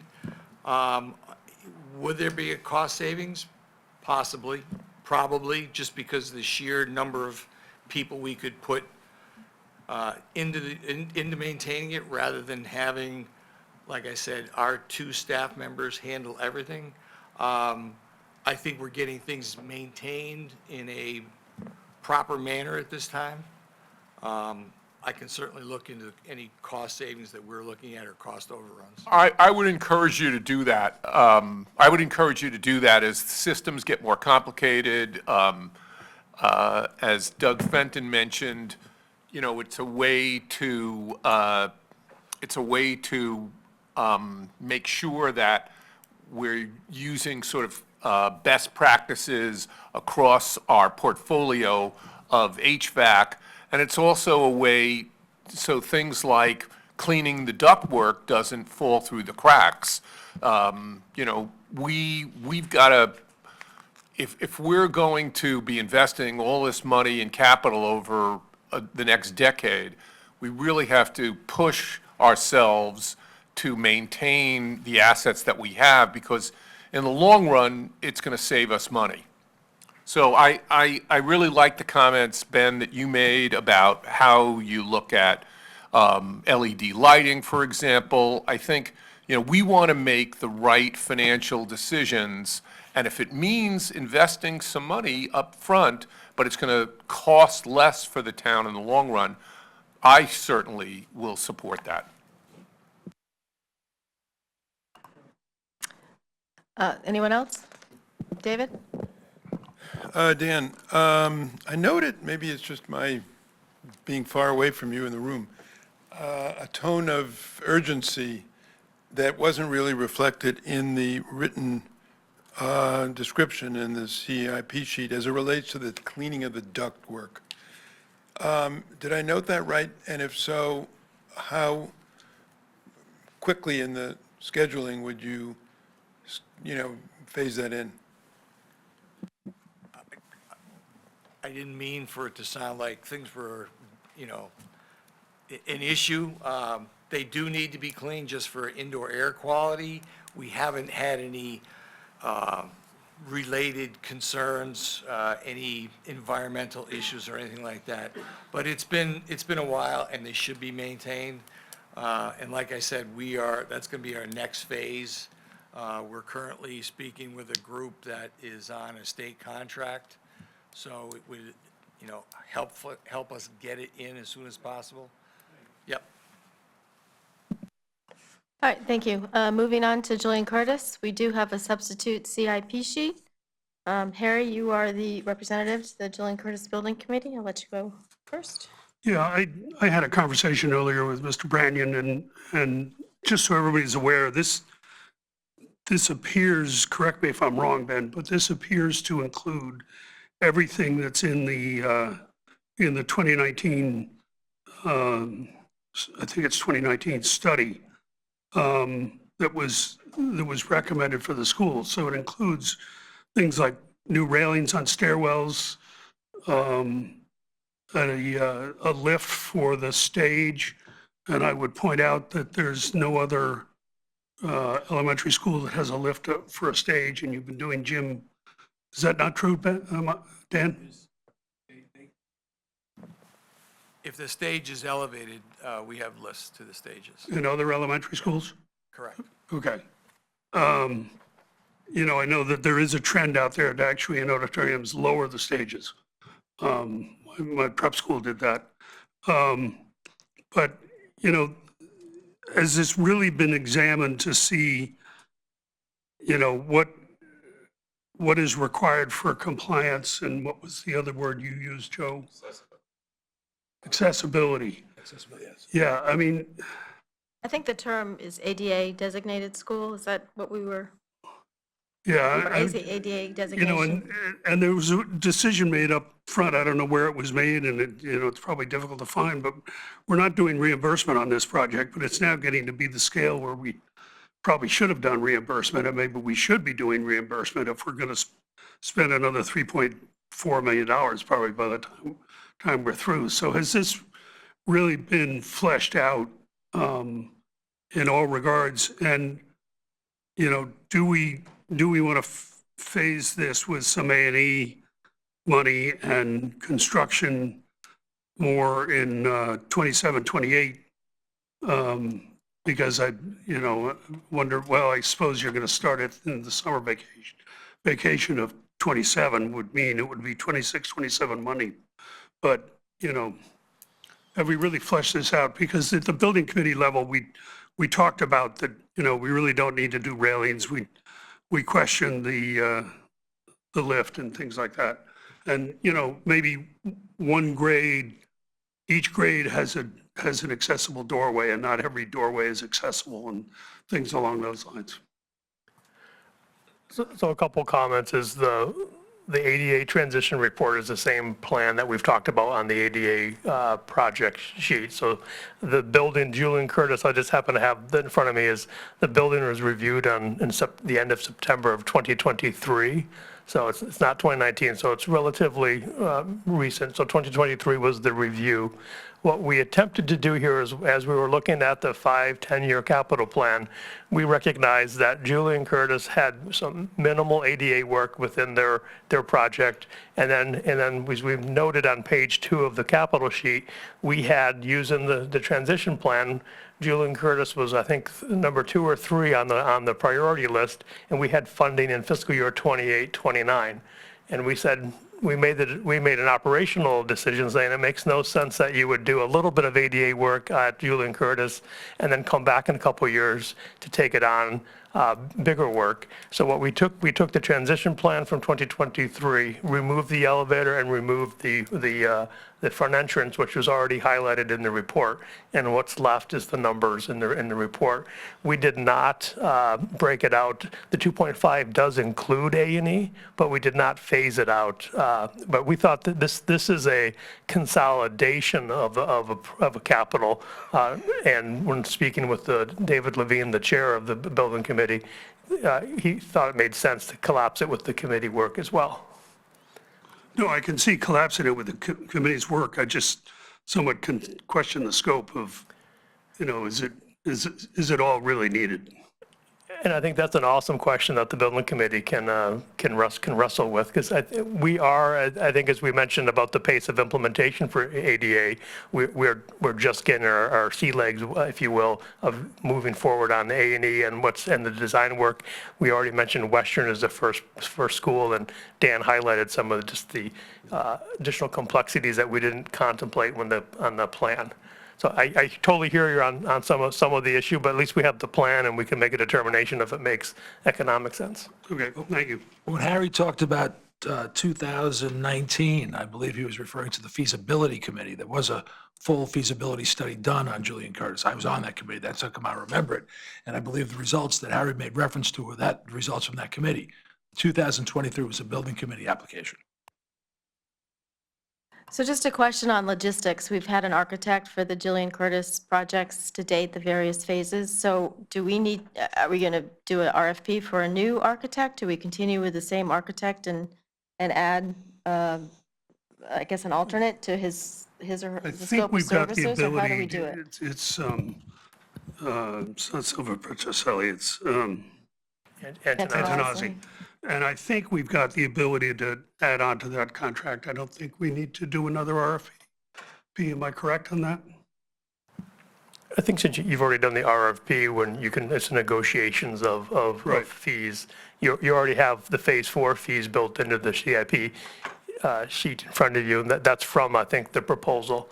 So it's routine and customary to have those type of, it's a change in scope. You're going to change their contract, not stop the entire project and go back out to bid.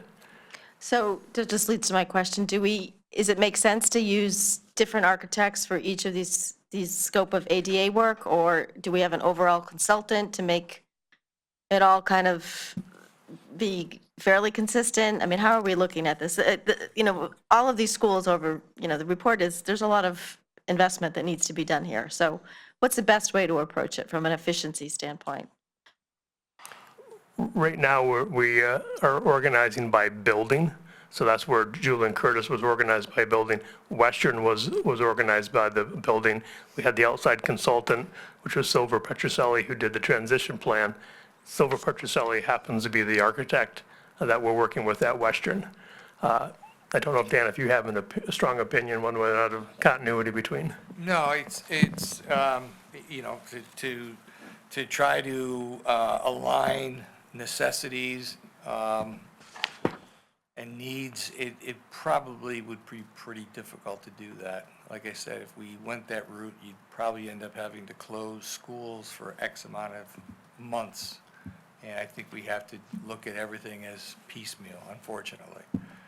So it's, I don't want to say we're grabbing the low-hanging fruit, we're actually going after the high-hanging fruit first. There's no sense doing, renovating bathrooms if you can't get the person into the building. That's the way we're looking at it. Yeah, I'll bring this up more with the committee when we're actually meeting on Friday morning, so we'll try to drill down a little bit too. Well, I just want to follow up on Harry's point about reimbursement. Is it too late? Can we initiate the process? You would have to stop and then start the whole process for ADA work at the, so it can't go retroactive. So going forward, if you wanted the ADA work, you would have to stop and then go through the entire school construction protocol and procedures of engaging that. That is then a new RFP for architectural services, getting the state to sign off on the design. I think it would be another year before you even started work then. Year just an administrative review. And with Greenwich having a relatively small reimbursement rate. Yeah, Thank you. Another community, it may make sense. thank you. All right, next one is life safety. Does anyone have a question on that? Harry? Yeah, my question is the out year of 1.8 on Parkway, it seems to be significantly more than any other school that I've ever seen on this in the recent years.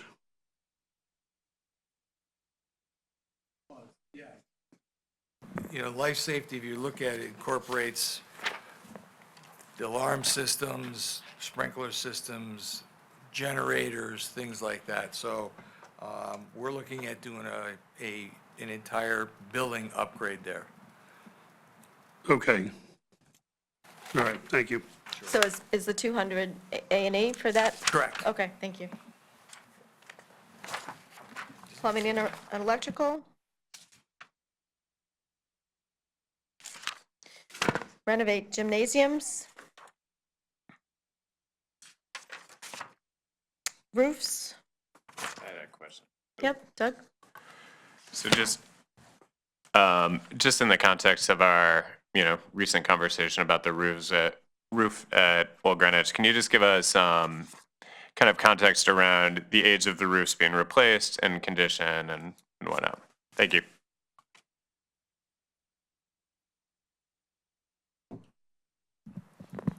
Yeah, the COSCOB for the 900,000, that's over 20 years old.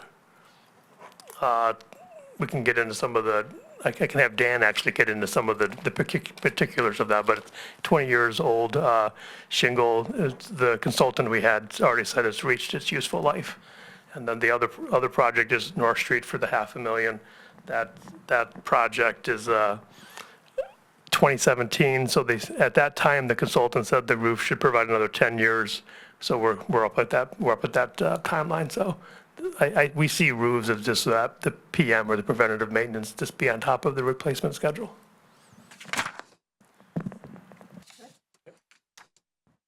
Security entry redesign, Eastern for fiscal '27. I wonder if any of these qualify for state reimbursement, not without a building committee, but just through normal administrative. I mean, one of the things that surprised me during the Old Greenwich deliberations was that the architect said, you can go anytime for the state for roof reimbursement. And to my knowledge, we hadn't done that. So I wonder if there's a carve out for security redesign. So the state did change the procedures where you don't need a formal building committee for some smaller projects, but that's the only difference, is you don't need a building committee for the smaller projects. I think to get the impression that, it's easier to go through this administrative review, it's the exact same process a building committee has to do. So it's, much as the state says they've changed the process, they've changed the organization only. Everything else is exactly the same. So you're telling me the trade-off for our reimbursement rate vis-à-vis Yes. the time is not worth it. Okay. Just Go ahead. one quick question. I gather reading this that for both Dundee and Eastern, that the A&E money's been done, and this is just construction funds? Yes, we had A&E money and design money concepts, I think the year we're sitting in or the prior year. Yeah, okay. So you're pretty much ready to start Eastern this year? So we had design money, security redesign money in 2025. And so 25358 is the account code on page 2. Right, but is Eastern going to start this year? No, we don't have a completed design as of yet. That particular secure entry will also handle any ADA upgrades at that doorway. So there's a little bit more components that we have to roll in. Is this a summer '27 project? Most likely. So you still need the money in the fiscal year? Correct. Okay, thank you. All right, that brings us to playground replacement. Any questions here? Okay, that brings us to the end of the items in the tab. I did have a couple of other questions on the First Selectman budget on page 8. So in the BOE budget that was approved by the Board of Ed, Riverside was in fiscal '28. The Office of the First Selectman's budget has moved it out to fiscal '29. I wonder if you have any thoughts or comments on that. The building committee has been formed. I know it's early stages, but, as we look at this, what's the likelihood of things happening? With all due respect, to me, the pool sounds like next year is going to be ambitious, but, we'll see. Thoughts on Riverside? Tony and I have gone back and forth on the phasing of this. When we tried it on the back of the napkin, what does the schedule look like? If you're off by a couple of months, it pushes it to 29. If you're super aggressive, it pushes you to 28. I think, as you mentioned, the building committee has just been formed. They have MI money already allocated, but they still, because it's the state reimbursement, they have the procedures to go through. I think you can split the difference, which is a better year. The Board of Ed purposely put it into 28 to show the support for the project when we had the 2 million that in the year we're sitting in. But I think it's to be determined on how the phasing looks like from the request. And I think once the building committee gets their up and running, they may help. Once they even get an architect, they don't even have an architect yet. So once they get that, they can have a better informed decision. So I think it's, what was the old expression, 6 to 1, half dozen to the other, from a fiscal year perspective. Yeah. You want to follow up, or are you good? Yeah, I'm good. Okay. Anyone else on Riverside? I'm shocked Doug has no questions. All right, then David's got a question. David, go ahead.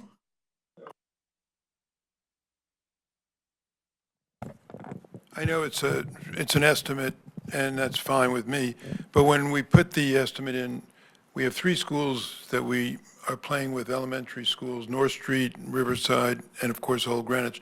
Is there a common methodology? Is it $1 per square? You know, when we look at North Street, which is for a few years further out, Riverside, is there anything we can learn from the Old Greenwich cost that would apply to the estimating discipline when we look at Riverside? I think from the prior projects, we have adjusted our approach to these estimations. So that 43 million was developed by the approved ed specs by the Board of Ed with a professional cost estimator. Now, I would say that you've moved the 43 out to 29.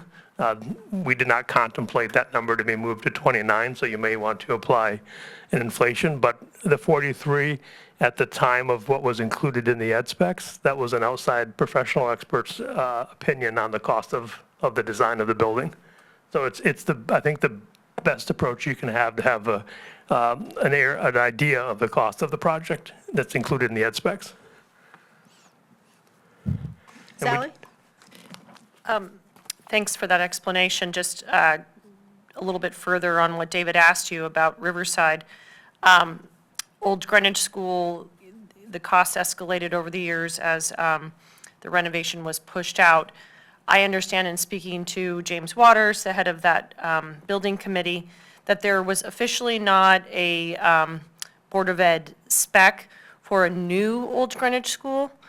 And I don't know if that's true or not, just repeating what I had heard from Jamie Waters. Just my suggestion, because these numbers keep growing, that, if any lessons were learned by me, by the Old Greenwich School, was it would be nice to tell the community what we're saving, if we will, by renovating instead of new. And maybe it doesn't make any sense for Riverside, but that was one takeaway that I got from the Old Greenwich School, was having an official Board of Ed request to do a comparison with new might have been somewhat helpful for the community.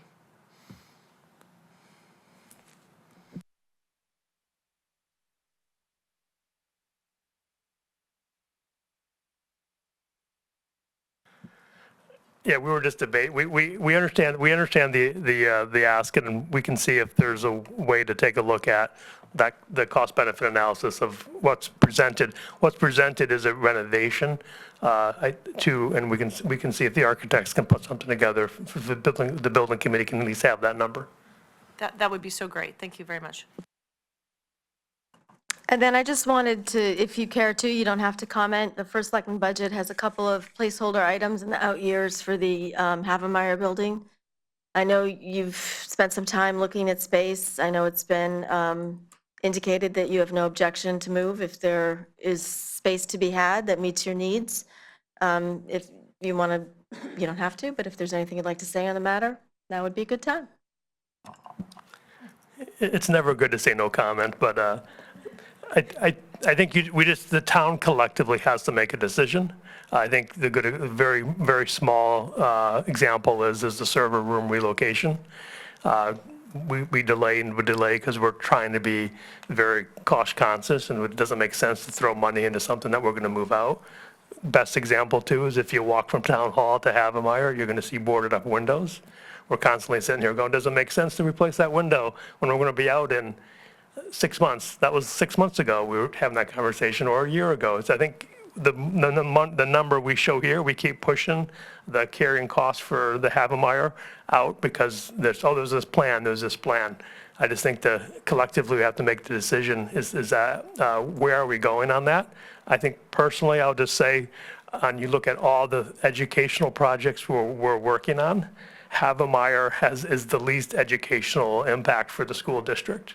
Like when I speak with the superintendent, the project we're working on is bus lot. Where do we find a bus lot location? We just talked about the huge complexities of the GHS campus with the pool and the tennis courts and those are Riverside now and OG and Central Middle School. Those are the projects that are taking up our time. I think it's 100% accurate to say we are 110% ready to relocate out of the facility. That's ultimately the vote of the Board of Ed, but the administration is, we'll go tomorrow if you can find a spot. But I think that's why I leave it there, is just have to make a decision on what's going to happen. Sophie? Yeah, I'm speaking from the Board of Ed perspective and also someone who served on the Havemeyer Committee with Joe Kelly. I was really hopeful that we were going to come up with a plan to move out of Havemeyer, and I think we're just not in the driver's seat, right? The board isn't. The town needs to figure out where they want us to go. So, but I think the board overall, we obviously haven't voted on it because there hasn't been an opportunity to vote on it, but I would say the sentiment is, the staff in Havemeyer would like to be out of that building. The Board of Ed doesn't have any, overall any attachment to that building. Like, I think we're interested to see, as people who live in the town, of what the use would be of the building in the future, but it doesn't need to be the Board of Ed building. That's my perspective. Wait, is it fair to say that you're concerned, or you would be concerned, if there was rent imposed on your operating budget? Yeah, I think, to me, it should be the same as what sorry, I should clarify, from a board perspective, and I guess I'm speaking for myself, not for the entire board, but from my perspective, the Board of Education should be in a town-owned building that it's just like every other, or most of the other operations under the town, right? You're in a town-owned building, and we would pay our utilities or whatever it is that we do now, but we wouldn't be paying rent. And there was some suggestion of that in some of the proposals of moving us to office space where there would be rent that was abated, but then it would go to market after 20 years. And it's like you snap your fingers and 20 years have gone by, and then suddenly you're paying some enormous rent. And that was very concerning to me. And I know that was concerning to Joe as well. But we want something that is sensible and makes sense for the whole town. But certainly having the Board of Ed on Greenwich Avenue in the Havemeyer building, I don't feel like that needs to happen. That doesn't need to continue. Thank you, Sophie. Joe? Thank you. I've been studying the dynamics for some time, several years now, on the rights and opportunities to do this. The rights, the Board of Education has squatters' rights. They have to vote to leave there. If the Board of Selectmen or the first Selectman chooses the opportunity and it's not satisfactory to the Board of Education, all the work done to create that opportunity can just be nullified by a vote by the Board of Education. So we have a problem here. We got to figure out how we can come to some agreement, a tentative agreement, where the Board of Education, and obviously it's not our purview, the BET, our purview is to support any financial needs requested for that. I'm only saying this as myself, as an observer, as someone who has studied this for some time. The fear that the Board of Selectmen have, or the first Selectman has, is that they'll do all the work to get what they think is a fair opportunity, and the Board of Ed decides it's not fair. So there has to be some agreement or understanding with the two leverages that exist that have to come together. But it's not our purview. I'm only speaking personally, having studied it for the last couple of years. Yeah, no, and I appreciate your point, and I think that the answer to that is we need to have a robust and continuing dialogue, right, about what are the opportunities, and we can keep talking about it and say, oh, that sounds like it's reasonable. And the only thing I would take issue with is, we're not squatters, it's more of a life estate situation, right? It was an expression. Okay, I'm just saying. I was going to say, it was a gift to the town to be used for educational purposes. And to Ben's earlier point, I mean, we have been discussing this for many, many years. It comes back, and it's always a low priority because schools will always rise to the top of the priority list. So the condition of the building does need attention, so it's timely. So thank everyone for the efforts that you're spending on that. Can I just add, I say this every time I meet with people about the building, but I feel like we forget about the entire lower level of the building. And in order for us to move, the office is the easy part. That's the main floor and the top. But there's over 10,000 square feet down on the very bottom. That's our warehouse, that's facilities, that's technology. And all the conversations, and I wasn't on the committee, but almost all the conversations that are happening or presentations talk about office space. And that the most difficult, it's like looking for a bus parking lot, is going to be where can the facilities go? And I think there has not been a lot of discussion or effort put into that piece. And that's the hardest part for us to move. Don't forget, Dan lives down there, too. I know. Yeah, and that's where all the networks are for the entire district. Yes. Yeah. Okay, are there any more questions about capital? No, go over there. David? There's a remedial question by me. Back to the pool for a half a second. So ed specs, what bearing do the ed specs have on the execution of the project? So we're talking about a pool, and we're talking about tennis courts, and we're talking about ingress, egress. None of that pertains to educational needs in the classroom. And so the question is it possible to do are there any benefits? A, is it possible? And if it is, would there be any benefits to doing the project under the auspices of the Board of Ed with a building committee and so forth, but without the need for ed specs? Question.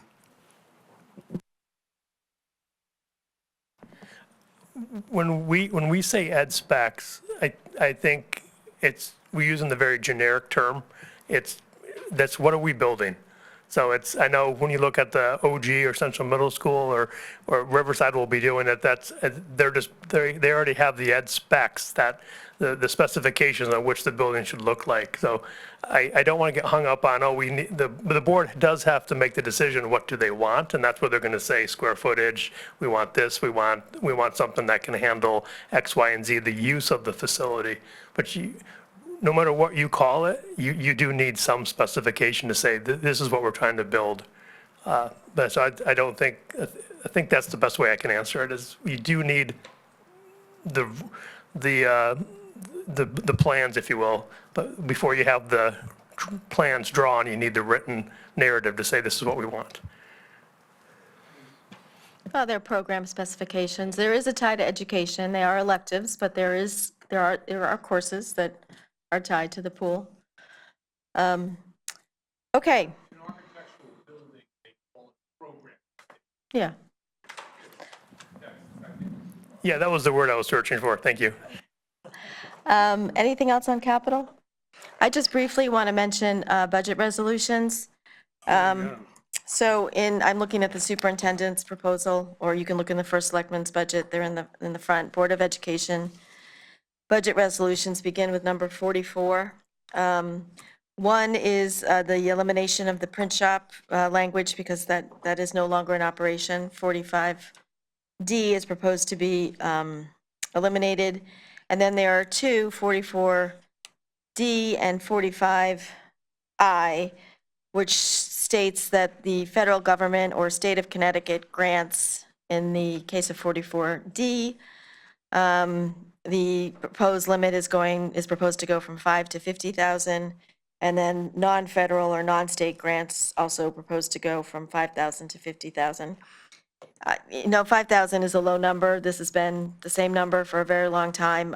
I would just ask you, do you get such grants, or do you anticipate getting such grants, or is this more of an insurance? Or what gave rise to this change? 5,000 is a low number. and 5,000 right now. So if you get a grant for $5,001, you have the entire administrative process you have to go through. So I don't think that's an efficient use of people's times for $5,001. I think it's just updating that to a number that 50,000 seems to make sense based on the world we live in from a grants perspective. Thank you. I don't know if the law committee will take it up or not. They are taking up resolutions, and I think they meet on Monday. The other thing I would just point out, the Board of Ed, going back to the pool project, the Board of Ed did pass a resolution regarding the formation of a 501c3 for the aquatics and tennis project. And I would just note that there is an existing Board of Ed resolution number 47, which is authorized to accept gifts of athletic equipment and improvements. And it would be my understanding that any money raised for the pool, for the aquatics and tennis project would be either a carve-out or something. I think it's of such a magnitude that we're expecting. I would think it's proper procedure to go through the RTM gift policy. Does that coincide with your understanding rather than be covered by this resolution? The resolution from the Board of Ed was really just to say, hey, we support the fundraising. Right. I think it was a significant pinch point, and people looking at the cost of the project, we had to get over that hurdle that there's a significant opportunity for private dollars. I hear your point, whether or not a paragraph 48 needs to be added rather than 47 to clearly carve out for this particular program. But I'll leave that up to the law committee or in the BET and the RTM. I think 47 covers it, but I completely hear your point that given the magnitude, and we've done that for MISA, for example, had its own separate paragraph. That's right. And MISA was a much lower number, so I Right. just think it's good practice as we formulate naming rights and various other things. I think it's probably good that it either go through the RTM normal process now without a resolution, or that a specific resolution be crafted for this. And it is a little premature, I'm just flagging it. Would you like us to draft a paragraph 48? I am going to refer that to the law committee, so.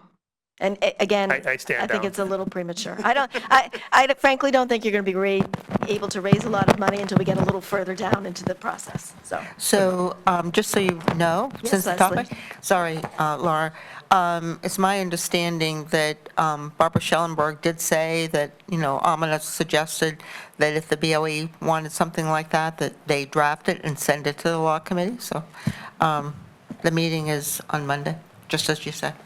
Thank you. Okay, any further comments? Thank you very much, everyone. We all appreciate the time that you've spent with us today, all the preparation that went into this. There are a couple follow-up items which you can send to Agnes for further distribution. And if there are any lingering questions or unanswered questions, you can expect to hear from us. But thank you so much. Can I have a motion to adjourn at 2:21? So moved. Second. All right, All in favor? all right, all in favor, 4-0. Thank you, everyone.